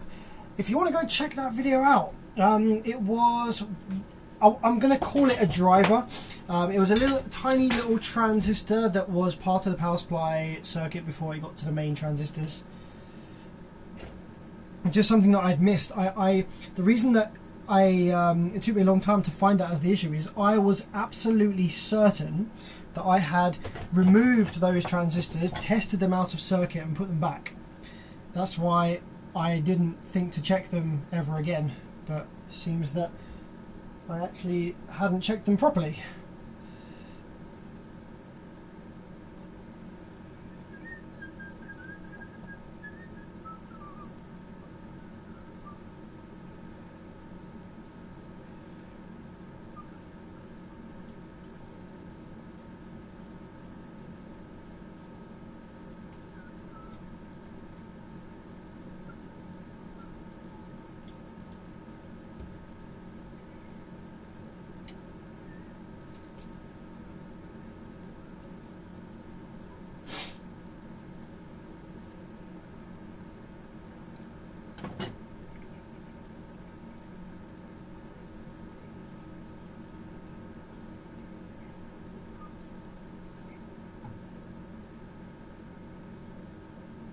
Feeling like you've 100% tested something and it turns out to be exactly that. Yeah, it was really frustrating when I found it. I was like, oh, are you kidding me? I was like, this is like a really simple, like it's an area of the circuit that would have been the first thing that I would have looked at had I had an issue, you know? And I have like a deep memory of me desoldering these things and testing them out of circuit. Like, I'm sure I did. So yeah, it's really frustrating that that's what took all that time, because it was such an obvious place to have a fault.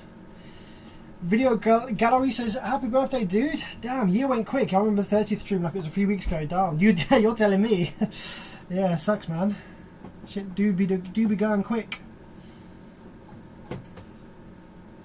It'll be the 40th live stream soon.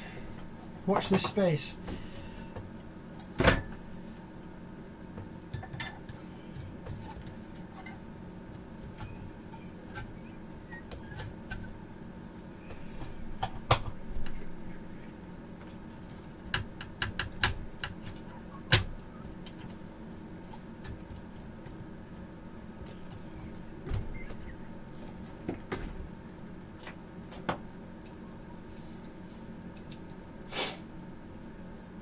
So Seddon, what we'll do is, now that you're here, I will show you the plate amp with the 2092s. There is lots of surface mount resistors missing from around the 2092 area.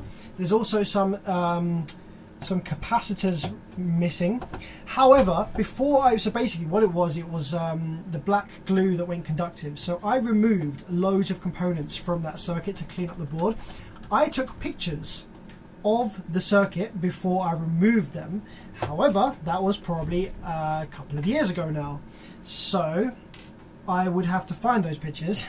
They'll be on my Google Drive. I'll be able to find them, but it might just take a few minutes of scrolling through my gallery to find them. But I would be able to find them. So yeah, we could look at what the values of the parts I removed was. The only thing we wouldn't be able to see what the values are of is the resistors that were ruined by the conductive glue. So I wouldn't be able to, obviously, because that's why there's an issue, is because I don't know what the markings, what the values are of those resistors. But all the aluminium caps I removed, I did take pictures of before I removed them, but that was quite some time ago now. I would be able to find those pictures again, I'm sure. So we can have a look at that if you like. That would make a really, really good thing. You know, if I can get that fixed, I'll be so happy. Because it's for a guy I'm quite friendly with him. I wouldn't class him as a friend. Like, he's not a friend, in a deep sense. But he's a really cool guy, and he has helped me out solidly in the past. And I would like to really help him out with this. And I've had it for ages. And I said, yeah, I can definitely fix it. Blah blah. And sadly, it's been one thing after another, and I haven't managed to fix it. So I'd love to fix it and be like, yo, remember that amp from like years ago? Have you still got the box and the sub for it? Well, here you go, here's your plate amp back.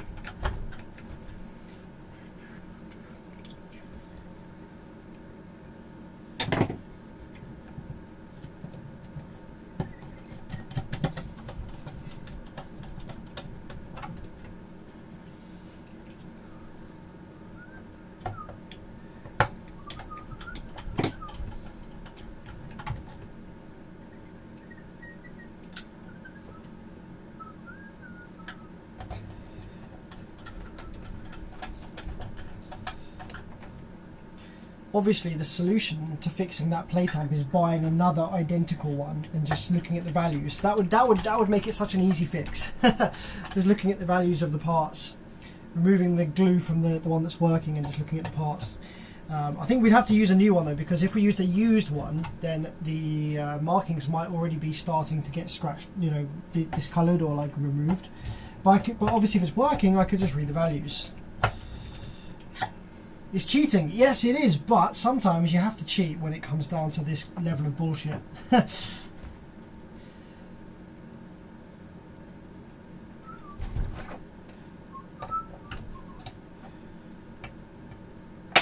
You know what's stupid, right? I actually contacted the company that makes the sub, and they got back to me. I said, right, listen, I'm a tech, I've got this amp in. The reason it's failed is because the glue that you added at factory has gone conductive and killed the board. So I now need to repair this. Unfortunately, because the glue has corroded these resistors, I can't read the values anymore. Now, I said to them, I know that you offer, because they told me they have replacement plate amplifiers for this subwoofer in stock, literally sitting there right next to the guy who's emailing me. So I said, okay, well, since this glue goes conductive and is an issue if it's laying across components on the board, please can you take one from your new stock, lift up the glue, the black gunky stuff, it's like rubbery, it's really easy to just lift off, remove the glue from this area of circuit, take a high-res photo and email it to me. You know what they said? They wouldn't do it. They would not lift the glue. They were happy to take pictures of the board, but they would not lift the glue off of the PCB to send me pictures of the resistors underneath it, even though that if they did that, that one would be more reliable in the future because it wouldn't have this issue. They wouldn't do it. They said that it would, you know, it was then no longer brand new out of the factory. It was, you know, they'd done something to it. I was like, dude, come on. They did say that I could buy one.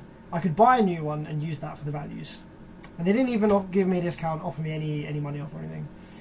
Which is fair, you know, I'm a nobody to them as far as they're concerned.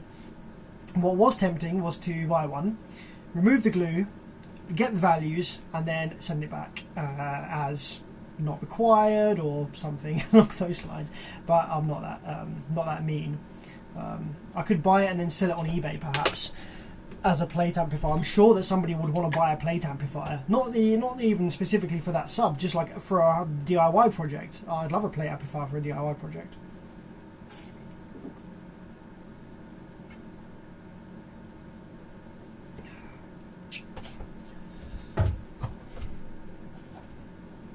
Guys, by the way, we're aware that Joseph Hammond in the stream is actually behind.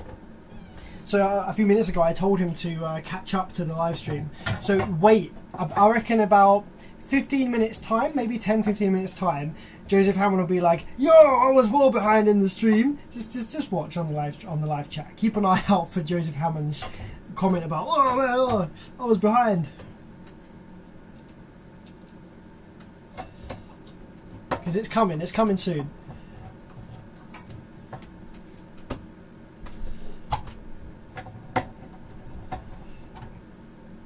Oh, wrong camera, sorry.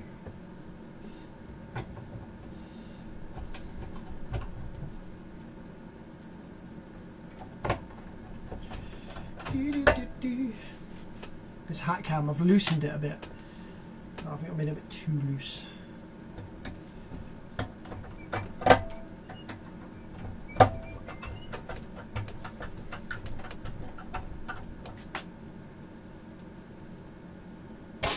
Plate amps are so expensive. I know, and there's not even much to them. They're not even that complicated or anything. Like, how hard can it be? I know, it's ridiculous.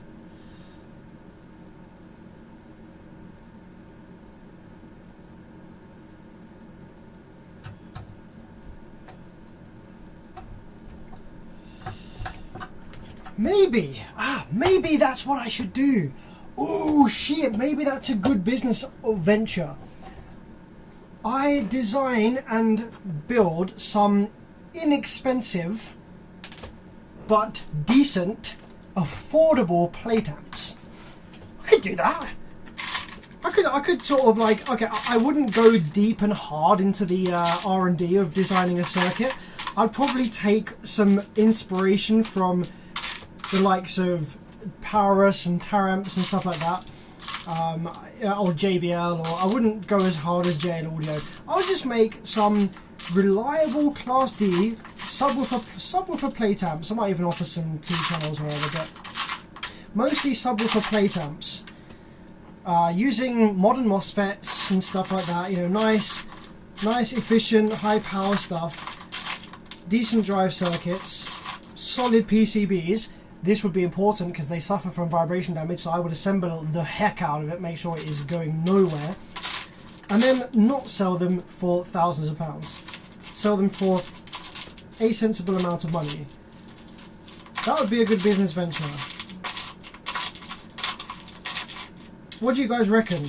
I don't know. I'd have to do some market research and figure out if that's actually something that might be profitable.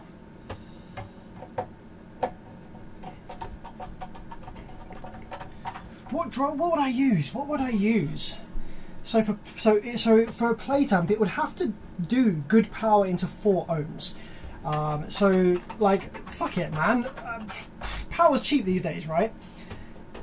Let's say we offer like a 1000 watt RMS, just as a starting point, right? So I would probably use a switching power supply, because a transformer for 1000 watts at 50 hertz is going to be big, expensive, and heavy. So yeah, switching power supply is great. I'd probably use a switching supply, and then that's efficient. And then basically it's just a 1000 watt Brazilian board, basically optimized with a nice preamplifier, so it sounds decent and, you know, good assembly quality. Yeah, probably wouldn't even be that bad. And then yeah, you could do like a freaking 3K.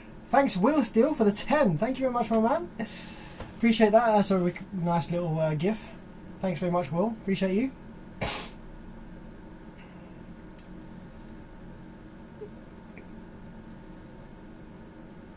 Yeah, so yeah, 1000 watts. Man, you could even make a 2K relatively easily. I think the amount of power you can pull from a UK plug socket limits at about 3000 watts. So, but you wouldn't really need that much power to a single sub. In a home environment, indoors, you don't need that much power. Like 200 watts indoors is loud, even on the sub. So, but yeah, like I say, 4 ohms. So if you're doing 1000 watts into 4 ohms, that's going to be equivalent style rails and stuff to a 4K Brazilian. So yeah, I'd make it full bridge, absolutely, to keep the rail voltage nice and low. So yeah, you'd definitely be using MOSFETs. I'd definitely be able to use 20957s or 209.2s. I probably wouldn't want to use 21844S. My idea would be a 2.1 plate amp using a 2093. That's not a bad idea. The problem is I'm not a huge fan of the 2093. It is so delicate. It is so delicate. Not only is it delicate in terms electrically, but also its mounting, its package type is very susceptible to cracked solder joints. I have repaired, I think like 8 or 9 relatively new amps using the 2093, and the output section just won't switch, and all I've had to do is reflow the 2093. It just had a cracked solder joint. I don't like these tiny packages. If I could, I would actually use DIP. I would use DIP package drive chips, like the IR21844, like the big DIP package one. I would use that, or if I was using that drive architecture. I don't know if they make 2092s in the DIP package, but I would use a DIP package. I'm not a huge fan of surface mount. If they're available in DIP, then I'd probably go for that. Not gonna lie. Not gonna lie, I'd probably go for DIP package. I was just on a PowerSoft site. There are 8K plate amps or module amps. Awesome. Yeah, okay, fair. 8,000 watts into a 4 ohm or 2 ohm load is probably going to be using IGBTs. That's what Crown use in their iTech series amps. I need one more long screw for the RCAs and then we can move on to the next amp.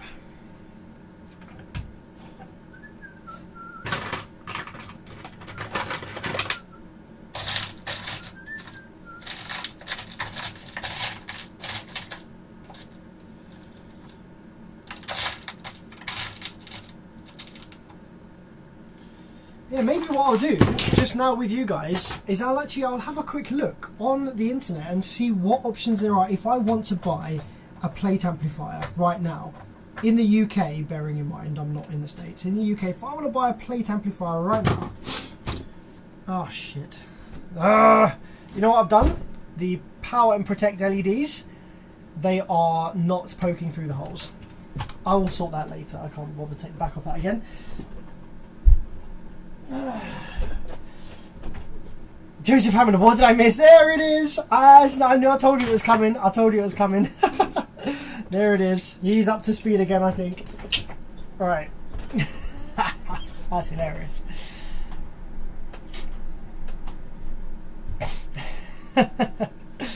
Told you it was coming. So yeah, if I want to buy a plate amp right now in the UK, subwoofer plate amplifier, what options do I have? Oh, sound imports. Yes, from the EU I can buy. From Europe, so I'll have to pay some shipping. So Dayton Audio, obviously, king of budget DIY stuff, along with Tang Band. But yeah, Dayton's probably pretty good. So what have we got on this? Can I see anything from looking? Oh yeah, nice zoomed in view. Wow, okay. So we've got the mains coming in. Where's the mains coming in? There, by the looks of it. Oh no, that's the preamp board. Where's the mains coming in? Okay, here. Mains is coming in there. Mains board coming in there. Right, this looks like a switching power supply. Yeah, that's a switching power supply.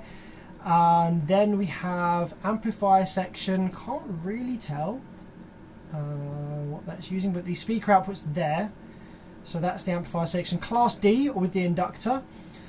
So yeah, no idea what architecture that's using. Can't really see any. The drive circuit's probably on the back, but that is, how much power is that? That is a 300 watt Class D plate amplifier for 240 euros.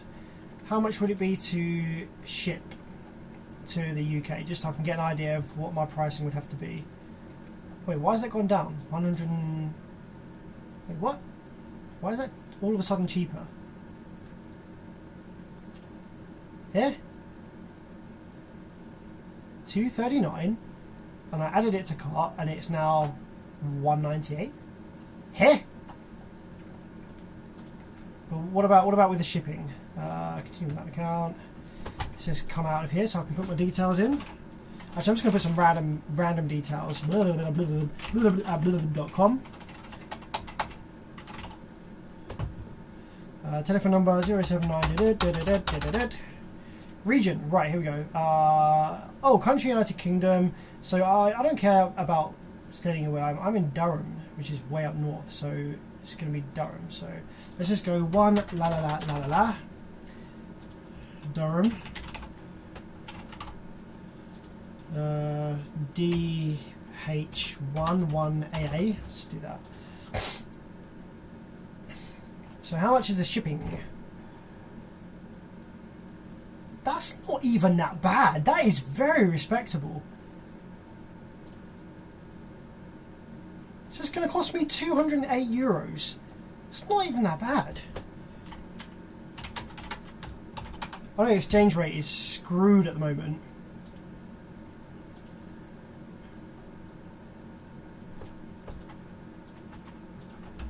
Wait, here we go. 181. That's really cheap. I don't think I'd be able to match that. You know, I actually think that's pretty cheap. that's actually much cheaper than I was expecting. Okay.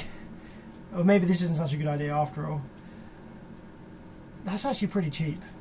Not bad. Brand new. That's not bad at all.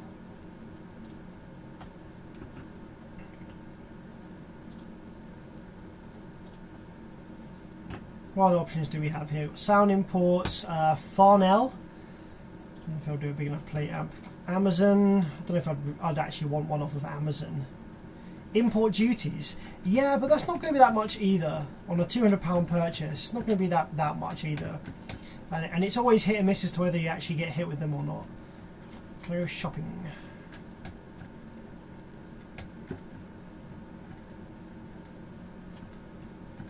AliExpress, of course. eBay. Give me a proper website. Right, what's this? Oh, that's another Dayton audio. That's a 250 watt one. That's coming from the US, I think. AliExpress. I'll tell you what, there isn't many sites that you can buy them from. I've got Sound Imports, which is European, coming from Europe to the UK, and I've got eBay and I've got AliExpress. That seems to be pretty much my only options here. Okay, what about this one? This one's 408, and this is the 500. So this is about twice the price for probably a 500 watts. 500 watt, yeah. So basically it scales relatively linearly. Well, that looks like it's more sort of DSP style controlled or something like that. It's got one of these chips on it that can be programmed.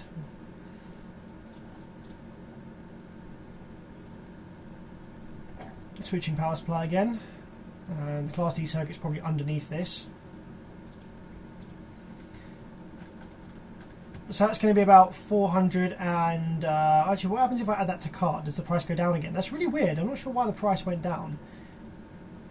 Yeah, the price is different when you add it to cart. So weird. So 388, so 388, it's probably going to be about, let's say do €400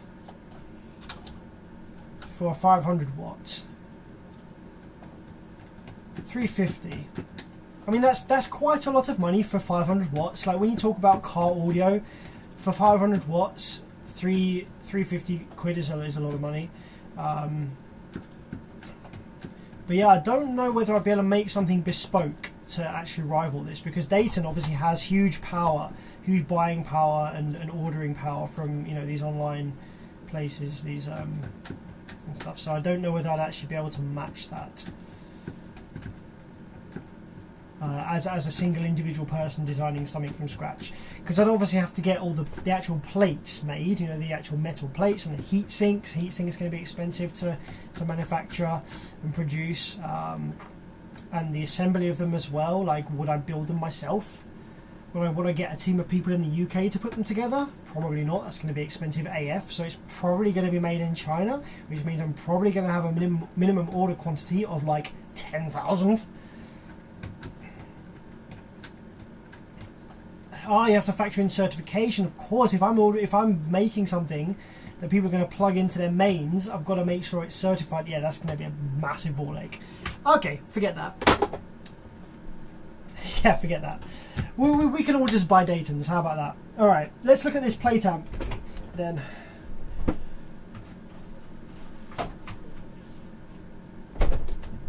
So yes, Sedon. This is the plate amp. Have I removed any parts from this side of the board? I don't think so.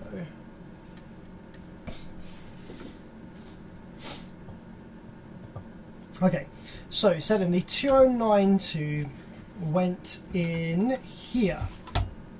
No, it didn't. It went in here. Let's get this zoomed in so you can see.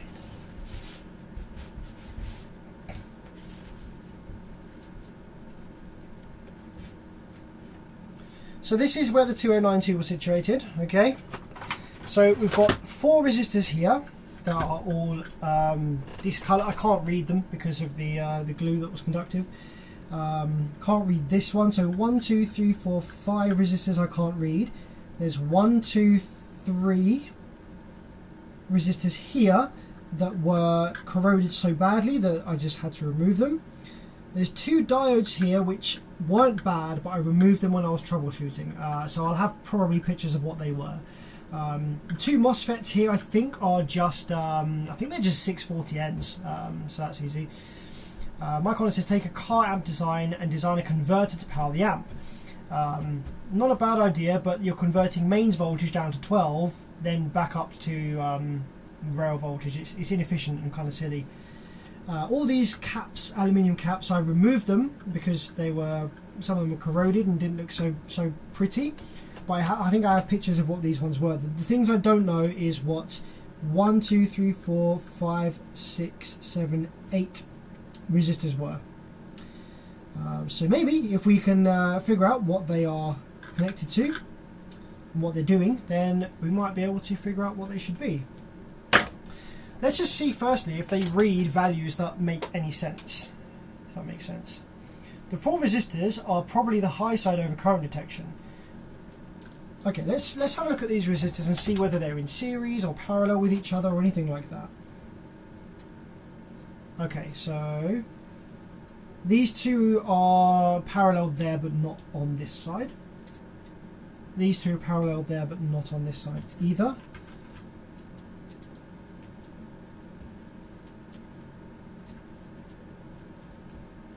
Okay, I wonder whether this is one rail and this is the other rail, positive and negative rail. No, because if it was, it would be connected to the FETs, right? So these are connected to... Okay, so this is the 2092. So this is... Pin 1 is down here, I think. Pin 1, 2, 3, 4, 5, 6, 7, 8, 9, 10, 11, 12, 13, 14, 15, 16. So that's connected to pin 16. And this one is connected to pin 15. Okay, so we've got 16 and 15 on these. And then the other side of these are not connected to each other, but where do they go? That goes to the source. I think that is the source. Yeah, that goes to the source of one of these, either high side or low side. I'm not sure, but and the other one goes to. Where's the other one go to? Oh wait, hang on a minute. Right, that was source to there. This one. These two are connected together. Okay, so these two are connected together. These two are connected together. These two are connected together. So we go through here, up here, through here, up here, into here. This one's then connected to source. This one's then connected to drain of this one. So we've got drain, source, together to 16, together to 15. Sudden, I hope that makes some sense. So these two are to 15, these two are to 16, and these two are connected together. This one goes to source, and this one goes to drain, and that's probably high side. Where's the rail caps in this? Oh, do we have? Oh, we have the supply voltage coming in here, don't we? So we can probably have a quick check of that. Oh, I think that's output. Oh, this is probably speaker output, isn't it, this one?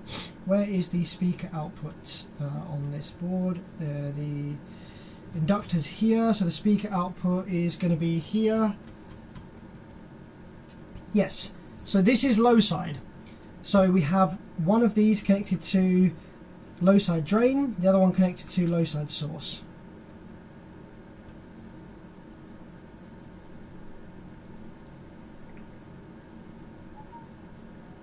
There's not something printed on the bottom side, unfortunately, of these. Nor. Seddon says, okay, he says, if that's pin 16 and it's connected to the network, it's the overcurrent detection. High side, one should be between pin 16 and 15, one should be between pin 16 and 13. Alright, let's check it out. So, pin 16 here, okay, we have 16. We have 16 continuity to these two. So, either of these two should be connected to 15 or 13. So not 15, 14, 13's here. Yes, one of them is connected to 13. So this one's connected to 13, between 16 and 13. And the other one is connected between 15 and 13 maybe? No. 15 and 16? No.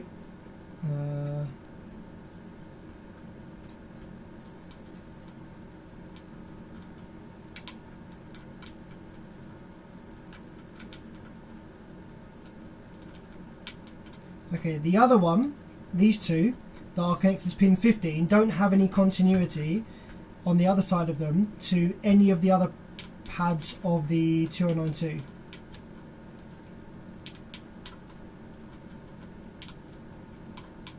Yeah. So I think this one's overcurrent by the sounds of it setting. Let's just check the values of them. Let's see if they read like sensible values. Values that we would maybe expect. Hopefully we're not going to get any other resistances in the circuit. So this one is, there's a capacitor charging, but we're reading 6.31. Do we read the same the other way around? 6.3. That could be different though, because we are charging a cap somewhere in there. 4.4 K, 4.4 K. That's probably a 10K, this one. This one's probably a 10K. This one here. This one here is too high to read on 20K. Let's flick it up a bit. This one is reading 32 point something.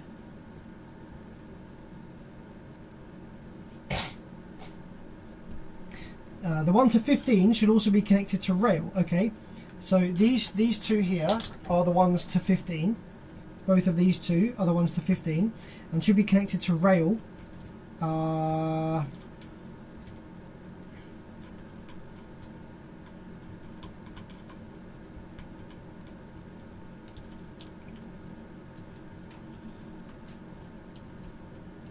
don't think so. I think this is low side output, right? This one that the 115 is connected to seems to be connected to, oh maybe not. Maybe that's rail input. Hang on a minute.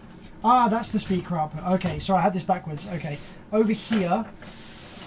Right, so this one is positive rail. Yes. So yes, you're absolutely correct. This one here, the one that's connected to 15. One of these is connected to positive rail, which is this. This is high side. This one on the end here is connected to high side. So yes, 15, pin 15 is connected to positive rail. The other one is connected to this resistor next to it and this diode here. So we've got pin 15 here connected through this resistor to this diode and this resistor.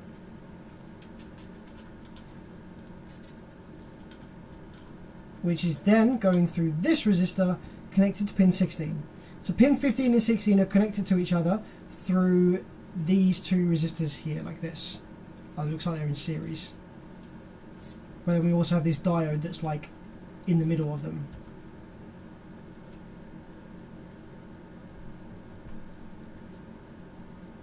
And then the resistors that we don't know that are removed from the board down here, we have this one here. This one here is connected to low side drain. So low side drain, which is this one here, which should be connected to the inductor, yeah. Low side drain, we have a resistor here, which connects to low side drain, which then goes in series with this one, which then also goes in series with this one, which then goes off to somewhere. But this resistor is a 623. Which then goes into this resistor,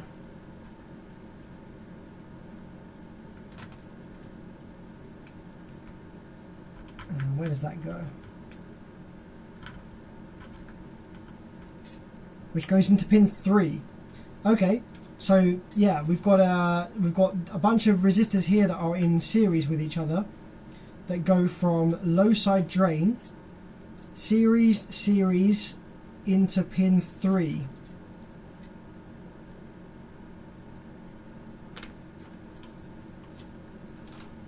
Setting says the diode with the resistor in series should be from 12 to 15. with the diode conducting from 12 to 15. Alright, let's check it out. So the diode does not have any continuity to any of them on one side or the other side.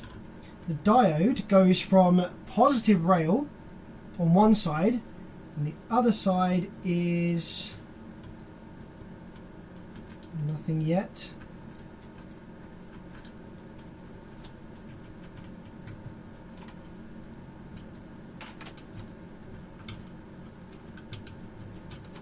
The other side doesn't seem to go anywhere else on the board other than into this resistor, which then goes to pin 16.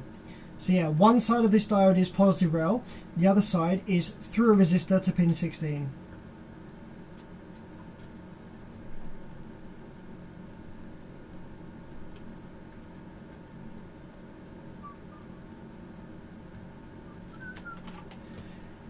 Let's take a peek at this B2 audio amplifier, which we prepared earlier, which uses the 2092 circuit. Just out of interest, just to see whether it's similar in any way, shape or form.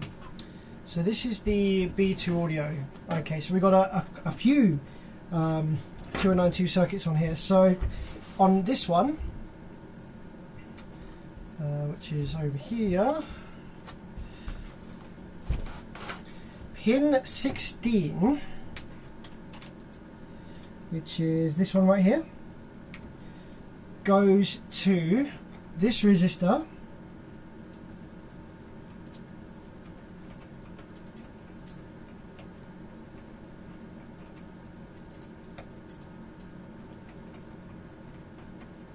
any others?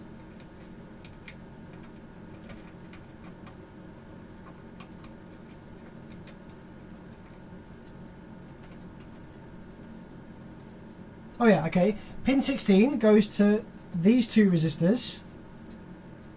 Okay, one of them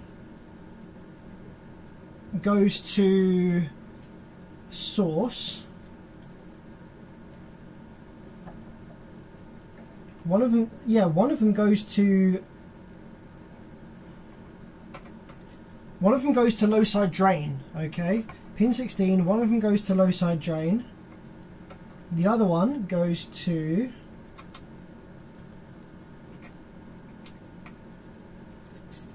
this diode, and the other side of that diode goes to right. So on this B2 audio circuit, this diode is the diode that we just saw, the same function that we just saw on the plate amp.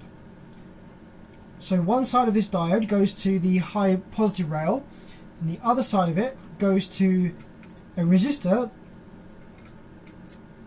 that goes to pin 16.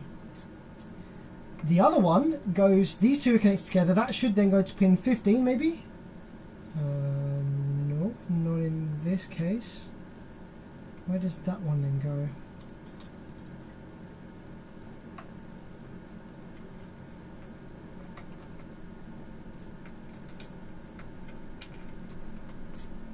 Ah, that goes to pin 14, that one.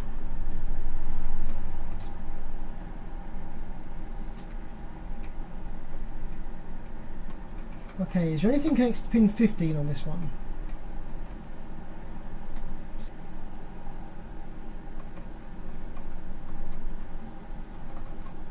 On this circuit, there doesn't really seem to be anything connected to pin 15. Oh, this diode here. Right, this diode and this resistor here are connected to pin 15. And the other side connected to positive rail. Okay. Will Graham says, happy birthday. Thank you very much, my man. Appreciate that.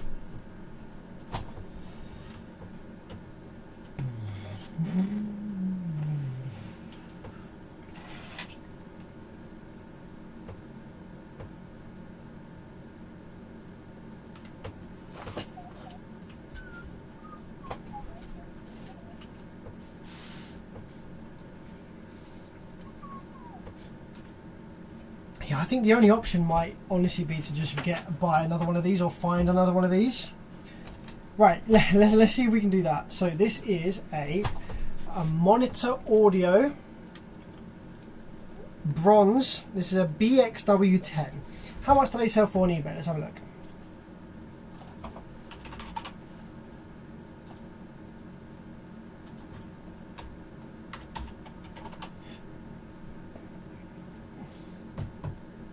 Okay, so we got oh, here we go. Well, this one says parts only, no output. So we might get lucky with this one, and being the bit that's broken isn't the bit that we're struggling with, because that is a buy it now for £56 or best offer. Ooh, could I buy this one and maybe make one working one from 2 dead ones? That's an interesting predicament.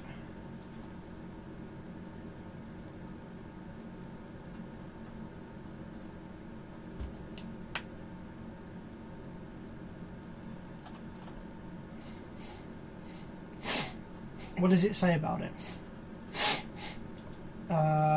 According to the other listings on here, you can get a module from a monitor audio for about £75. Let's see how much they were asking.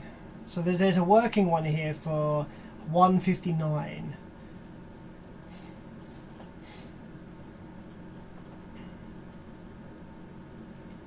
Not working monitor audio. There's another blown one from France.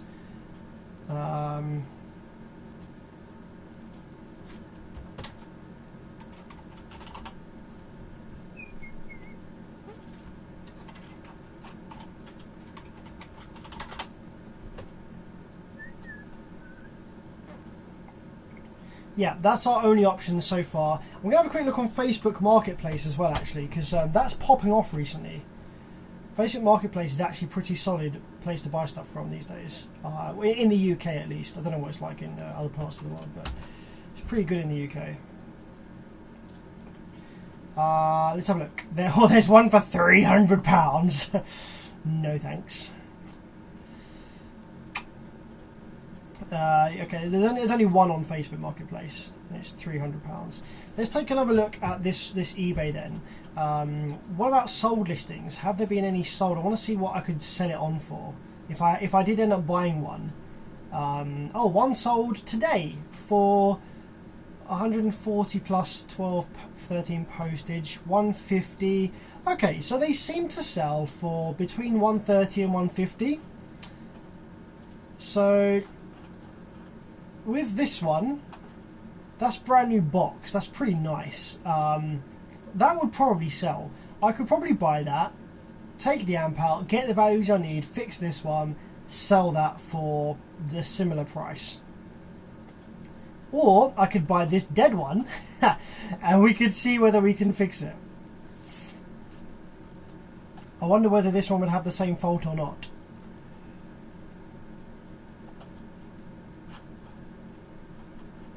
Do you know what the output FETs are? I think it's 640Ns. I do have a whole video on this actually. This amplifier repair, this amp here, I have a whole video on it, which is on my channel, called "The Most Infuriating Little Amplifier." Here we go. I've got a link to it here.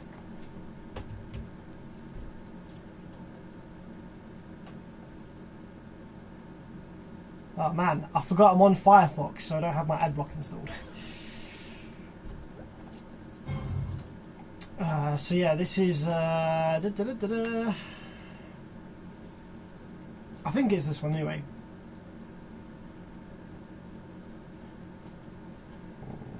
Yeah. Rough estimate on power. I think it's like 100 watts, 200 watts maybe. PWX10, I'm not sure. 150 watts, thereabouts.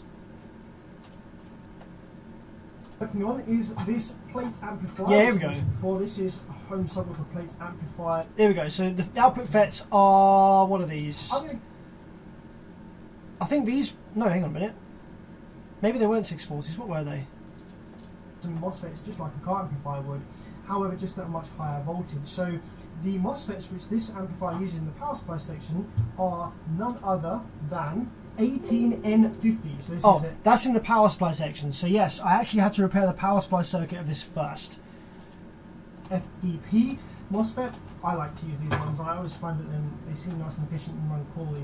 On the back of the PCB we have the drive circuit. So the pulses are likely going to be generated in this circuit here, and then just before where the MOSFETs are here, we have drivers. Which are Yeah. So I already repaired the power supply circuit. That was fine. That went really well. The power supply circuit is bang up and running. check. But the output FETs, what were they? Component. There's a whole load of That was the inrush suppressor that was dead. okay, something is getting hot. Okay, so just that tiny little bit of current pulse got this suppressor thing, whatever. Right, let's wait till we move on to the output section. I think the rectifier was dead as well, so I had to replace the rectifier. Sake. Okay, so what I'm going to try and do now is, I think I'm going to try and hook my oscilloscope. Where's the bit where I remove the output FETs? This is still the power supply, isn't it? Yeah, this is still the power supply. I would perhaps maybe expect to see number 12 is VCC. That is the chip's power in order.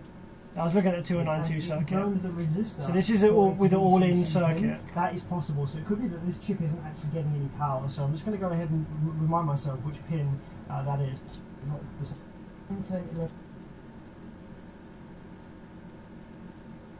So You can see all this black glue here. This is what the issue was here. Oh hey, actually it looks like these diodes weren't actually fitted. Okay, that's good to know. I haven't got to worry about that. There's here we go. There's a resistor labeled 100, which is 10 and then 0. So that should be 10 ohms. So we've got yeah, basically it killed the VCC supply resistor to the chip. So refresh those solder pads. That is a semiconductor or a capacitor pad in the output set. Oh, there's loads of DC offset. Look at the. Oh. No, that goes right up to that swings right to like flipping 60, whatever you saw there. Pretty much everything. Did I change the output FETs?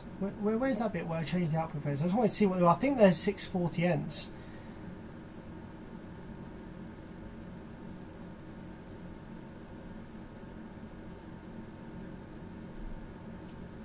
Oh, this was hilarious. I hooked it up to a car amp with all the supply voltages so I didn't have to connect it to the mains. Hooked up to a Pioneer, I think. And it was a Pioneer amp that was also using 2092s. That's hilarious. Here we go. Yes, just about to see that. IRF640N. I don't know if I was just using those temporary, but I think that's what this amp did use. Yeah, 640Ns. So yeah, pain in the butt this one. So anyway, like I was saying, guys, what do you reckon we should do? Should I, right? Guys. Should I purchase this dead one in the hope that the dead things aren't the same? The driver looks good. The box is cool. So should I purchase a dead one and try and get that up and running with the dead one to make use two blown ones to make one good one and then the second good one, or should I purchase this one that's brand new and working obviously, but I'm also just going to really quickly go ahead and check my emails to remind myself how much they were charging me for a replacement. Hang on a sec, I've just accidentally opened Sony Vegas. That's going to use up a bunch of CPU. I'm going to see how much they were actually charging me for a replacement. That was a BXW10. Here we go, Elliot. Oh, that was somebody that was helping out. Richard Martin, Monitor Audio.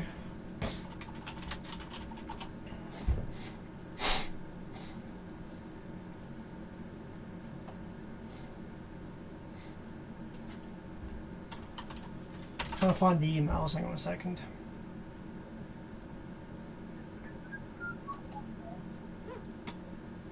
Can't seem to see the emails.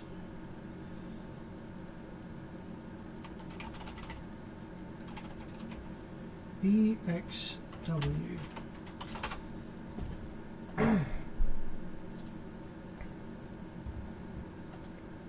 Oh, hang on a minute. Is this a schematic? Oh no. I have a schematic for the power supply side, but not the output side. Bugger. Yeah, they wouldn't provide schematics for the output side, sadly.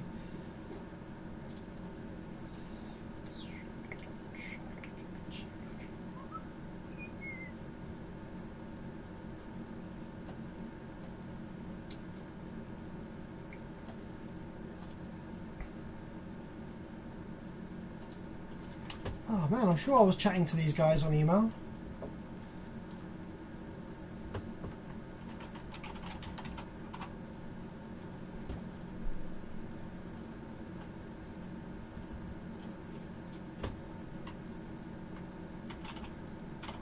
I'm searching all sorts of things like iOS 2092 and stuff like that to try and figure out where it is. I don't think I'm going to be able to find it. Right, what are you guys saying to do? Let's have a look. Joseph says both now. What's the voltage drop of the diode 16 to rail? I'll check in a sec. Makes sense to get a working one and get the values and then buy all the non-working ones and fix and sell them. Well, that's not a bad idea actually. I could buy the non-working one, couldn't I? And the working one. Actually, yeah, maybe that's not a bad idea.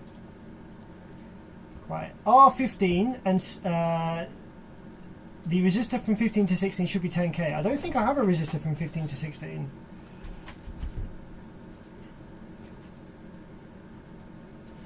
So if we have a look at this, I don't have one resistor between 15 and 16, I don't think.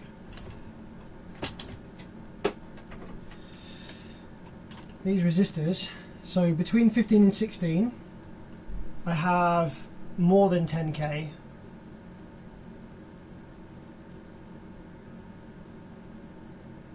I have 14k one way around.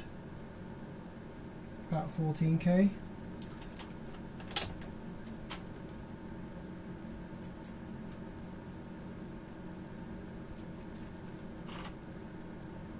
There should be a resistor from 16 to a junction with a diode and then another resistor.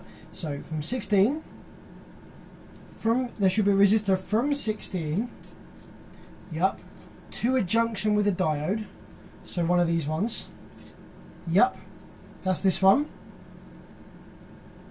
and another resistor. What, on the other side? Yep, that's this one.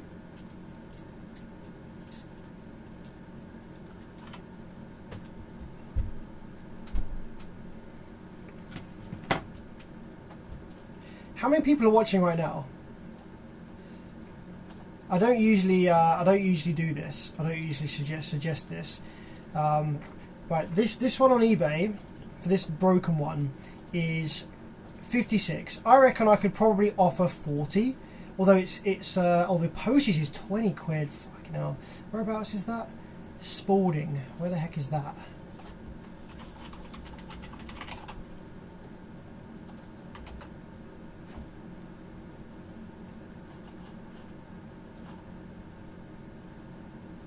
Oh, that's freaking miles away. So let's say I offered 40, that would be £60 posted.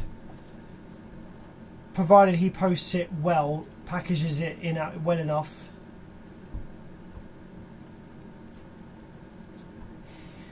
So if I offered 40, that would cost 60 quid. If there's 48 people watching right now, let's say that half of you, let's say that 24,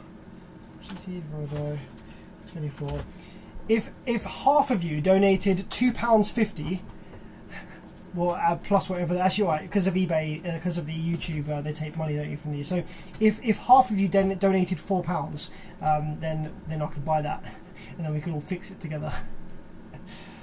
But no, I won't suggest that. So yeah, maybe I could buy the working one and the blown one and fix both of these and then sell them all. And I probably won't lose money doing that. Nandi says, happy birthday. Thank you very much, my friend. Appreciate that. Frank says there is an amp and power unit. Whereabouts is that? Frank, can you paste the item number? Just paste the item number. Oh, here we go. Thank you very much. This is the eBay item number, yeah? Okay, let me just get rid of the X's.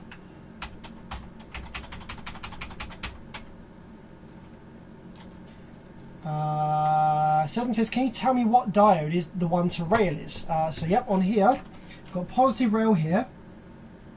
This one here is connected to positive rail.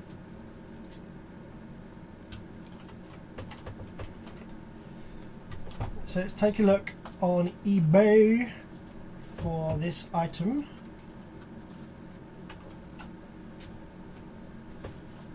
This one's from France, unfortunately, so the postage is like £30 and the import tax and duty, so that's not going to be useful, unfortunately. Thank you very much, though, Frank, for the attempt. But yeah, that's not any good for me. It's not in the UK.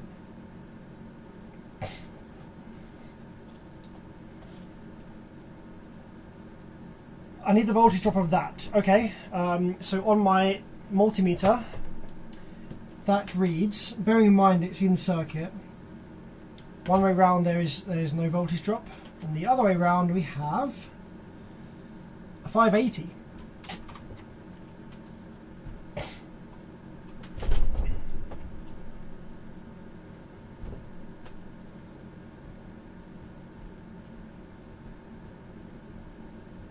There's so much missing from this though that I don't think we'd be able to really reliably, you know, work out what was up with it. So I think I might need to just buy. I might start off by buying this dead one for £60. But I really wish I could find the email from because I was chatting to these guys and they did have a replacement in. I'm going to search my emails for black glue. Marek, DD Audio, YST, all the black glue. This was. Let me see if I sent a screenshot to the owner.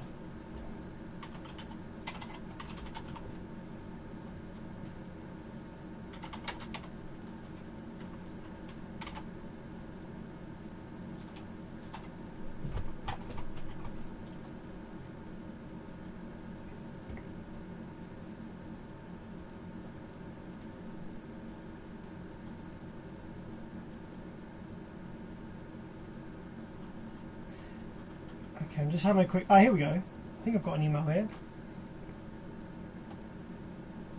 Okay, I can't see the component identification request is the email that I sent. Component identification request.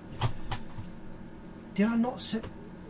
What? Where is this freaking email? I've just searched for that thing that I definitely. Technical Services Department. I don't know why it's not coming up in the search.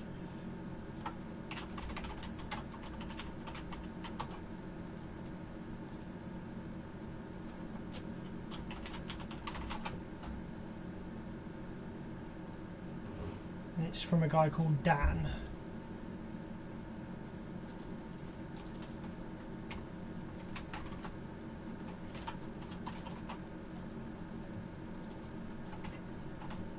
Man, Gmail is not letting me find this email.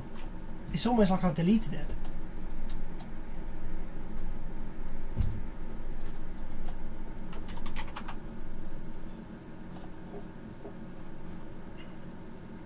This is really weird, guys. I have a screenshot here of an email to my main email account. And I've searched Gmail for the terms, for the words in this email, and it just doesn't come up.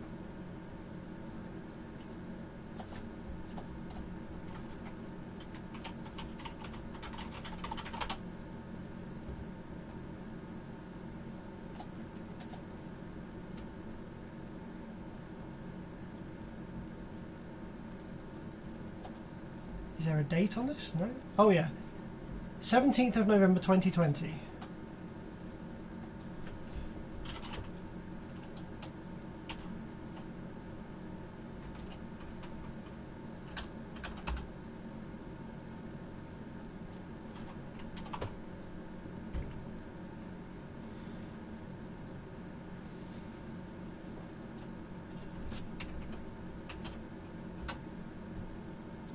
Nope, don't have that either. No idea where those emails have gone. Mike sends a $4.99. Thanks for the donation, my man. They sent the Curse of the Lingering Playtime. Thanks, man. Okay, roughly 0.6. I'm basically backtracking and recalculating the values, says Seddon. Okay, right. Resistor 13 to 16 should be 6.8k. Resistor 16 to diode should be 3.3k. Okay, let's have a look at that. So, Seddon says resistor 13 to 16. So, 16 is here. 15, 14, 13 should be 6.8k. I think you might be right. We've got 6.3. Thereabouts, and we are measuring in circuit, so a 6.3. Okay, that's pretty cool. That was close enough. And resistor 16 to diode should be 3.3. Okay, 16 to diode. So one end of the diode is 4.39. The other side is nothing. So 4.39.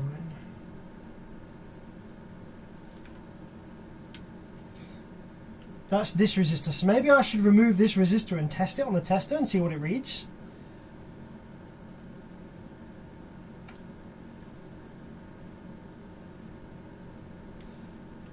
So this resistor right here is 6.3.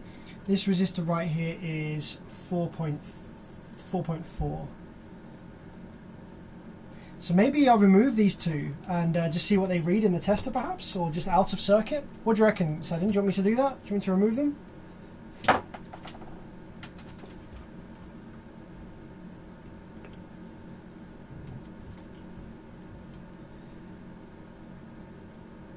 What about 15 to...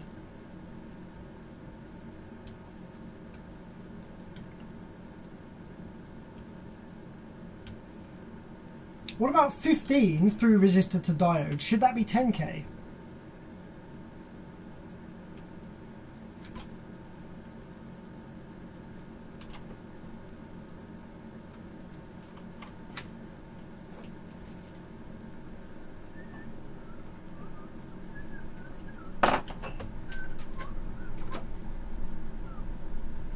And then the last one, which is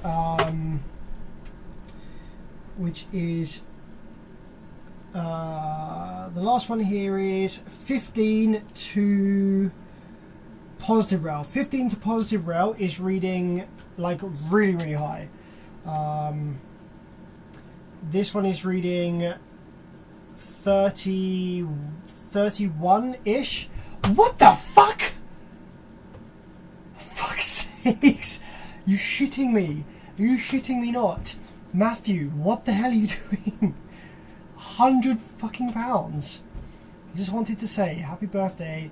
Thanks so much for the nostalgia playlist and our recent chat. It's been a pleasure speaking to the guy whose videos were a massive part of my childhood, and I can't wait to meet up with some cool. Fuck's sake, dude! What the hell? £100.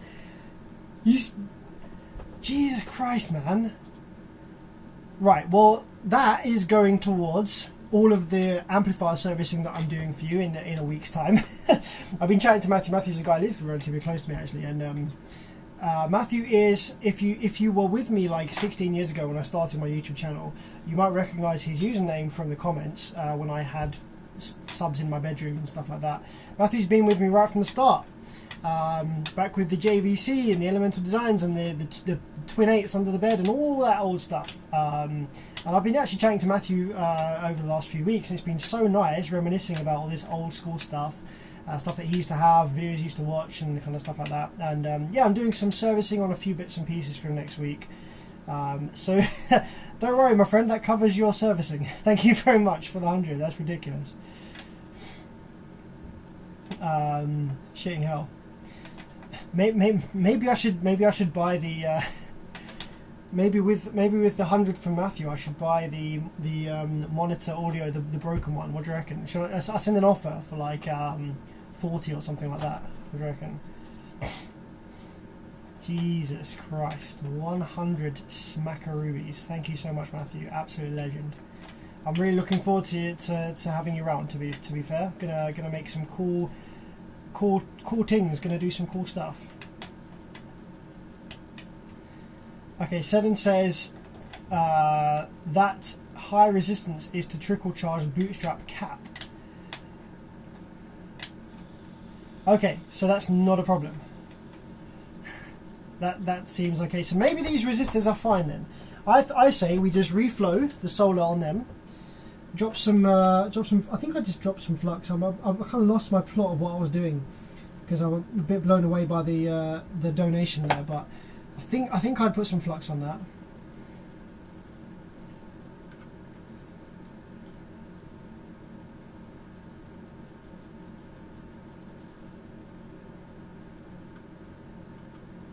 So let's just reflow the solder on these, and maybe these are okay, just discoloured. So, okay, next task then, Sedin. We have these ones.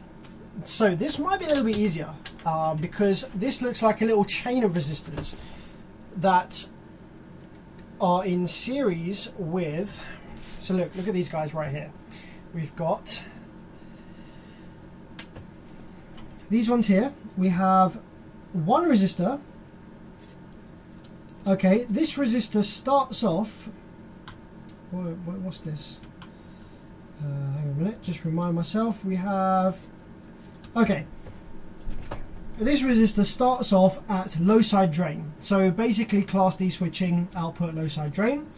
We got a capacitor there as well. The capacitor goes between class D switching and. What else do you go to? Anything? What are you connected to this other side? No idea. Oh, hey, that's connected to pin 15. So maybe that's something to do with bootstrap. Anyway, we have so we have class D switching on this resistor. That then goes to this pad, obviously, seriesed with this one. Just check that doesn't go anywhere. Okay, it doesn't go anywhere. Into this one, doesn't go anywhere. Into this one. And then out of this one, which is a 623. Okay, so we have a value for this one, which is 623. That then connects to pin 3. So, dude, stop! Stop sending me money! Jesus Christ, £50. Don't you dare count this towards the amp repair. This is entirely separate, and massive thanks for things mentioned. Don't charge me separately for my amps. If you don't charge me separately for the amps, I will not come over. Fuck's sake. What the fuck, man? Holy shit. Thank you so much. That's insane. Okay, no problem. I guess I want you to come over, my friend. So I guess I will charge you for the amp. But man, that's just so much money you're sending me right now. Thank you so much, Matthew. That's ridiculous. Thank you, man. Thank you so much. Holy shit. Yeah, we'll look at your amps, no problem. All right, let's go ahead and send.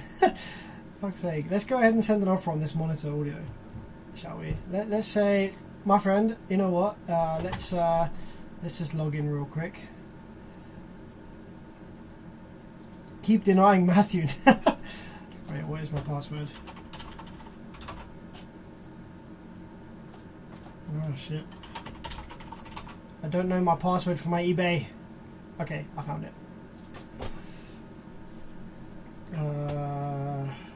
Two-factor authentication.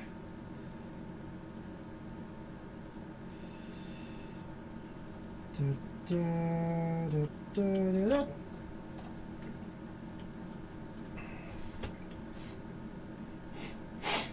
let's send an offer for 40. Because that brings it to 60 with postage, right? And that gives us a sub box, the amp, everything. I'll send a smiley face in the optional. £60 delivered for a nice driver and a box. It's not too bad. The amp is broken, so let's just do that. Oh, it says your offer was not accepted. Okay, let's try 45.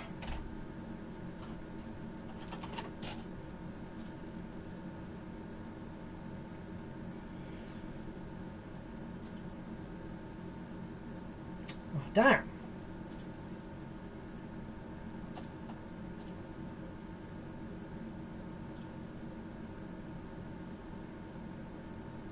This is your final chance to make an offer for the item.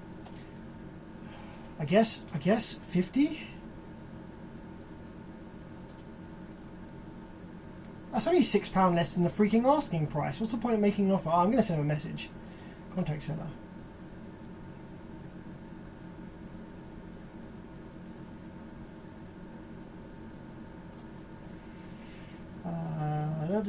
Make an offer.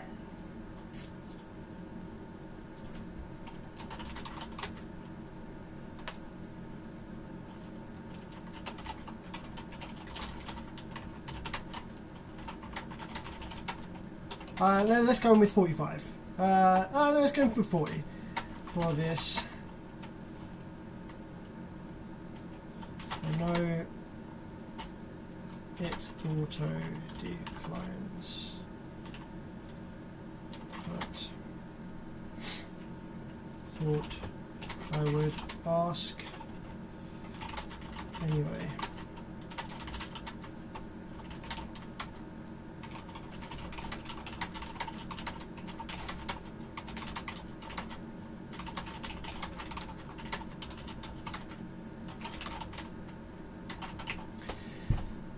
Let's see what they say. The worst thing I can say is no, and they might say they'll accept 45 or something like that.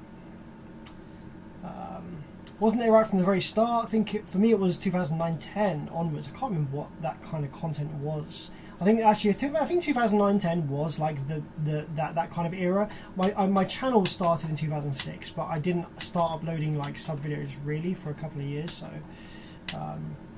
Yeah, no, honestly, man, Matthew, it's been a genuine pleasure to chat to you lately about all sorts of bits and pieces, reminiscing. It's been really nice. Thank you.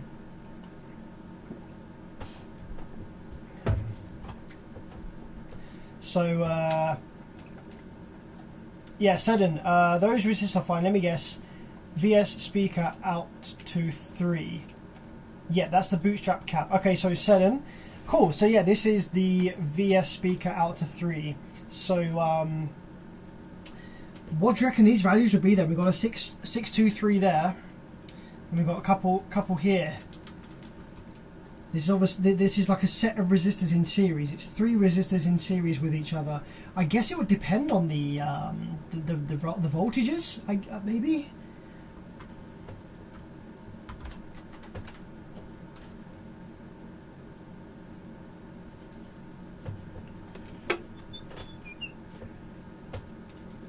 Shall I take a look at my B2 audio for reference as well? Again, maybe just to see whether that's anything. Frank says I found high-res pictures of the boards and info about these boards. Yo, Frank, did you really? Can you paste a link to that? Maybe? Is there a clever way you can paste a link in the chat to that? Or maybe just send it to my BearVids inbox on Facebook, BearVids Facebook page. BearVids, Facebook.com/BearVids.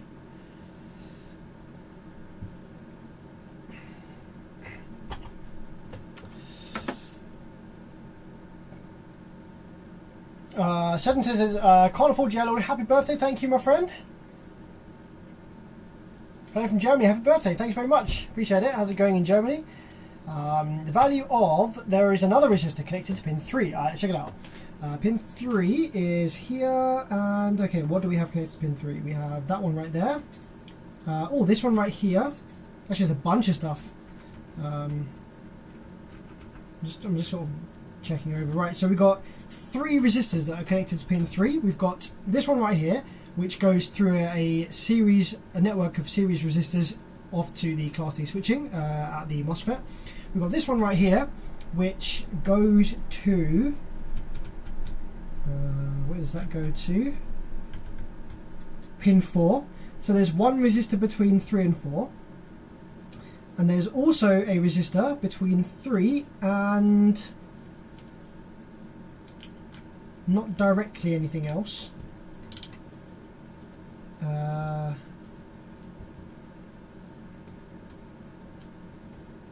Where does that go?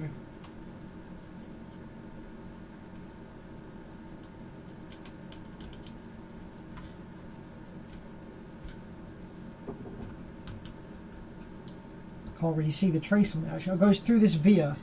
Okay, it goes through a via, so it's probably going somewhere far away.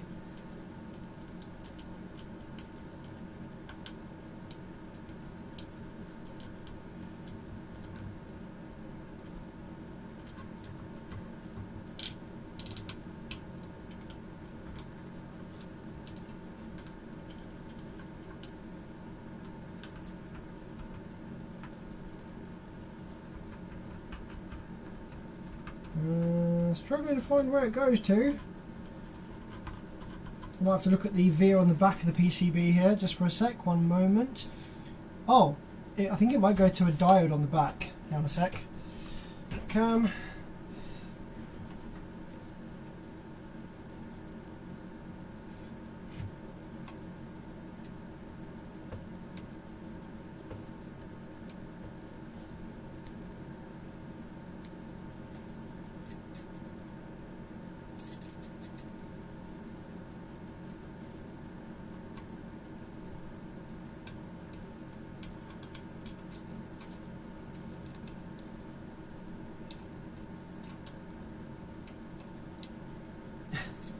Here we go.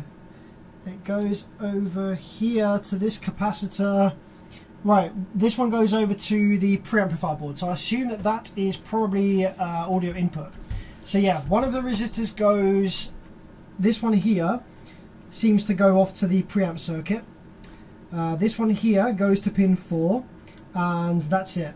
Then this one here goes to the switching.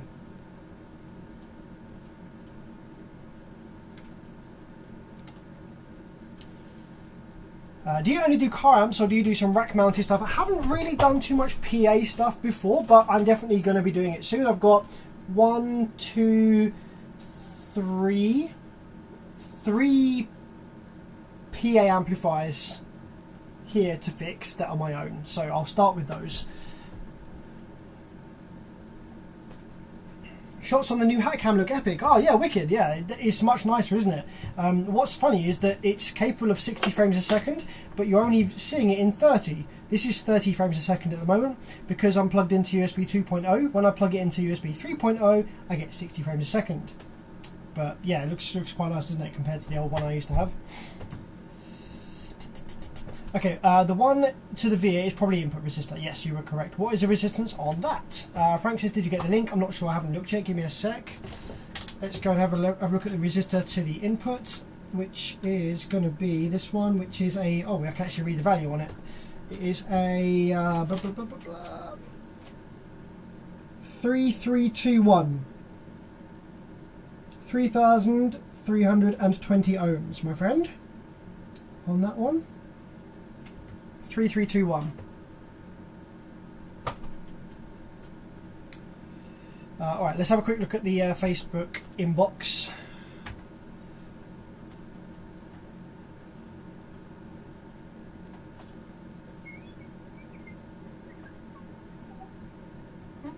Oh, I found. Oh, guys, by the way, I just found a link.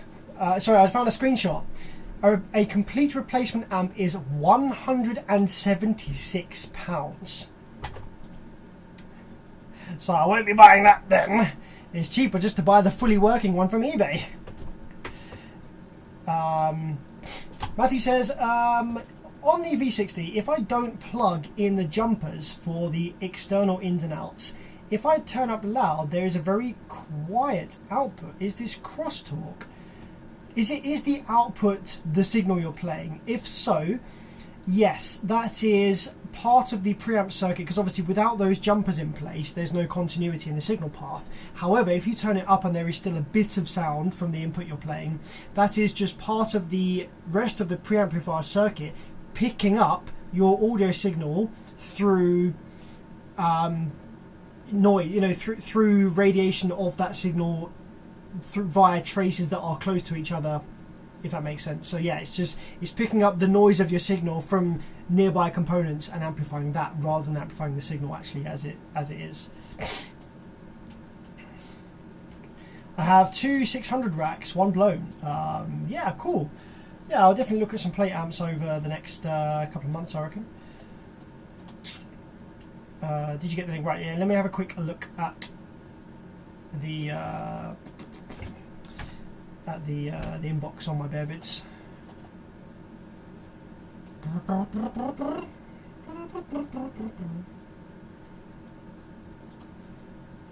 Bare bits, one message. Here we go.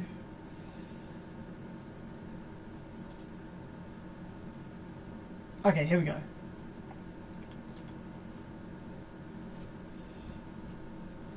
I have a video, so it powers up, blah blah blah blah. Photos now attached. Okay, there are some photos aboard. Here we go. Let's have a look, see if we can find high res one of the area that we are looking at. Yes. Oh no, wait, do I need to log in? Oh, I do have an account, maybe. Badcaps.net? Oh, I am logged in. Okay, great. Good. So that means I should just be able to refresh these pages and the pictures will load. Yeah. 1, 2, 3, 4, 5, 6. Yeah, and then this last one probably. Okay, so do these photos actually show us anything of use? We have the potentiometer on the other side of the board. I don't think there's no missing components on the other side of the board, so that's not useful there. This one here, it's dark, isn't it? And the glue covers a lot of these components, although we do maybe see, let me have a look at this. We've got the FETs there, and we've got a resistor. That resistor there's fine. We've got these resistors next to the chip. Okay, we might be able to get a reading off of one of those. But the one, yes, it's these ones that are covered in this goop, isn't it? And it's these 4 resistors that are behind this cap as well that we need. But well, I think these ones are probably fine. All right, let's bring this into, like, I don't know, what have I got in here? Imaging software. I can probably bring it into Google Photos and like boost the brightness and stuff.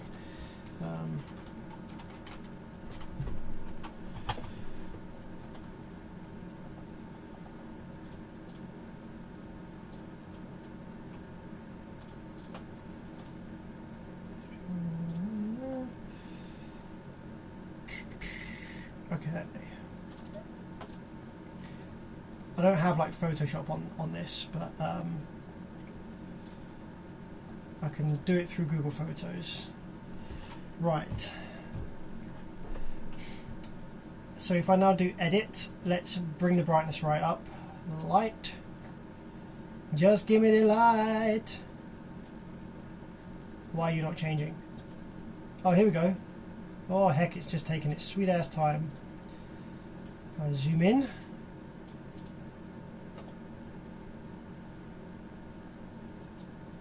Just give me the light.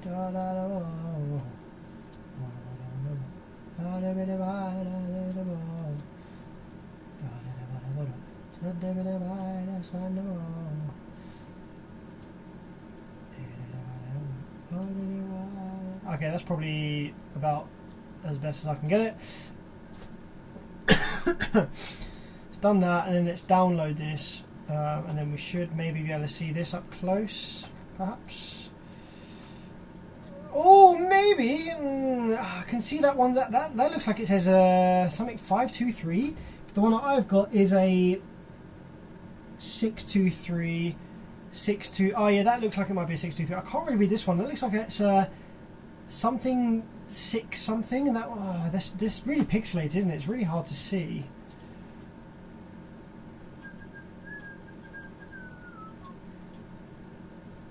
That definitely looks like 523, but it could be a 623 the other way around. But yeah, I can't really get a good visual on these two. There's not enough pixels there, really, I don't think.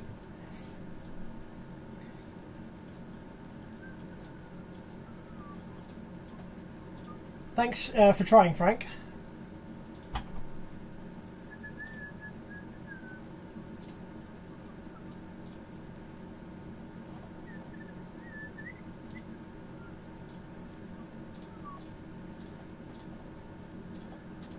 Just close some of these tabs.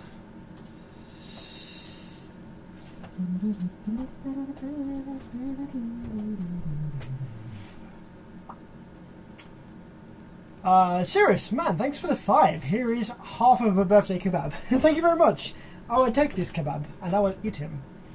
I don't know if you can buy Kef drivers new, not sure. I loaded it down to, and 2 resistors are readable.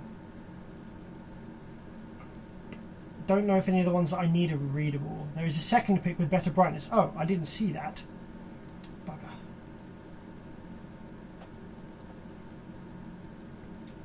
Is there really? I didn't see.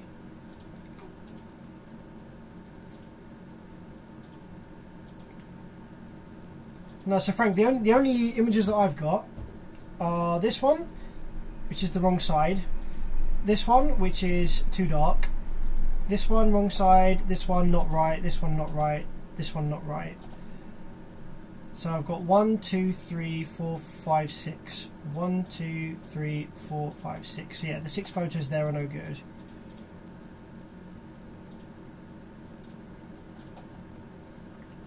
Oh heck, there's way more images here. Okay, I didn't spot that. Nope. Nope. Nope. That's all power supply. 4. Nope. 5. Nope. 6.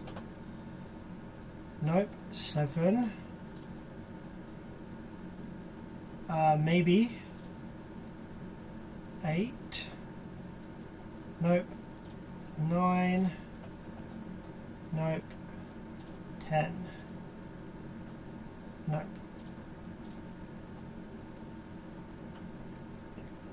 Are there any more photos? That's all the power supply stuff that I repaired before.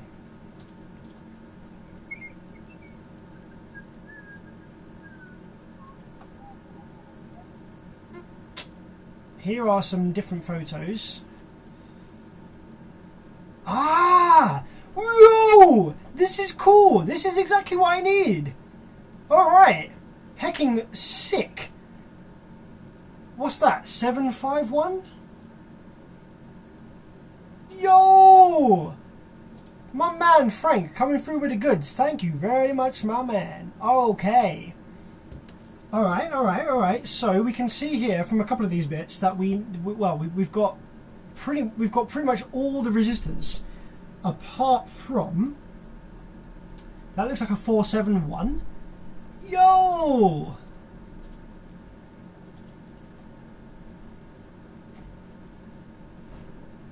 Okay.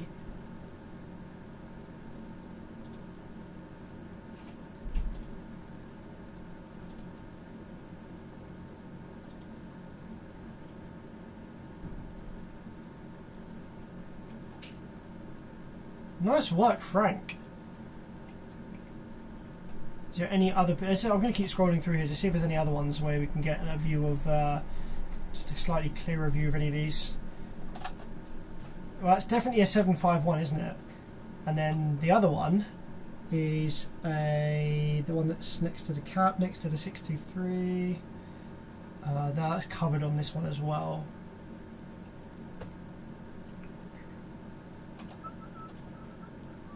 Alright, well, this is what we go by then. Awesome.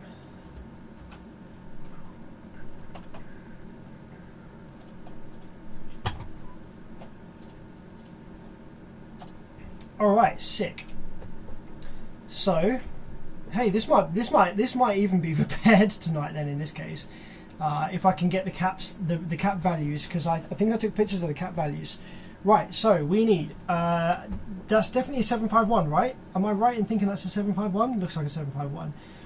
Then this one is a 471, by the looks of it. What other ones are missing from my amp? So my amp, I need. Right, let's get this the same way round as in the picture.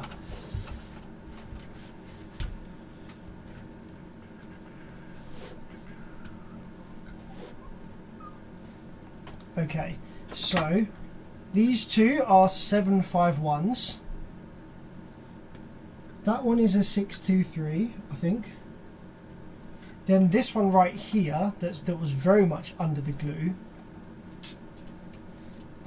is looks like a 471. Or is that a 971? It's really hard to make out. And then these ones up here is a 6341, a 362, a 333, and I'm not sure what that one is there. But I think that I think we decided that one was a 10k, didn't we?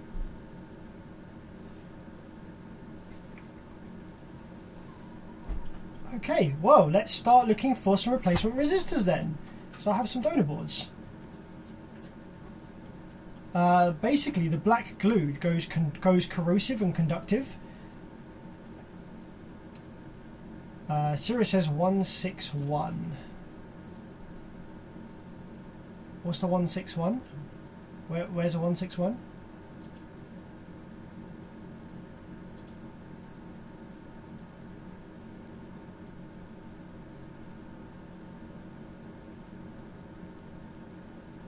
I'm not seeing the 161 anywhere, but okay, no problem.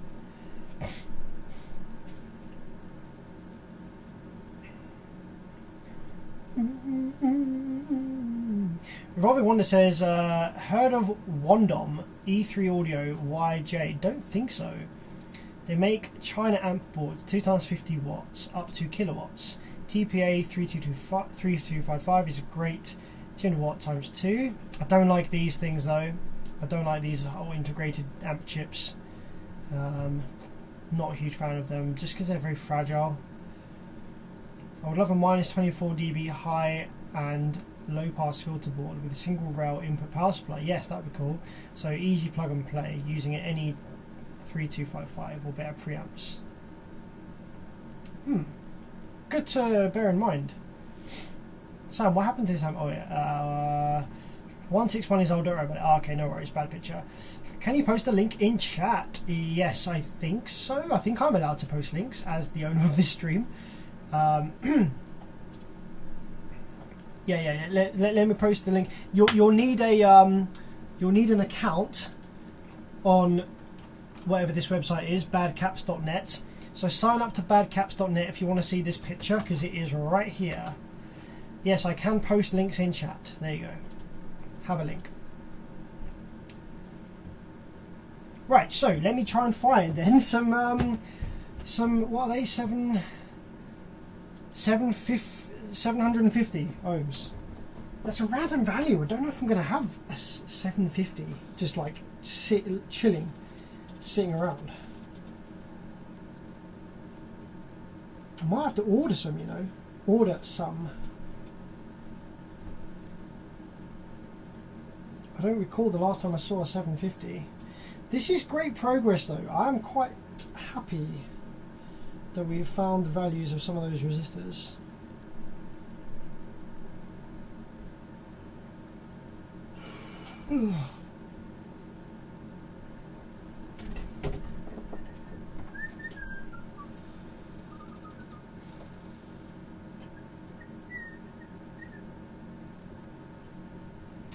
Oh, 70s you might get away with a thicker 1500. That is true, yes, because they are in series, aren't they?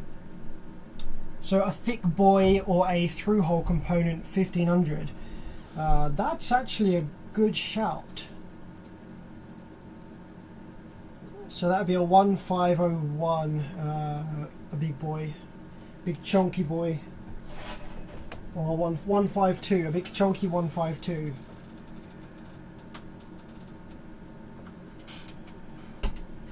Or even just a through hole. Or 1K and 1/500. Yeah, let me see if I've got a let me see if I've got a through hole 1.5.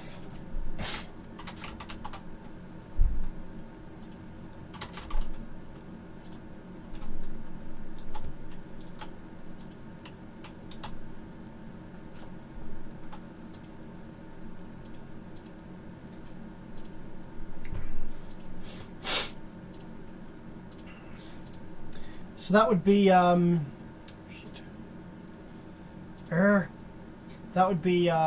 color code wise. That would be brown, green, red.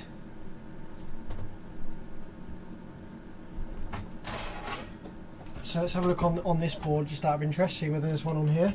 Brown, green, red. Am I going to find that on here? I don't know.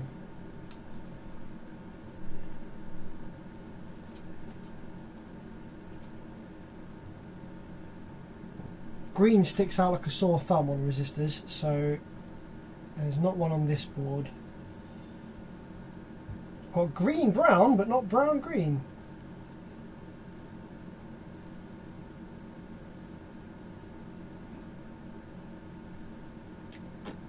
There's probably one somewhere though on one of the amp boards in the loft.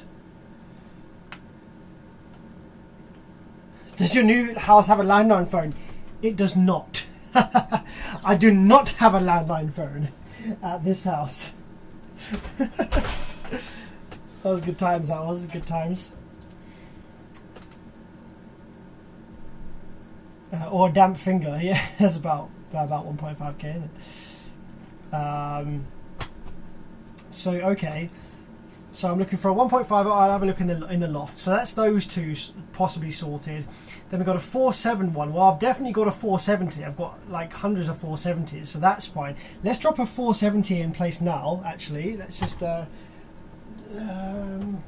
Would I have a 470 in my box of requirements?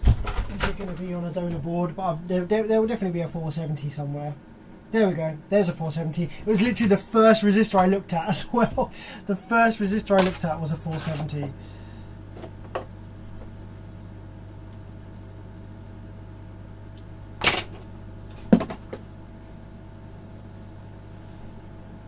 Standard values are 1K and 470. Well, I could definitely do that. Those are easy to come by. But would that be close enough? 30 ohms off? Do you think that would work in circuit? Is it going to be that fussy? I don't really know. I don't really know what that's doing. I could use 1K, 470, and a 22, or 10, 10, 10.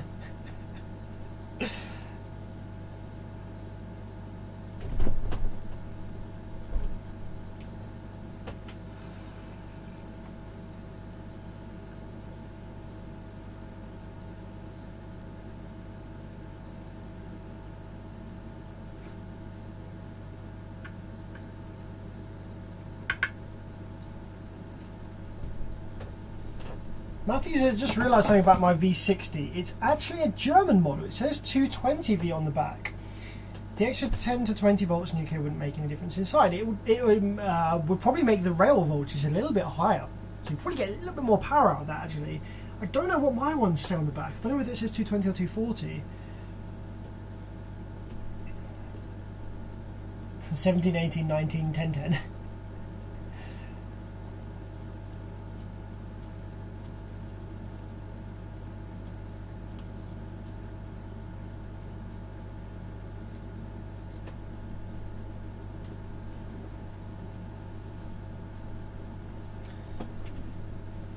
So yeah, let me drop this on the board.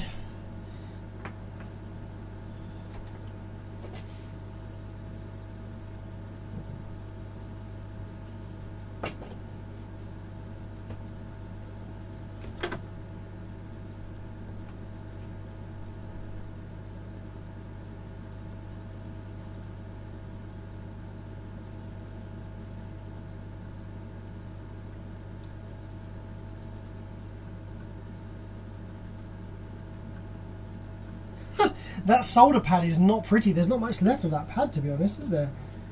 Looking at that. Okay, I'm just going to have to go with it.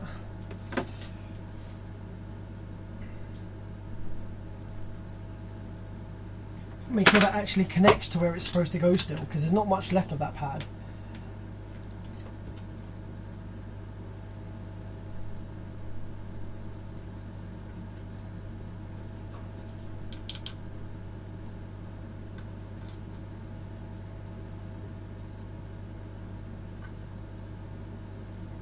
Well, I'm getting some values on the multimeter, so it must be connected somewhere.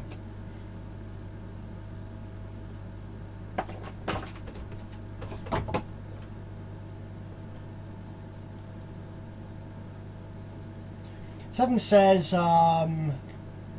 even if the bigger resistor was a 1%, it would still be plus minus 620 ohms. So 30 ohms less should be very unimportant. Okay, awesome. That's good to know.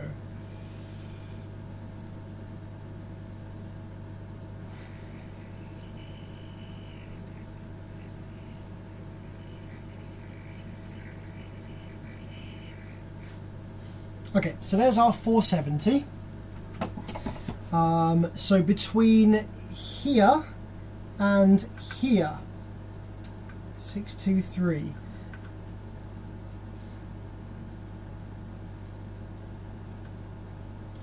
So the total resistance of this three, because maybe what I should do is just replace this whole set of series resistors with one big resistor. So what would that be? That would be 1500 plus 623, second minute, 6262 plus, so the total resistance of that set is 63.5k. I don't know if I've got a resistor, a through hole that would be that. What would that be? What would that be on the color codes? 6 be a blue. I don't know what the standardized one would be. 6.2, roughly there. It's about blue and red, maybe. Blue, red. What would that be? No, not yellow. Orange. Blue, red, orange. Is it missing the FET driver? Yes, it is. So if I find a big blue, red, orange, that would be within tolerance, right?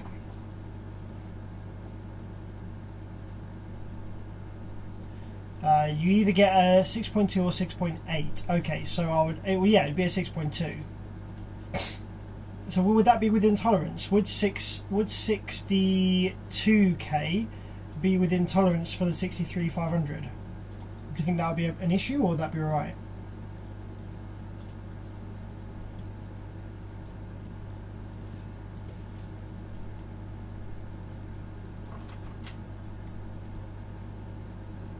I'm going to start looking at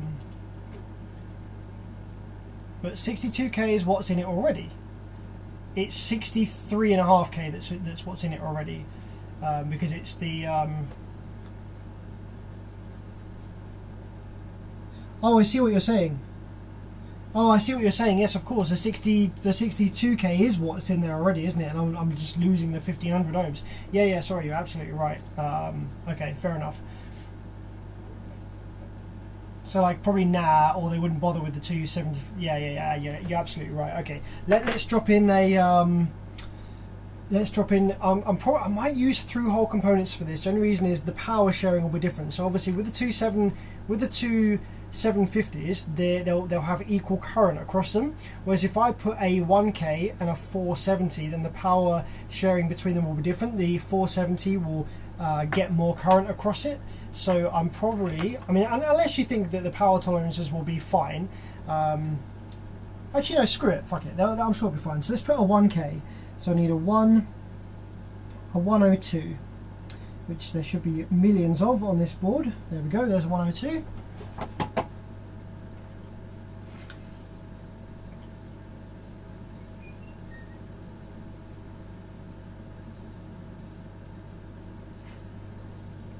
A 102 and a 470, so I need a 471. There's another 471.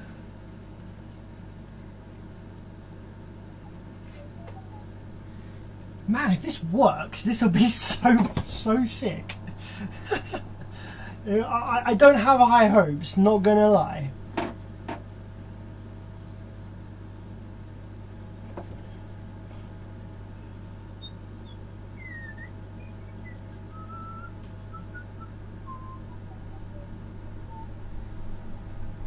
I don't have the highest hopes, but it would be sick if this do work.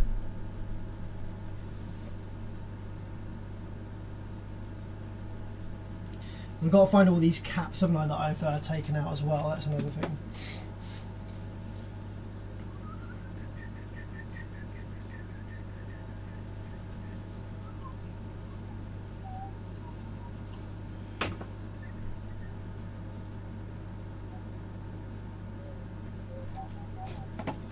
Does hot glue turn conductive? Not sure about hot glue, but hot glue should never be used in an amplifier because the melting point of hot glue is too low that within the amplifier's operational temperature range, the glue will just become non-effective. So yeah, you should never use hot glue in an amplifier.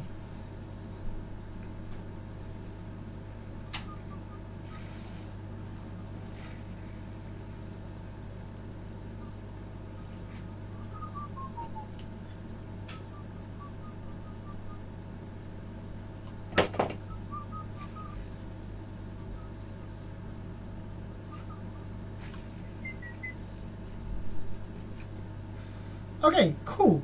So that's those resistors sorted. So with these ones at the back here, I'm thinking what I should maybe do is just knock them out of circuit for a minute and just measure them out of circuit just to make sure that they are actually what the picture says that they are, because they are kind of janked up a bit.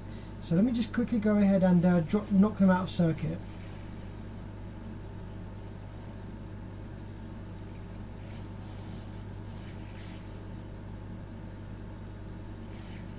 Okay, there we go. So they're knocked out of circuit now. So I'm going to read them out of circuit.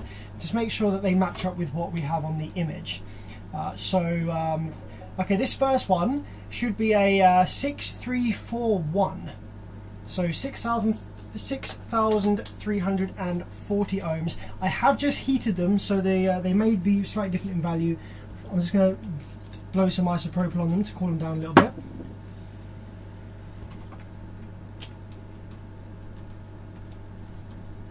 So this first one, 6341.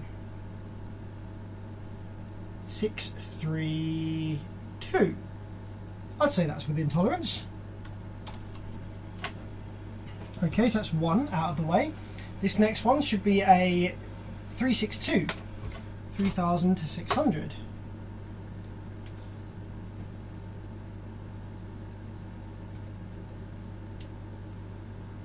Ah, this one's a little high, so I might try and replace that one.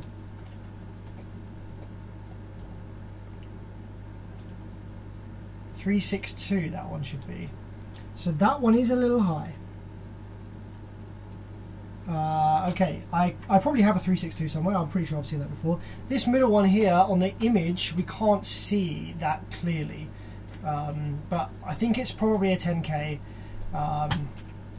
And then this end one here is a 333, so 33K. And that is reading, yeah, 32.6. Okay, perfect. So just that that middle one there wasn't looking so good.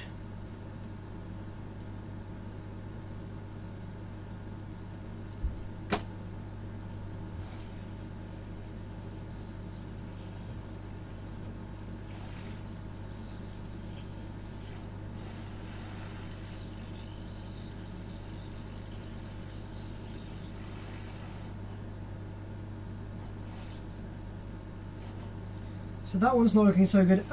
Why not? Let's just check this is definitely a 10K, just for the sake of it. I think it probably is because it reads about 10K.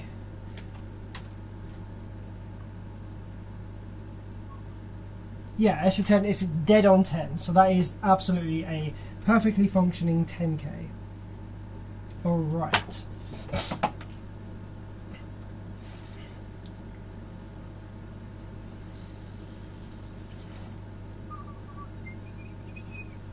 So we are looking. Why is there a 471 in R170? Because what we just said about earlier. Because it's close enough. Should be a yeah. I don't have a 751, and I can't answer that from Shane right now. Yeah, because it's close enough. The 1000 and the 470 matches up with a pair of 751s close enough.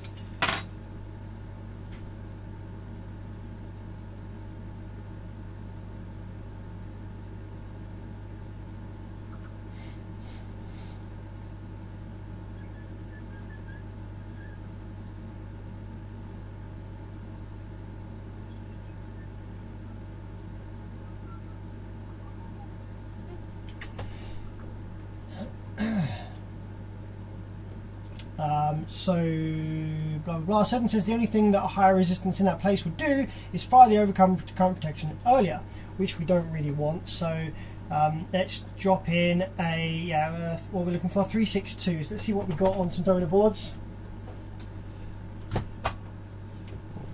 362. Okay, there is a 392.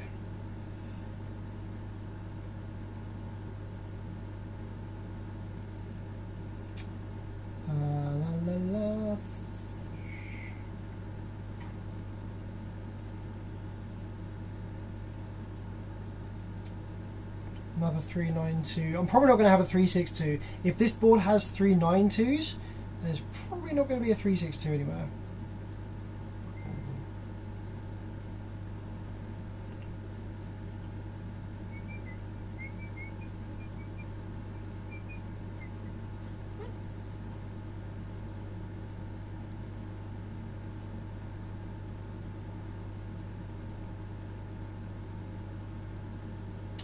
Yeah, okay, this one has 392s.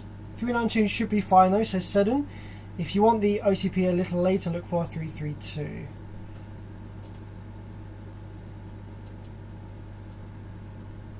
Yeah, I don't have either of those on here. I might be able to parallel a couple of somethings though. What would it be? Like a 6. No, sorry, what am I talking about? Like a 7 something, or like a 6. What about a 6-8? A couple of 682s in parallel, or something like that. I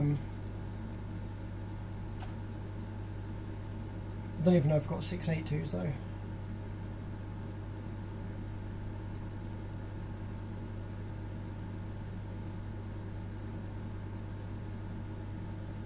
Okay, nothing on that board. I've got lots and lots of donor boards, but I've just got these two here with me. I'm just kind of like looking through.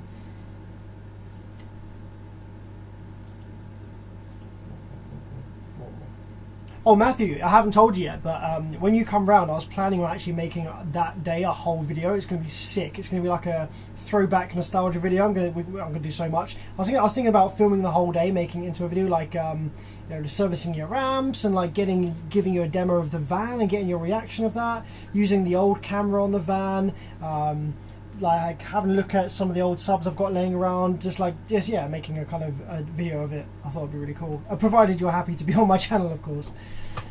Yeah,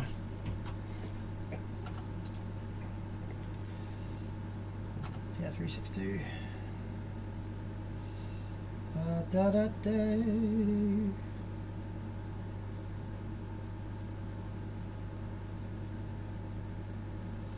562. Oh, I got a 332. There we go. That should be alright, shouldn't it? 332. Alright, let's just jump on the 332. Yeah, I found a 332. That should be fine. Just going to make sure there's definitely not a 36 anywhere. No, it doesn't seem to be a 36. So I use a 332. Okay, that's that decided then. 332.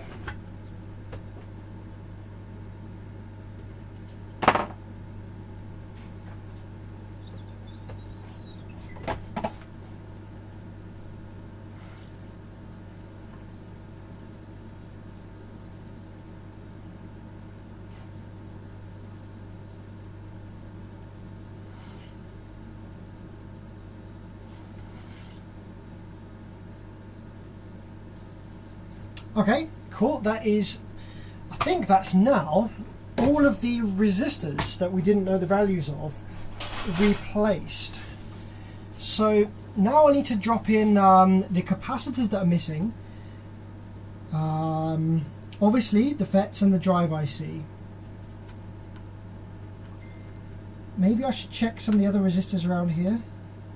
There's a 471 here. I think that's a 471. Let's just check that that is a 471.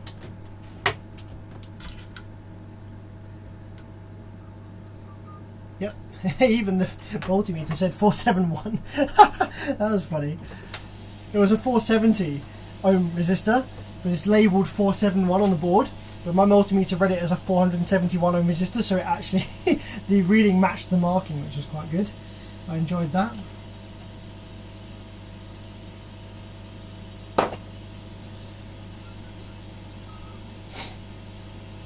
I actually have long hair, so I could potentially get hair tricks. Fucking yeah, man.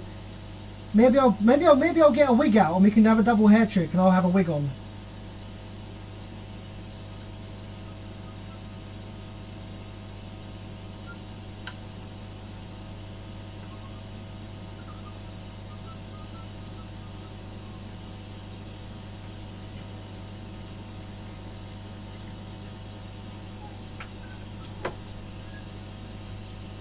This diode here I have replaced by the looks of it. I can't remember what was that I used. Not sure what I've replaced that with. Okay, the capacitors, I have a funky feeling that the capacitors I kept safe, but I might not have done. Yes, I did. I did kept the capacitors safe. Alright, I just need to know which ones go where, but I did take a picture of them. I'm pretty sure. Okay, so this is all of the parts for this amplifier minus the heatsink, which I've put somewhere. So that's the knobs. Okay, these are all the caps, which I think I checked in the capacitor tester. So I need to know where they go. Right. This might be tricky because I've got to now find my picture that I took of this board with all these caps. The bootstrap one should be a 35 watt. So let's have a look what I've got here. So I've got okay, I actually should replace most of these caps for new because I've got new ones. I've got 50 volt 10 microfarad, 50 volt 10, 50 volt 10. Actually, this is gonna be nice and easy if these are all these are all 50 volt 10, and then the one big one that I've got is a 10 volt 330. Okay, so these four are obviously 1, 2, 3. Oh shit, hang on, there's 5 capacitors missing there. There's one might have fallen out somewhere. Ah, crap. So do I know for sure whether one of these is whether these are all 10 microfarad 50 volts? Maybe the pictures can help us here. Okay,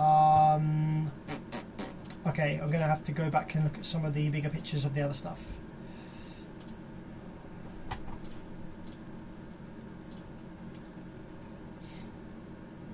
Happy birthday, Blood! Thank you very much, my man. Kush from. Thank you very much, my friend. Appreciate the birthday vibes. Right, I'm just bringing back up some of these pictures. So, unfortunately, the capacitors are kind of like upright, so most of the photos aren't super useful because the caps are also upright.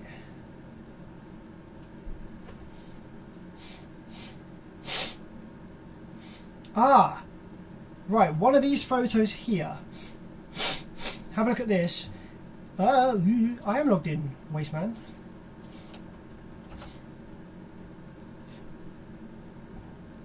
Okay, so this photo here, see the top of these caps, right? I can't see most of them here. However, this one says 5 and then 2. So maybe that's 50 volt 20 microfarads. This one also is 5 and a 2. Can't see these ones. This one also looks like it's a 20. Not gonna lie, like it's blurry AF, but that also looks like it might be a 20. Can't see anything there. What have we got here? Can we see anything there?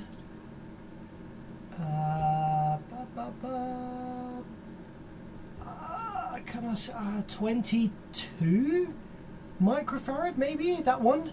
Maybe that's a 22. Obviously, you wouldn't get a 20 microfarad. So that one looks like it says 22. Maybe they upped the value of the caps a little bit, like in a later revision. That's power supply. That's the underside of the board.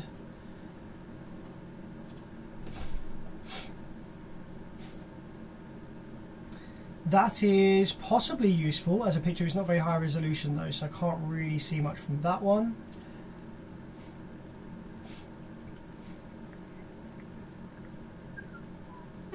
Oh, that's an output FET. 61N20? They're not 640Ns then? Maybe they're 61N20s?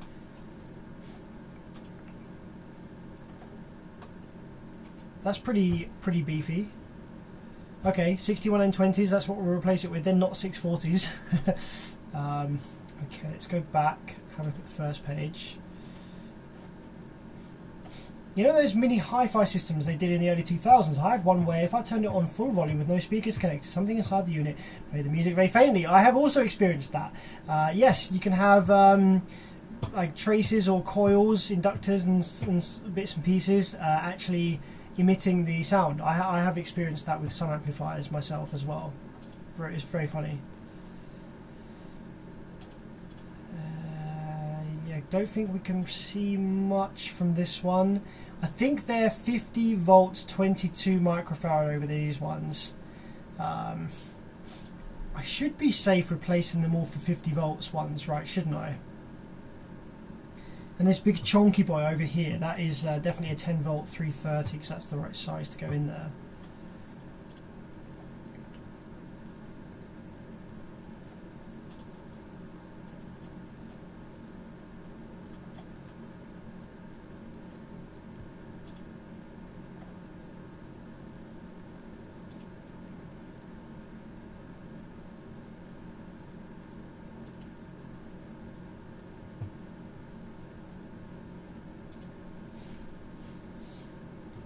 Yeah. Okay, so I think we're just going to have to take a stab and assume that they are all 50 volt FETs at caps. The boost up one doesn't need to be precise or anything, just be better over 20 volts, the biggest you can fit. The biggest I can fit, really? See, I've got a 10 volt 330 microfarad here that came with it. That's the one that came with it. I don't know if that's a bootstrap one or not. But yeah, 50 volt 22. So I'm going to load it up. I'm going to have a look and see what parts I've got.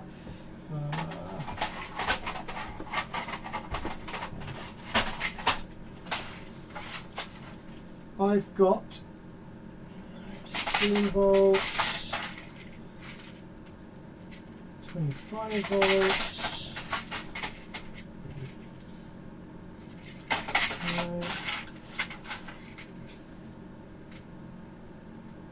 These are 50 volt 1 microfarad.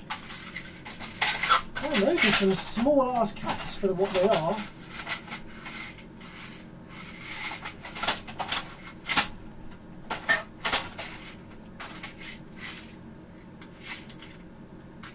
These are 50 volt 0.33 microfarads. These are 50 volt 10s. Okay, so I've got a bunch of brand new 50 volt 10s, so we can load that up with these. So we're pretty sure that most of these, well, at least 4 out of 5 are 50 volt 10 microfarad, aren't they?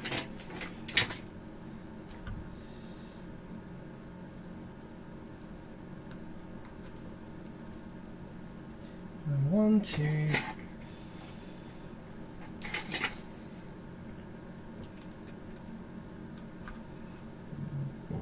3. Actually, I wonder whether my YouTube video will show some of the cap values here. Literally, this is the last thing I'm going to do.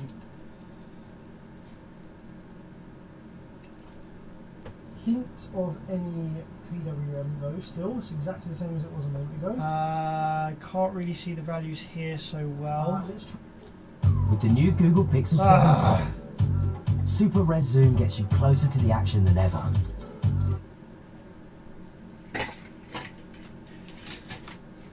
Except for the chonky one, yeah.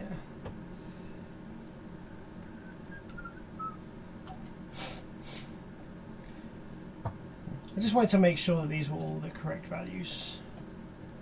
Signal and seeing if that changes things now. No, still exactly the freaking same. In hope that I get to see that there's a problem before the chip dies from whatever it's killing.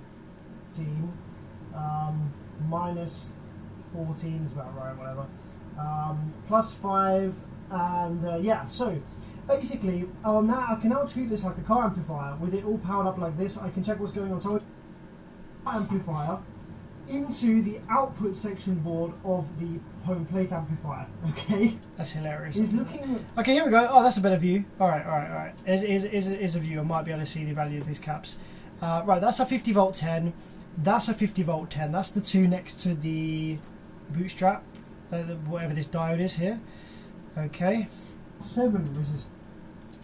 That's next to the. That's a 50 volt 10. So those three are all 50 volt 10s. One that we just replaced is looking.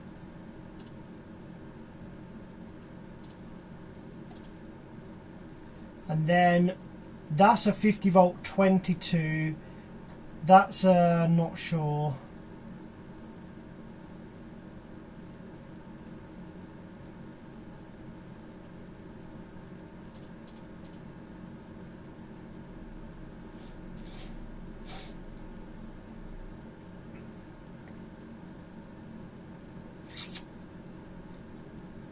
Yeah.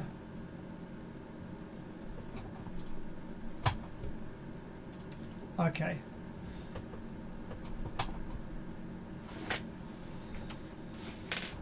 Yeah, well, I'm sure it's fine. Let's just put this original one back in here. Sheet. Positive goes in there. Negative goes in there. Do do do do do do.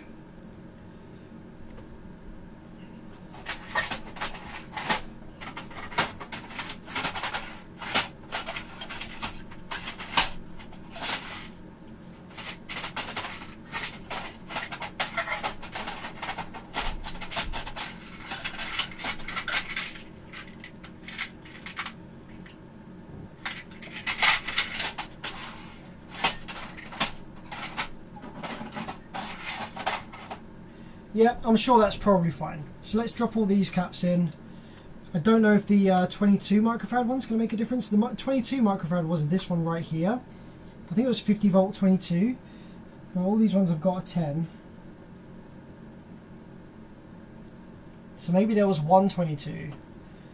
Yeah, this one here that's got a higher diameter, that is a 330 microfarad 10 volt. A little low voltage boy.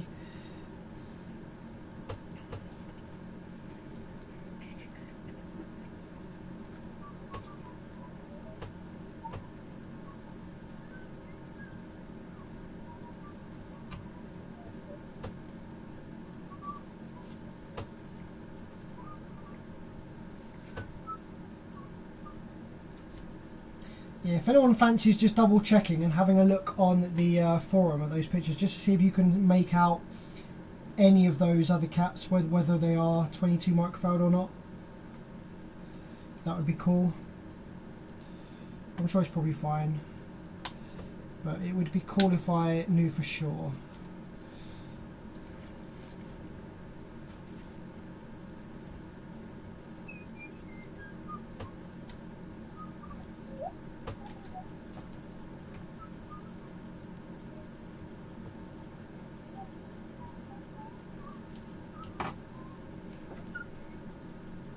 Frank says that's just buffers, anything from 10 upwards will be fine. Okay, cool. We'll just drop in some 10s, I'm sure it'll be fine.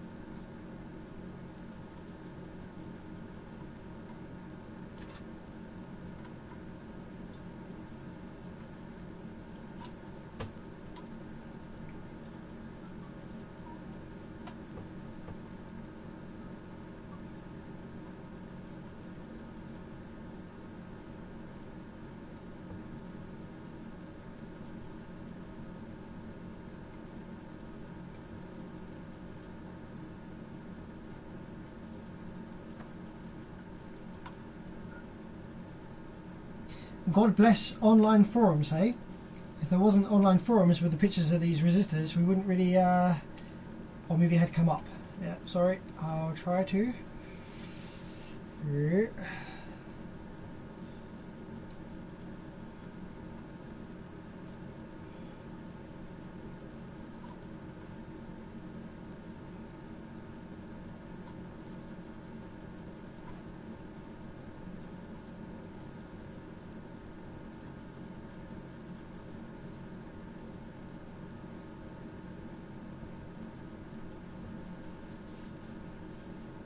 Okay, that's that one, that one, that one, that one, that one. That looks good. Alright, let's chop those legs off.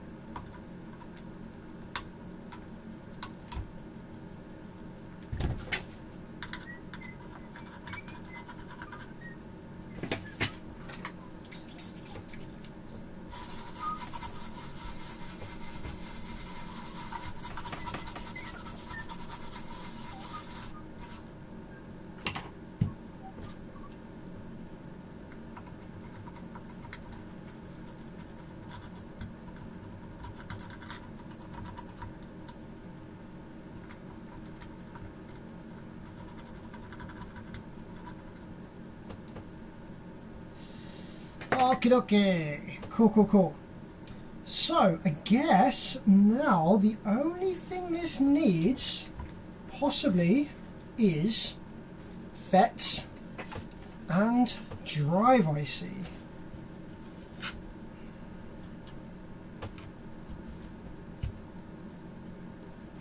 That's quite an exciting possibility.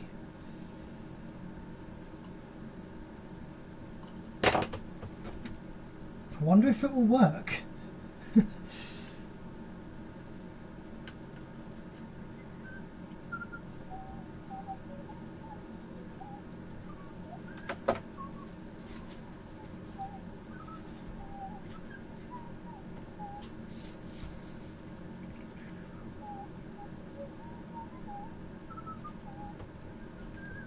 Right, let's drop our drive IC in.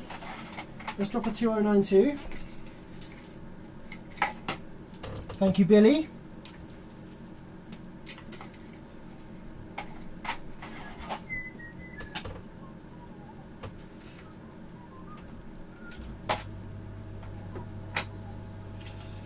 I'm excited. How about you guys?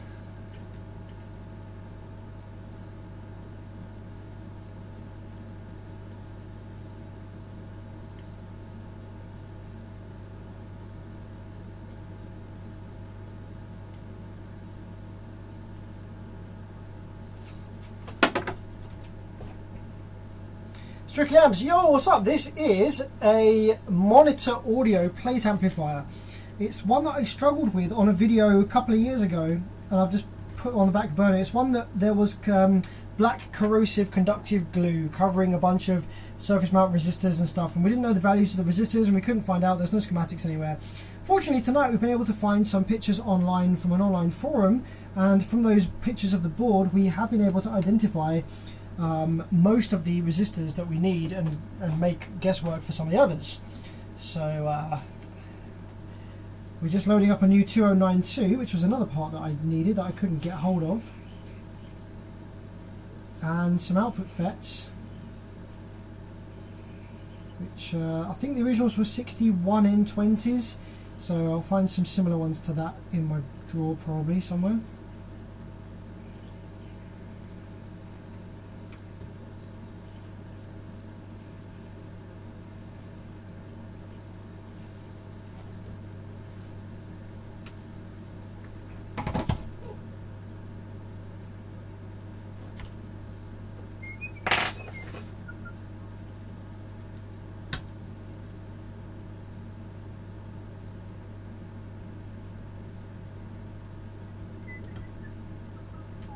Okay, and output FETs. Right, what do I have? What do I have to choose from? 200 volt TO220. Oh, I'll tell you what I have got. I have got some 52. I've got some 52 N20s. That should be close enough, right? I know they're not 61 N20s. They're not quite as powerful, but they should be close enough, right? Otherwise, I might have a 61 N20 or two in here. I've got some IRFB 260s. I think they're pretty beefy.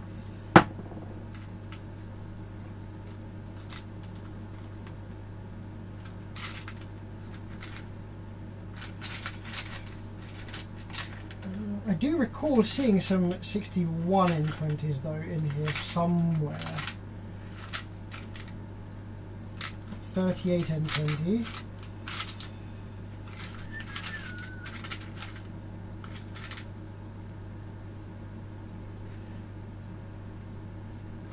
I say perhaps it would be wise to load up some 640Ns just for a quick test. Just in case they pop, and I don't want to kill my 52 N20s because they're quite expensive. Maybe I should just load up some 640Ns as a quick test. What do you reckon, guys? I think that's probably what we should do.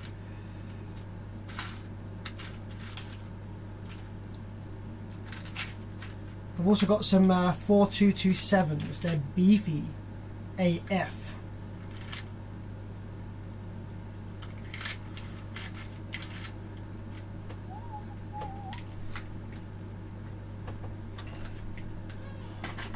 Yeah, I think I'm going to drop a couple of 640Ns just for a quick test, and if it works I'll drop in the 52 N20s.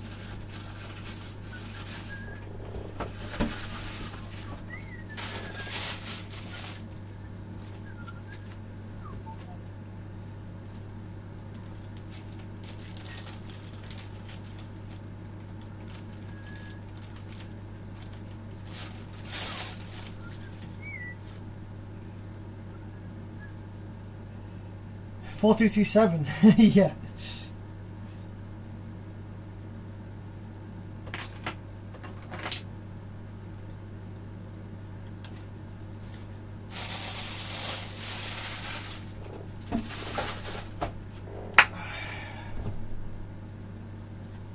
Where's the enclosure of the sub? It's with the customer that this belongs to.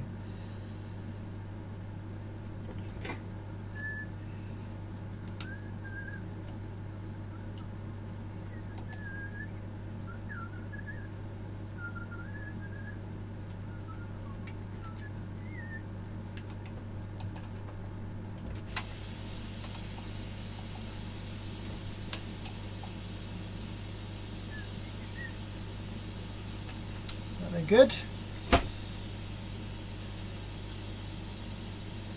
Bloop. Blop.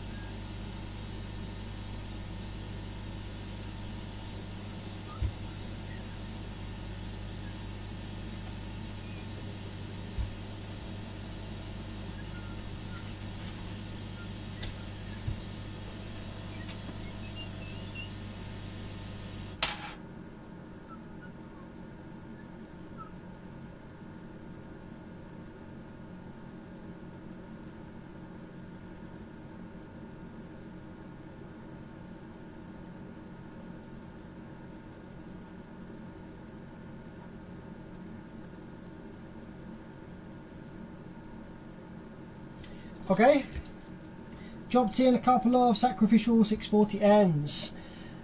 I guess this is time. Oh, this is scary Mary. This is risky business. Woo! Gonna have to plug this into the freaking mains. Actually, you know what? I don't have to plug this into the mains because I have a few power supplies available to me. So this amplifier makes use of. take a look over here. We have plus 15 and a minus 15. Oh, we need a plus 5. That's okay, I could do that as well. Ooh, this is looking promising. I can give it plus 15, minus 15, plus 5 from an external power supply. Thermal standby, I don't really know what I would need to put on those. Yep, so probably won't put anything on those. I don't know if they need to be tied to ground, or I'd need like some voltage on them or something.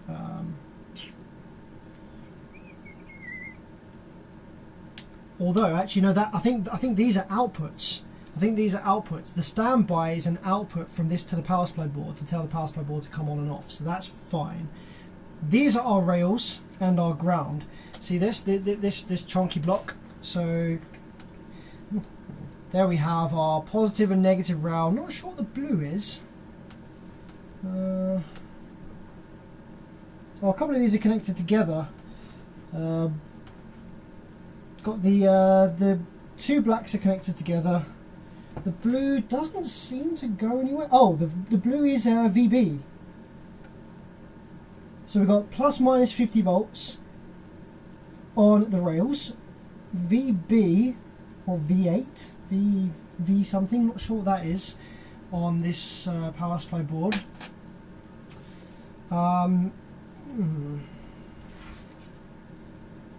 Is that VB? It looks like VB. Oh, that's probably 12 volts reference to negative rail for the drive IC. Hey, yes, that VB will be probably for the 2092, which is going to be this one here. So that if that connects to the, that's connected to pin 1, 2, 3, 4, 5, 6, 7, 8, 9, 10, 11, 12. Pin 12 of the 2092 is that blue thing, so that's probably 12 volts above negative rail, which I can do because I can connect that to ground. Provided my rails are plus minus 15, I can connect that to ground.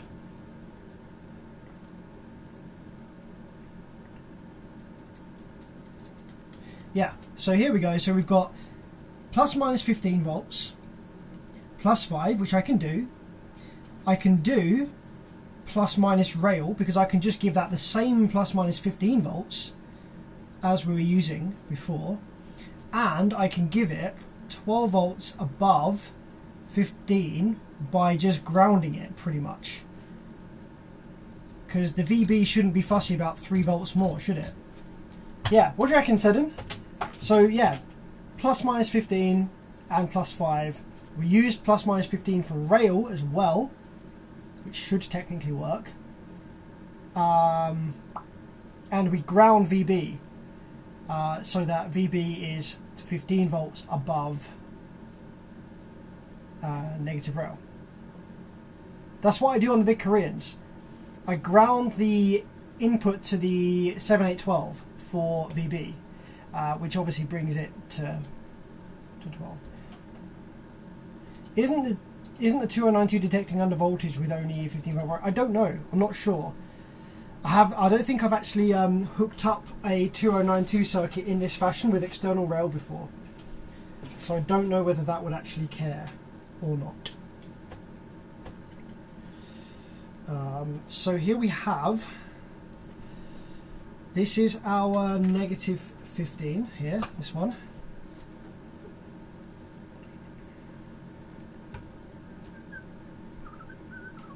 Which would also be negative 15 and negative rail, and negative rail is going to be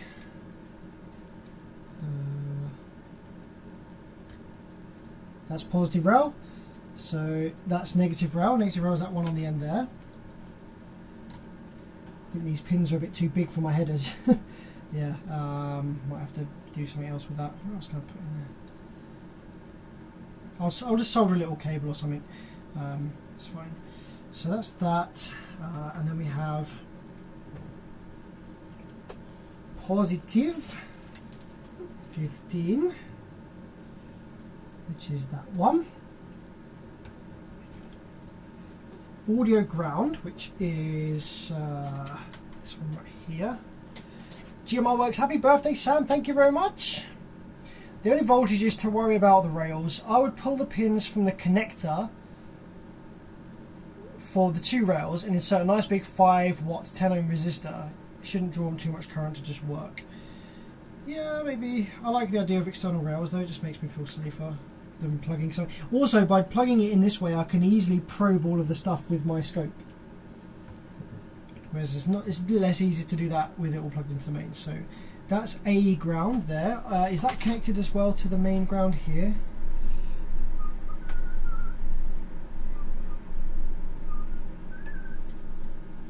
Yep, that's the same ground, so I don't really need another ground on there, just for testing purposes at this low voltage.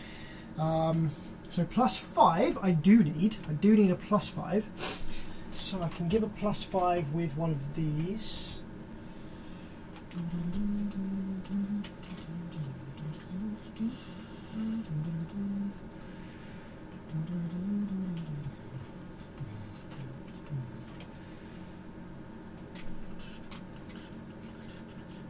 Do you have a chance to look at the band of 15k? I did not yet.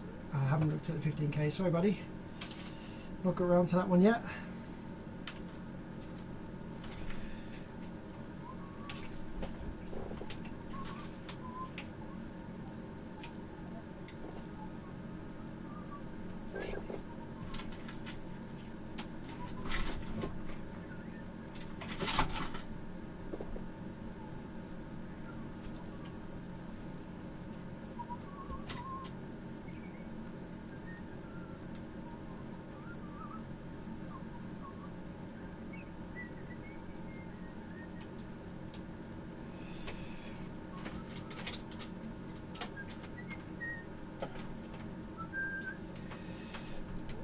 I'm just plugging this shiz into my external power supply.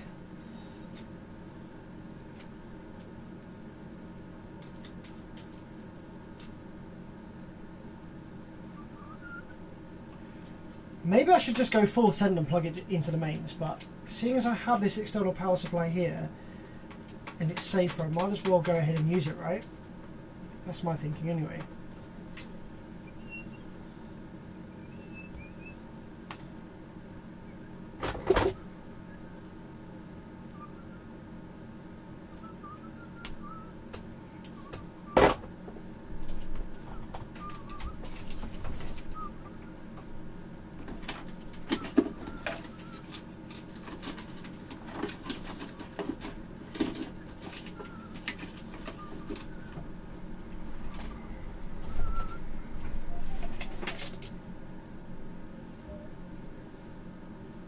Right, there's my +5. Let's just quickly solder that onto my +5.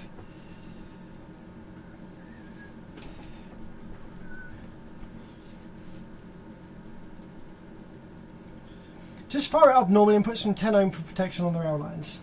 Yeah, I guess. I guess I could do that. I just don't like plugging things into the mains when they've had this much work, and I've got this external supply here. I'll tell you what, if this doesn't work straight away, if this doesn't work instantly, right, then we'll plug it into the mains, fine. But I just want to see whether this just works instantly, you know?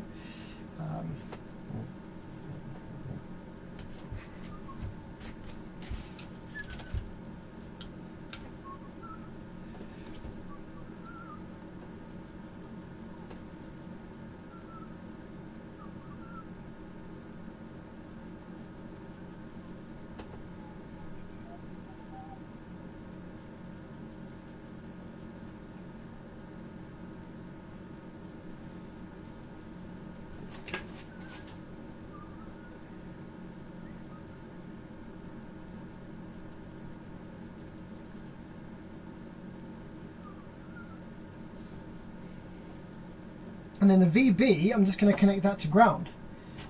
And that will be 12 volts above rail, won't it? Thereabouts.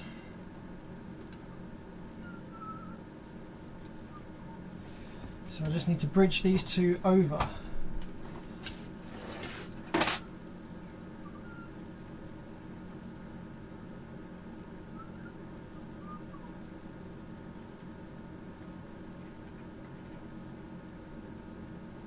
There we go, bridged VB and ground. Okay, that should be it. I just need to connect these two to the rails.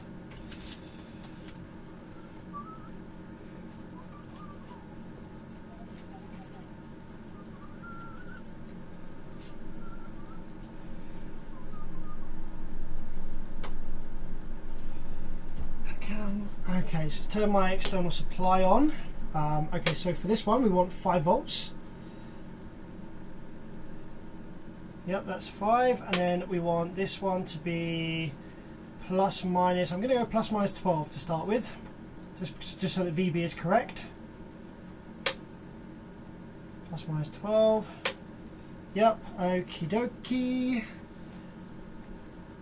And then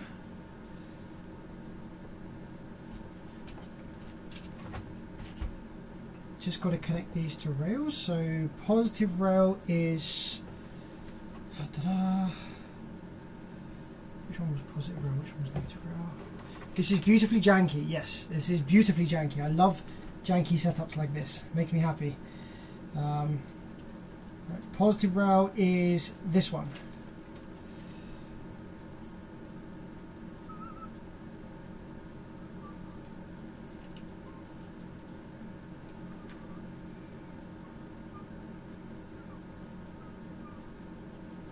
And negative rail is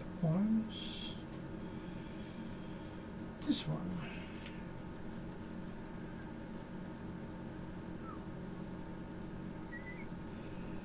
Okay, that should be ready.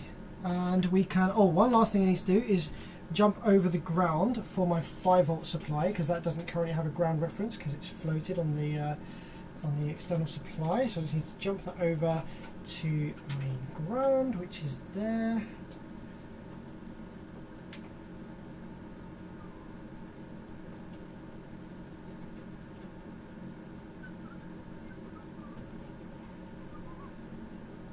There we go, that's grounded as well. Okay, we are ready to roll. Everything's ready. Everything is ready. Let's go ahead and, because I don't know if this is going to work, because I don't know if it needs some kind of turn on thing from the standby pin or whatever it is, or D ground or whatever. Oh, D ground. What's D ground? DG and D. Is that connected to stuff? Is that connected to main ground? Oh yeah, it's all connected. All the grounds are connected together. That's fine. A ground is connected to D ground, is connected to rail ground. That's all fine. Okay, cool. So, I take my oscilloscope probe and I stick them on low side drain,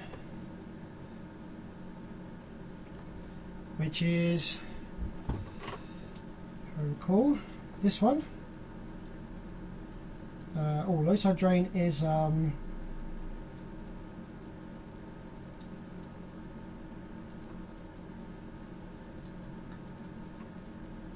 this one. This one here is low side drain. Okay, so I stick them on low side drain and I hit the power for all of these. I'm going to turn on the 5 volts first, I think.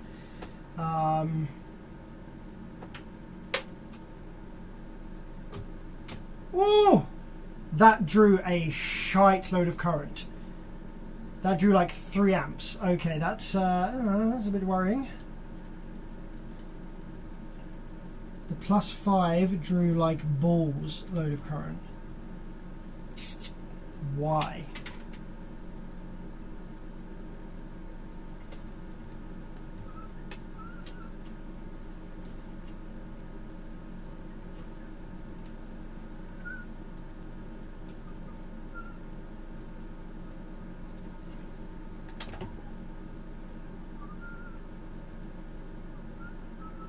We don't have low resistance between the 5 volt and ground.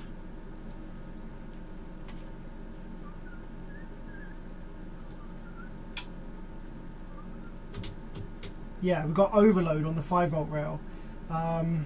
Let's try turning on the main rails, but starting off at a super low voltage. I'm going to start off right down at plus minus 5 volts. Okay, no overcurrent here. Let's start increasing the voltage.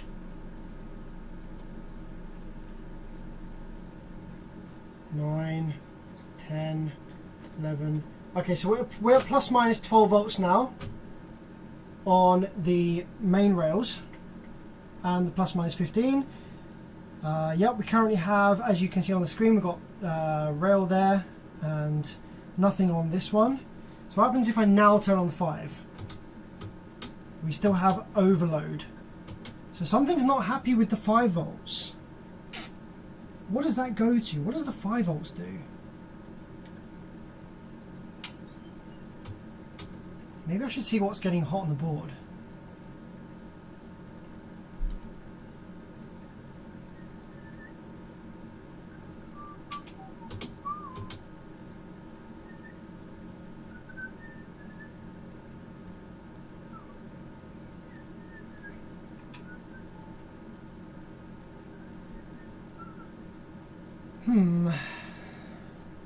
Okay. What is the problem with 5 volt rail?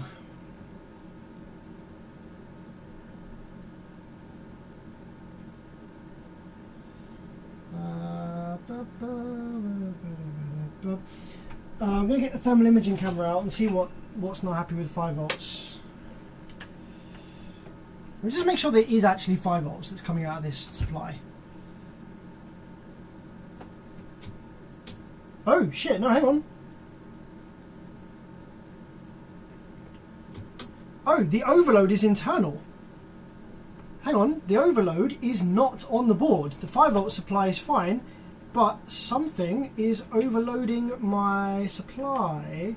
I've got the wire not connected to anything, but when I turn on the 5 volt supply, it's overloaded already. Why is that? What's happening here? Is my supply broken? Okay, that's really strange.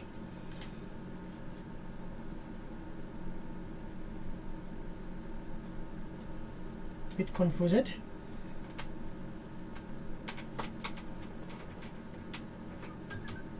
That's strange.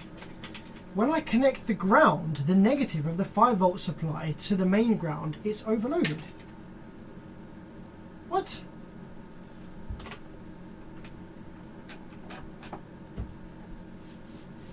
That's never happened before. I've been able to do this in the past with no issue.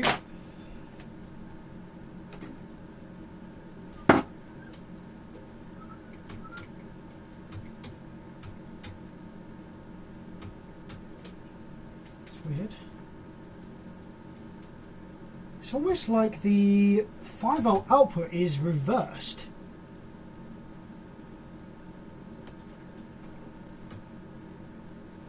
Yeah. What? The 5 volt output is reversed. It's negative. How has that happened? Is that a fault with the supply? What? This is weird. Right, this is my 5 volt supply. I've got plus and minus here, right? If I probe a negative, I get negative 5 volts on the oscilloscope screen. If I probe the positive, I get nothing.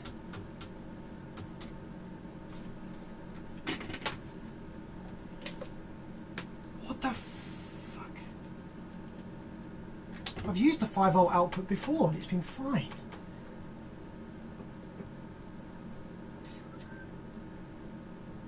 This is insane. The positive terminal has continuity to ground?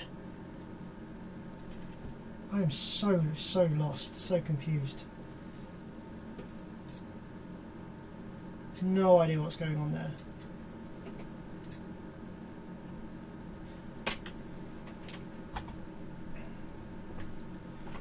Are you getting ground on the wrong side of the plus minus 30 supply? No, I'm not. I'm getting the correct output. It doesn't make any sense.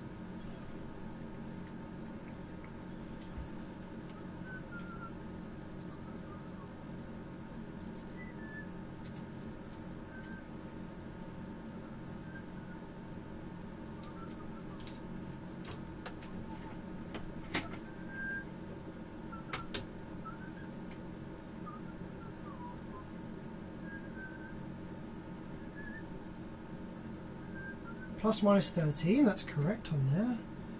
VB is ground. from there.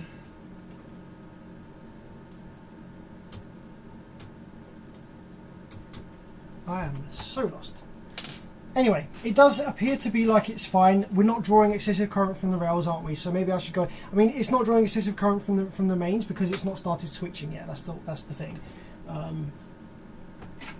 One last thing I'm going to do is plug in a 5-volt voltage reg between the plus 12 volts and the 5-volt input.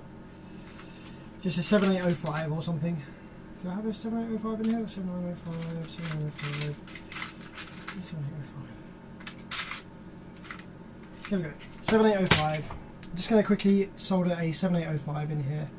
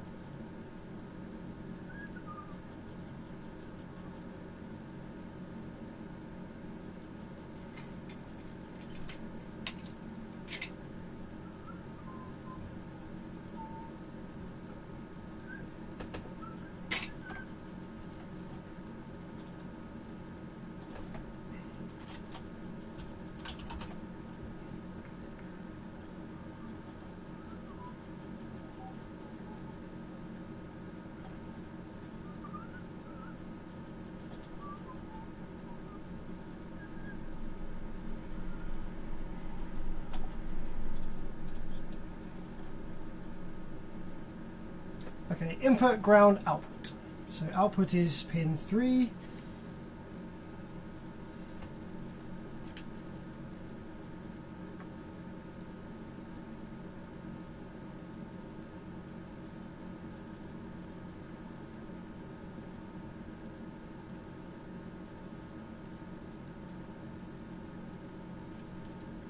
Ground is pin 2. And input is pin 1.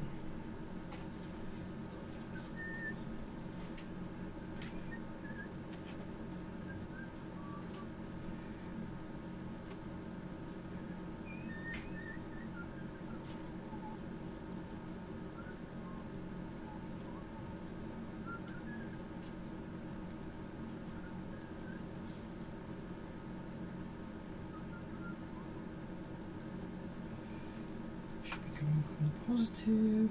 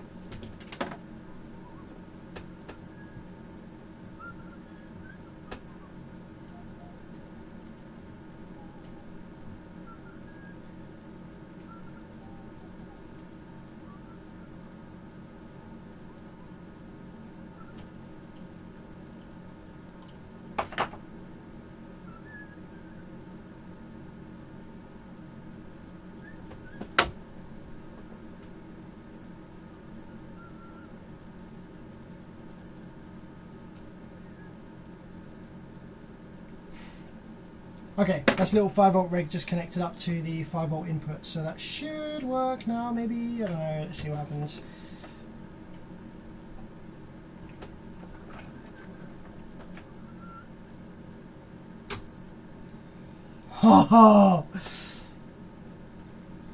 Oh my gosh, we have switching, you have no idea how good that is. Oh, it's gone. It was switching, now it's gone. It could be because of protection or something. Go on, do it again. Yay! Oh my gosh, that's insane. Okay, I guess we can plug it into the mains now then, and it should be alright. Oh my god, that's insane. Holy shit! What the fuck? Absolutely incredible. I'm so happy right now.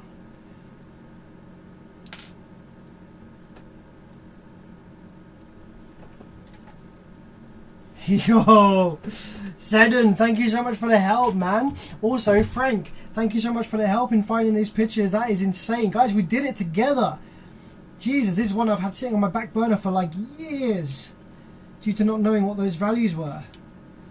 Oh my life, that is sick. That is amazing. Guys, I am freaking happy as hell. What a result. Wow. Just breaking the solder bridge between VB and ground. That worked out nicely. And I can also swap out my 640Ns for the correct high current parts. And I'd love to put this back together on the stream as well. It's quite late though. I wasn't planning on streaming quite this late, but this has been quite an interesting one.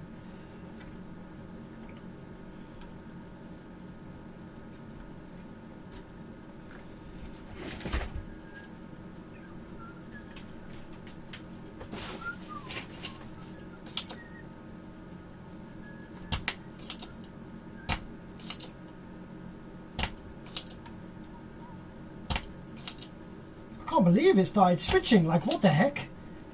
It's the first time I've ever seen this start switching in like 3 years maybe.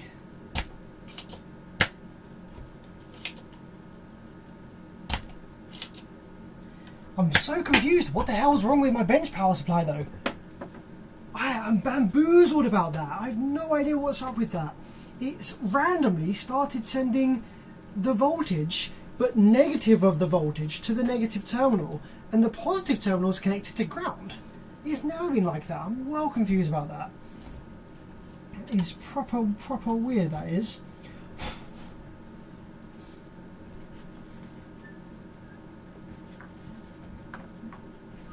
Alright, so should I use 52N20 or 260N? Let's have a look at the differences.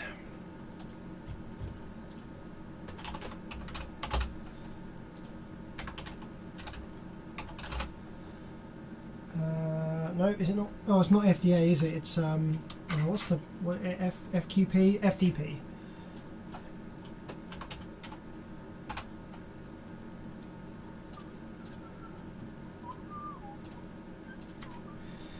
So here we have 200 volts, and we have 52 amps, and here we have 50. Oh, they're very similar. What's easier to drive?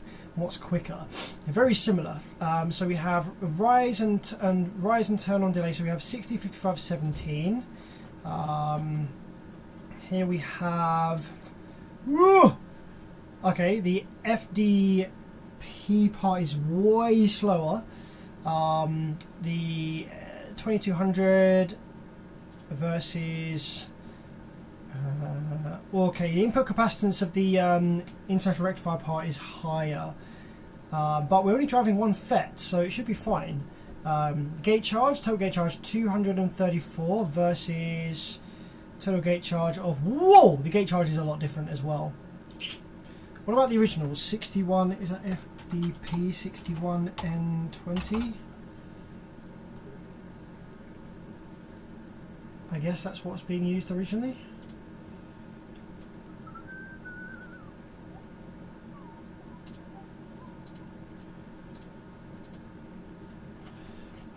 Blah blah blah.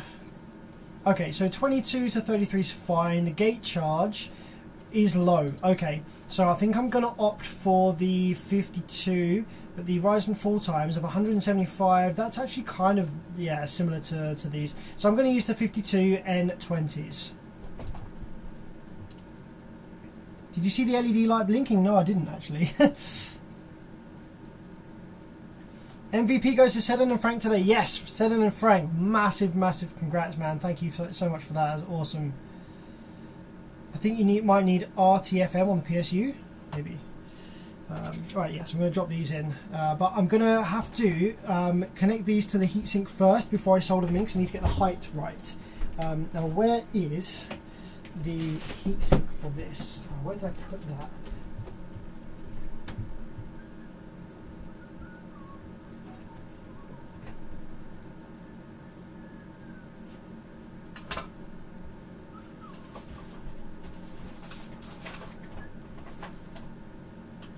Okay, I might have to go in search of the heatsink for that output. So it's like a little L-shaped metal bracket. It was in this bag. Oh wait, it's right here. Duh. It's right here. It's right here. It's right here. Excellent. Okay. Let's get these fits off.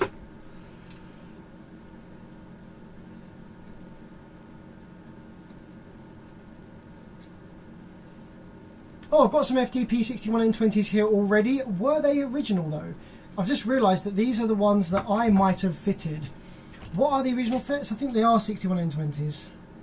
Because there was a picture, wasn't there, of someone online with a 61N20?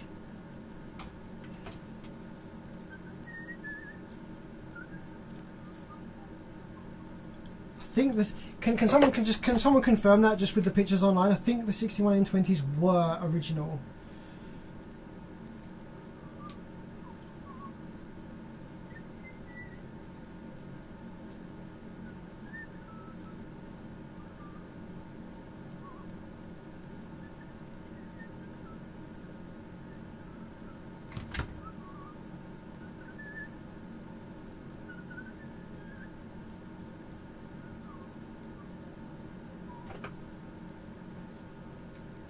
What model PSU do you have? It is a Farnell triple output supply. It's a TOPS 3D triple output supply. I'm not sure, I don't think it has the model number quite on the front. It's a really old thing. It's from like the 90s or something. But yeah, I've definitely used the 5-volt output before and not had the voltage reversed like that.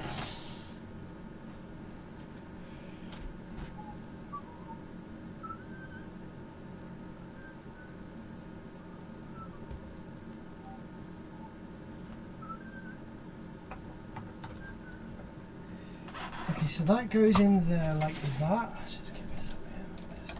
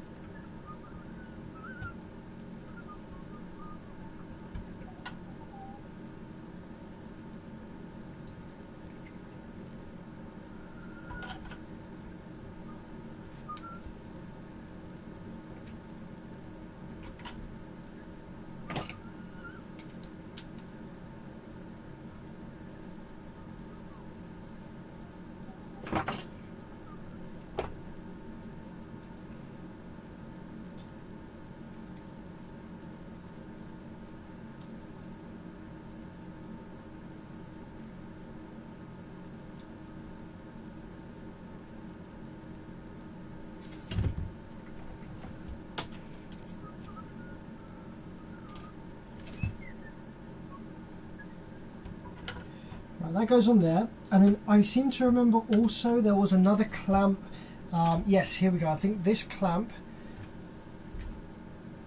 Sam, do you think Photon could easily repair an amp? He would, a bit like me. I think he would have to get used to the you know what the circuit should be doing and stuff. Like his electrical knowledge is fantastic, of course, but I think he would have to study them and understand how they're supposed to work and what voltages and waves and stuff you're supposed to get in the right places. But obviously his understanding of electricity as a whole is phenomenal, so it wouldn't take him long at all to probably get to grips with an amplifier repair. I think that'd be more than capable of that. Yeah, no problem.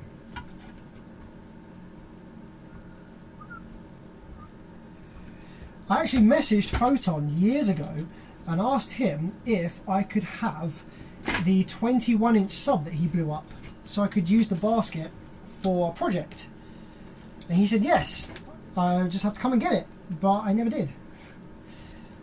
So I could have met him. This was before he was. It was still relatively small. It was smallish at that point, I think.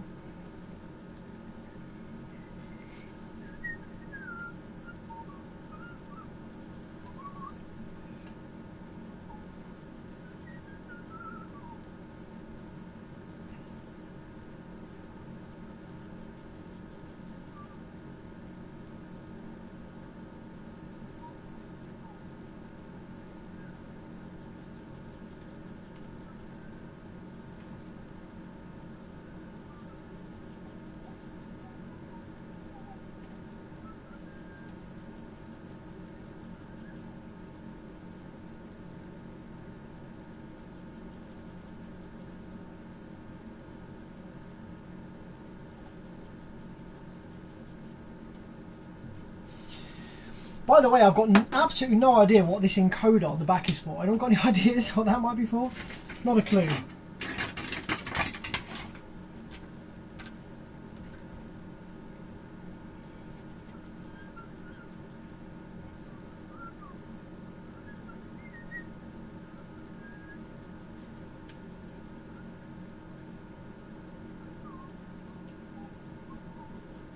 I think that goes in there. I think. Does that go? How does that go? I can't remember how this bit went. Maybe I can look at my video and or a picture or something. Have a quick look. Oh, it goes in sideways. Okay. Okay, that's fine. That's cool.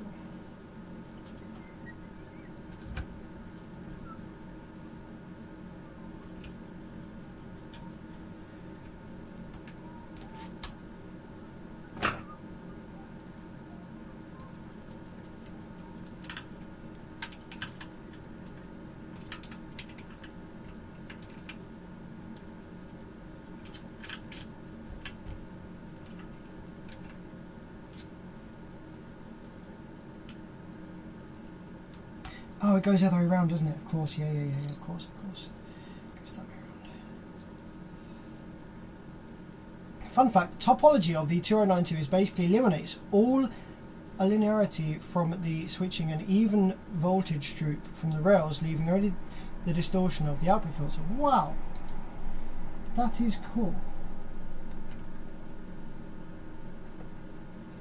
Thanks for the lesson on the on that. Okay, that screw's not long enough. Maybe not that either. Maybe one of these long boys might have to do.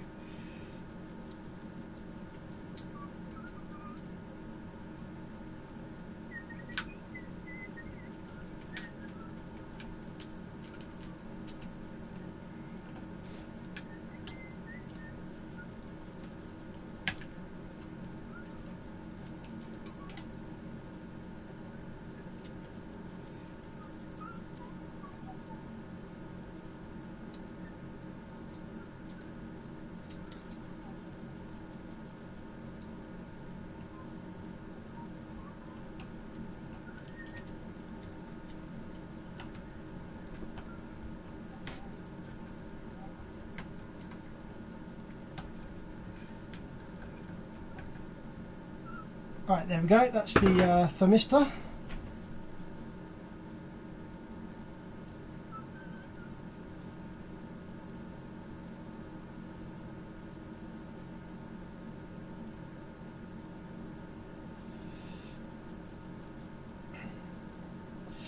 Alright, so that is the heatsink back and mounted. That's good. So now all I think I need to do is remount the this board onto this board.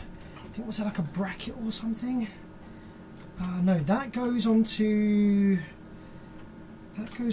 there, doesn't it? Yup. Okay. Was there some thermal paste? I don't think there was any thermal paste. Though it wouldn't be a bad idea to drop some thermal paste on there, hey, because that is actually thermally coupled to that. I'm going to drop some thermal paste on this heatsink here. That wouldn't be a bad shout.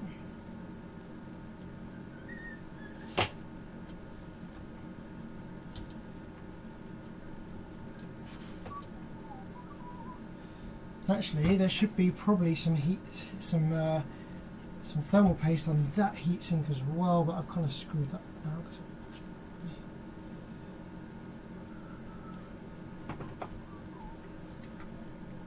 Cool, that's some thermal paste in there now. Great stuff. Okay, right, yes, so that can go on there. What about these big chunky screws? Oh, that's for a different plate amp. I think these screws were probably for the Yamaha, because I was missing some screws for the Yamaha, maybe. So okay, so let's drop that on there. Yep. That on there, that goes in there, that goes in there, that goes in there. That's all lining up nicely. Okay. Yep. So that goes into a heatsink.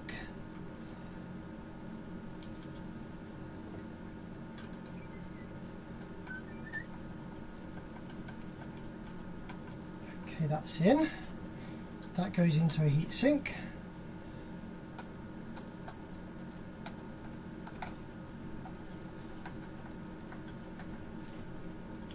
That one goes into a heatsink as well, the output side heatsink.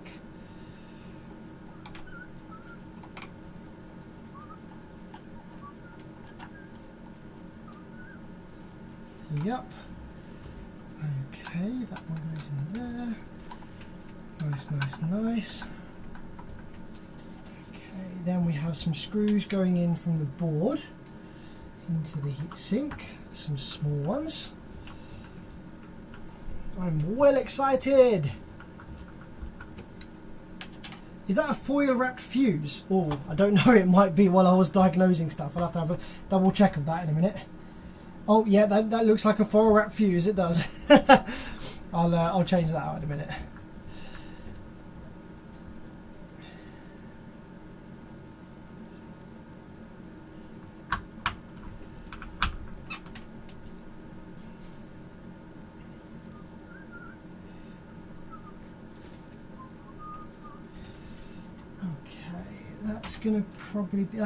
That's one for the RCAs. Another one, is that a heatsink one? No, that's just a plate one, so that could be a small one.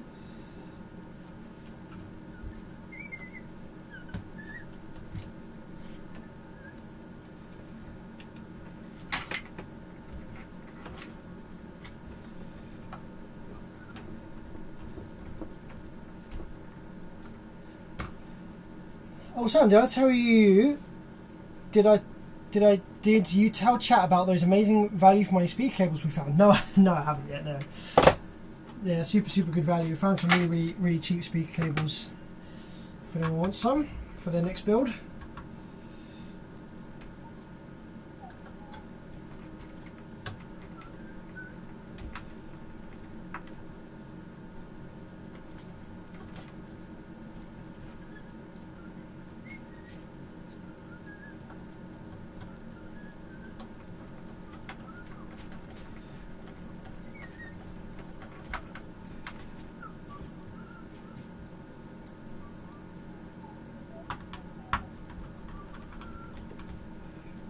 Okay, the last thing to go in looks like this screw for the RCAs.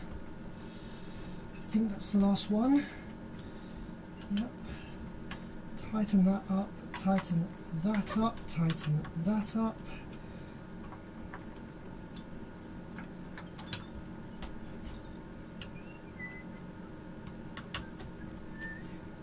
Right, I do believe that is maybe reassembled. There does appear to be some brackets on here. What's that? What's supposed to go on there? I don't know if that's like something else goes on this. So that's the main rails. That is the auxiliary supply stuff. That's the speaker wire. There is a dodgy fuse in here that is supposed to be a 3.15. Do I have a spare of that? Not sure, we can check it out. Some thermal paste everywhere, that's fine. That is the knobs. Go on, volume, frequency, phase, auto on, off, volume, phase, LFE in, power off. Okay, let's just see if I can find a spare fuse.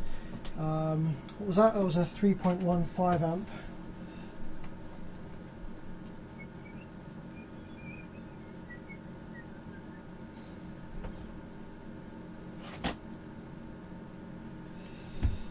Okay.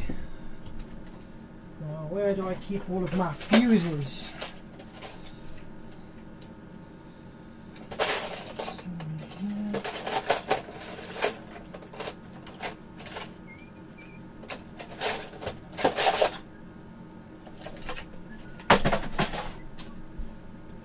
What's this? This is a 0.5 amp. Damn it, that's no good. Let's see if we've got 3.1.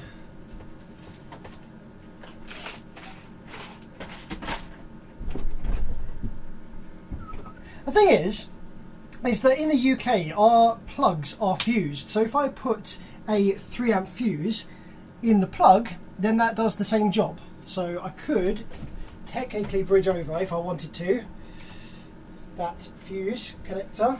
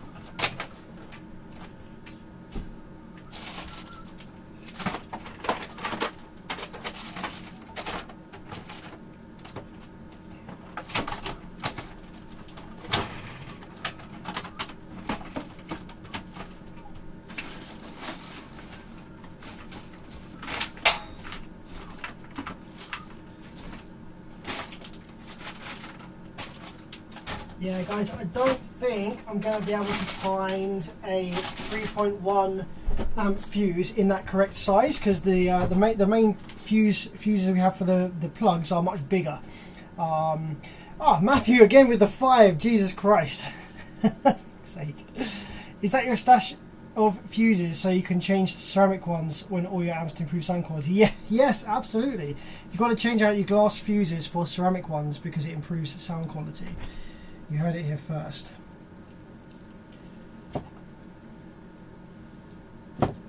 That is honestly, that is genuinely a thing that some people believe on the internet. Okay. So I am, because I don't have one of those fuses to hand right now, so I am just bridging over that fuse in there, but I'm putting a 3 amp fuse in the plug. So we are still fused correctly as per specification.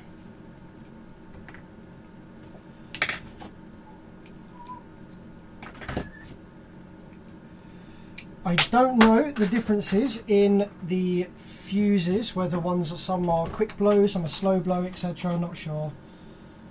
Oh crap, this 3 amp fuse is actually open, for fuck's sake.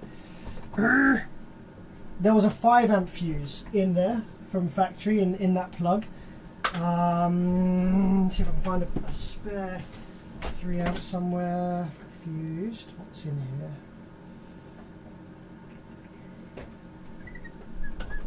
Come on, this is like the last bit. I just want to plug it in and see if it works. Yeah? Oh. I did not do this. This plug did not come from me. In this plug, this plug came with a bunch of spare wires from someone's house clear out. In this plug, we have a wooden dowel alongside a small strip of maybe what is fuse wire. See that? Fuse wire and a wooden dowel to hold it in place. That, my friends, is ingenuity. That's fucking brilliant.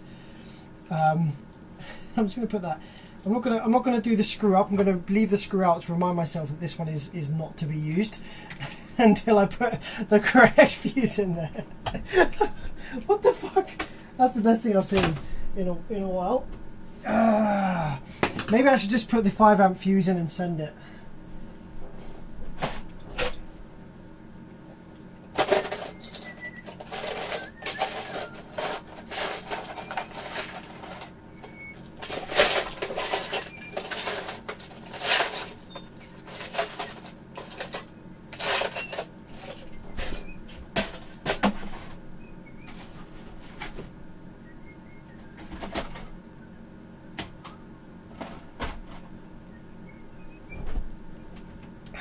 Yeah, I think I'm just going to put the 5 amp fuse in and send it.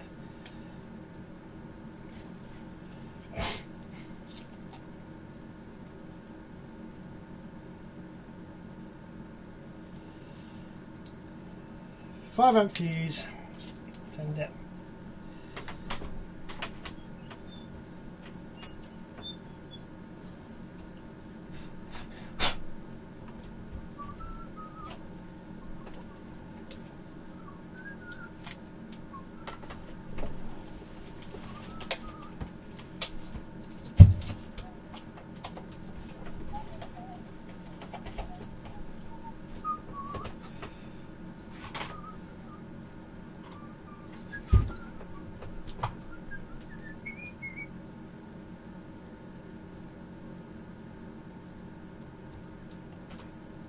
Okay, that's all fine. All seems alright in there. Power supply. Oh, I need to. Actually, I remember now. The whatever this is, I think it's the inrush current suppressor. That, or whatever this thing is, or no, this is a capacitor that got disconnected because of just like metal fatigue. So I do need to just quickly resolder that in place because that might be important for the power supply.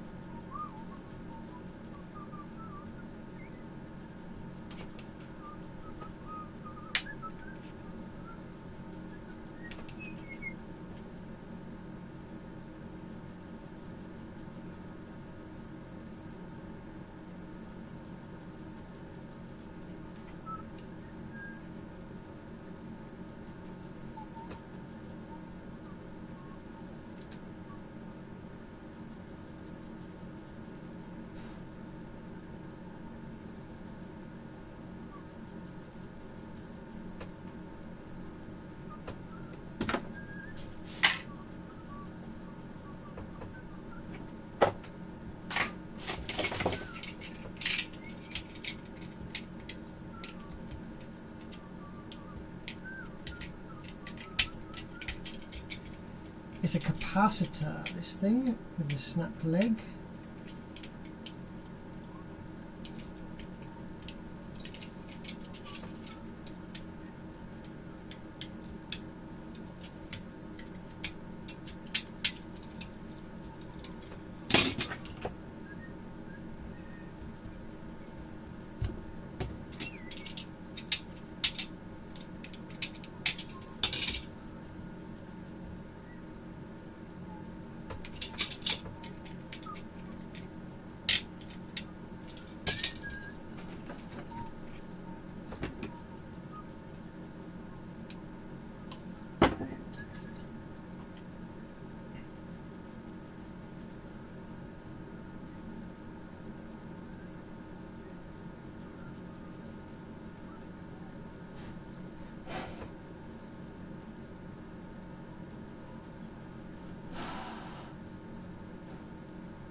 Yo, what the fuck?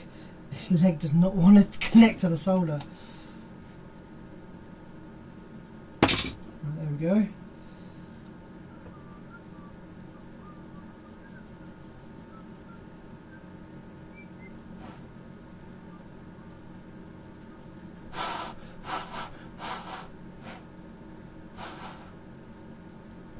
Okay, there we go. So yeah, if the power goes off, if the stream suddenly stops, then the tripper's blown, and that's not a good thing. Okay. So that looking good. That's looking good. That's looking good. That's looking good. Double check, double check, double check, triple check, triple check. Everything seems okay. Okay, so power on. I'm going to leave the power switch on the back of this. I'm just going to turn the power on from this mains plug here on my lap with a little switch thing here. So yes.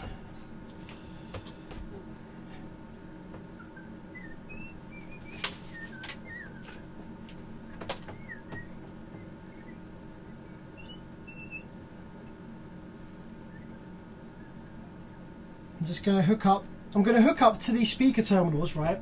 I'm actually hooking up a 16 ohm dummy load resistor in series with a spare speaker that I've got down here, just in case it like throws a bunch of DC offset to the sub. It doesn't damage the sub.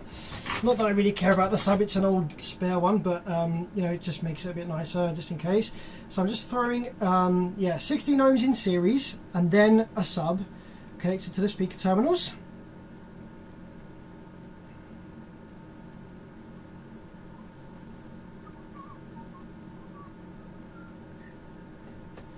For your viewing pleasure, if this does work, we'll put the sub down here.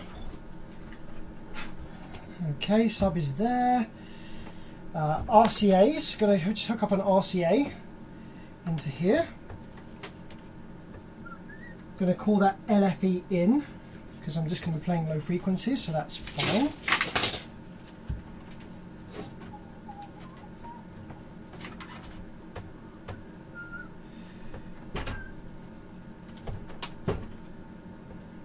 Okay, and then we're going to hook up about 50 hertz on the inputs. Gains right down low on here. The volume's right down low. Gains right down low. Okay, moment of truth then, guys. Moment of truth.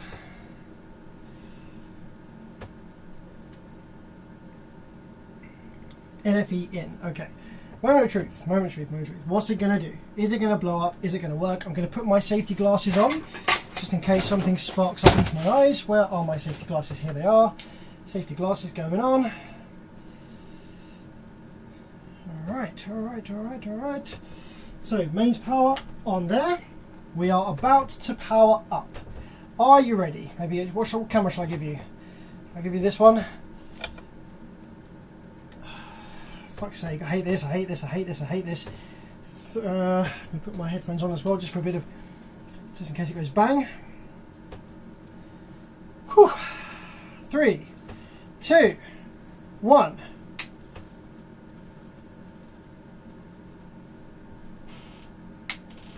Okay, that was on and off.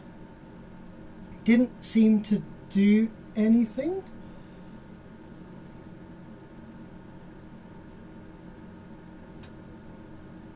That's definitely turned on.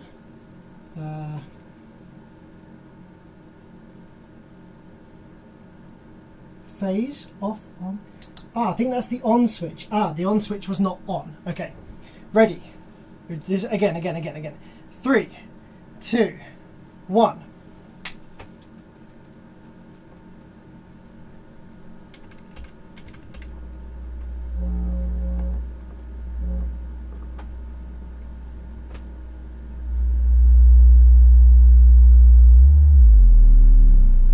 It's working!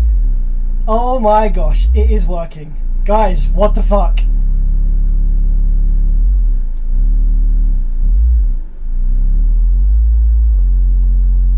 Okay, I'm going to call it there. I'm going to call it there. That is fucking amazing. I can't believe that that works. Wow, thank you so much, guys. Massive, massive thanks to Seddon. Thanks to Frank and anyone else that helped out in the live chat in getting that up and running. I literally never thought that would work again. With the lack of information we had on the resistors and just the amount of damage on the board there, that is unbelievable. I'm so happy.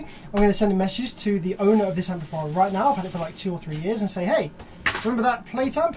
Well, I've got it working. That's sick. I'm well happy. Fucking awesome. Yes, I have had a successful year. JBL A6000 GTI is fixed. This is fixed. There was something else as well that I couldn't fix that I did fix. Oh, the Yamaha. The Yamaha's fixed. The Yamaha's fixed. This plate amp's fixed. The JBL is fixed. So much stuff's getting fixed that I've had for years. I'm so happy right now. That couldn't have been a better birthday treat. Fucking awesome.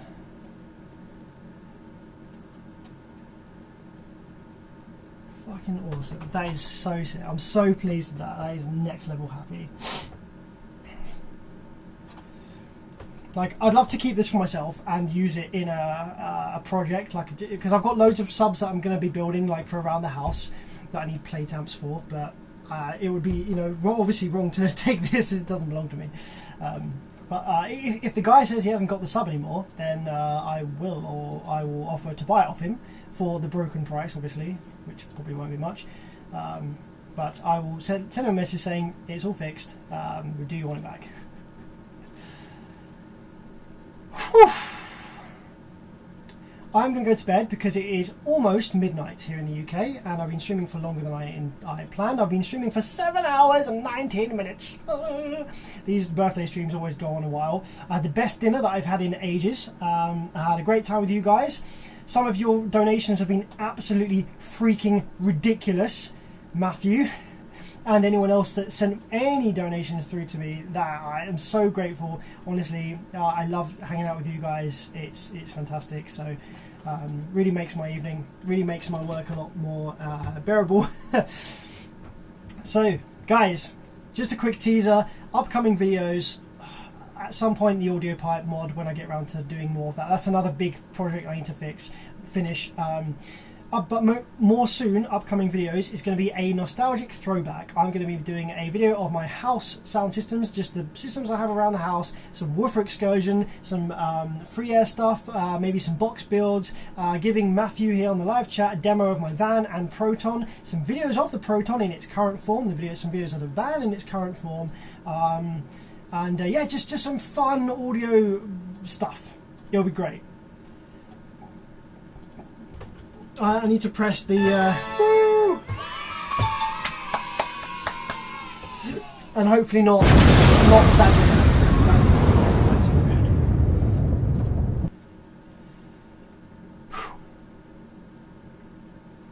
So yeah, I need to go and check out. I need to go and reply to like 1,000 messages. I've got a bunch of emails from a bunch of people now, so I'm gonna go and do that. So yeah, thanks for sticking with me, guys. I will see you in the next one. I might stream a little bit later this week again, a bit later this week, perhaps do some streaming. Just slightly less long as tonight, but yeah, I'll do some streaming a bit later on this week. So yes, thank you very much for tuning in, guys. I will see you in the next one. Peace.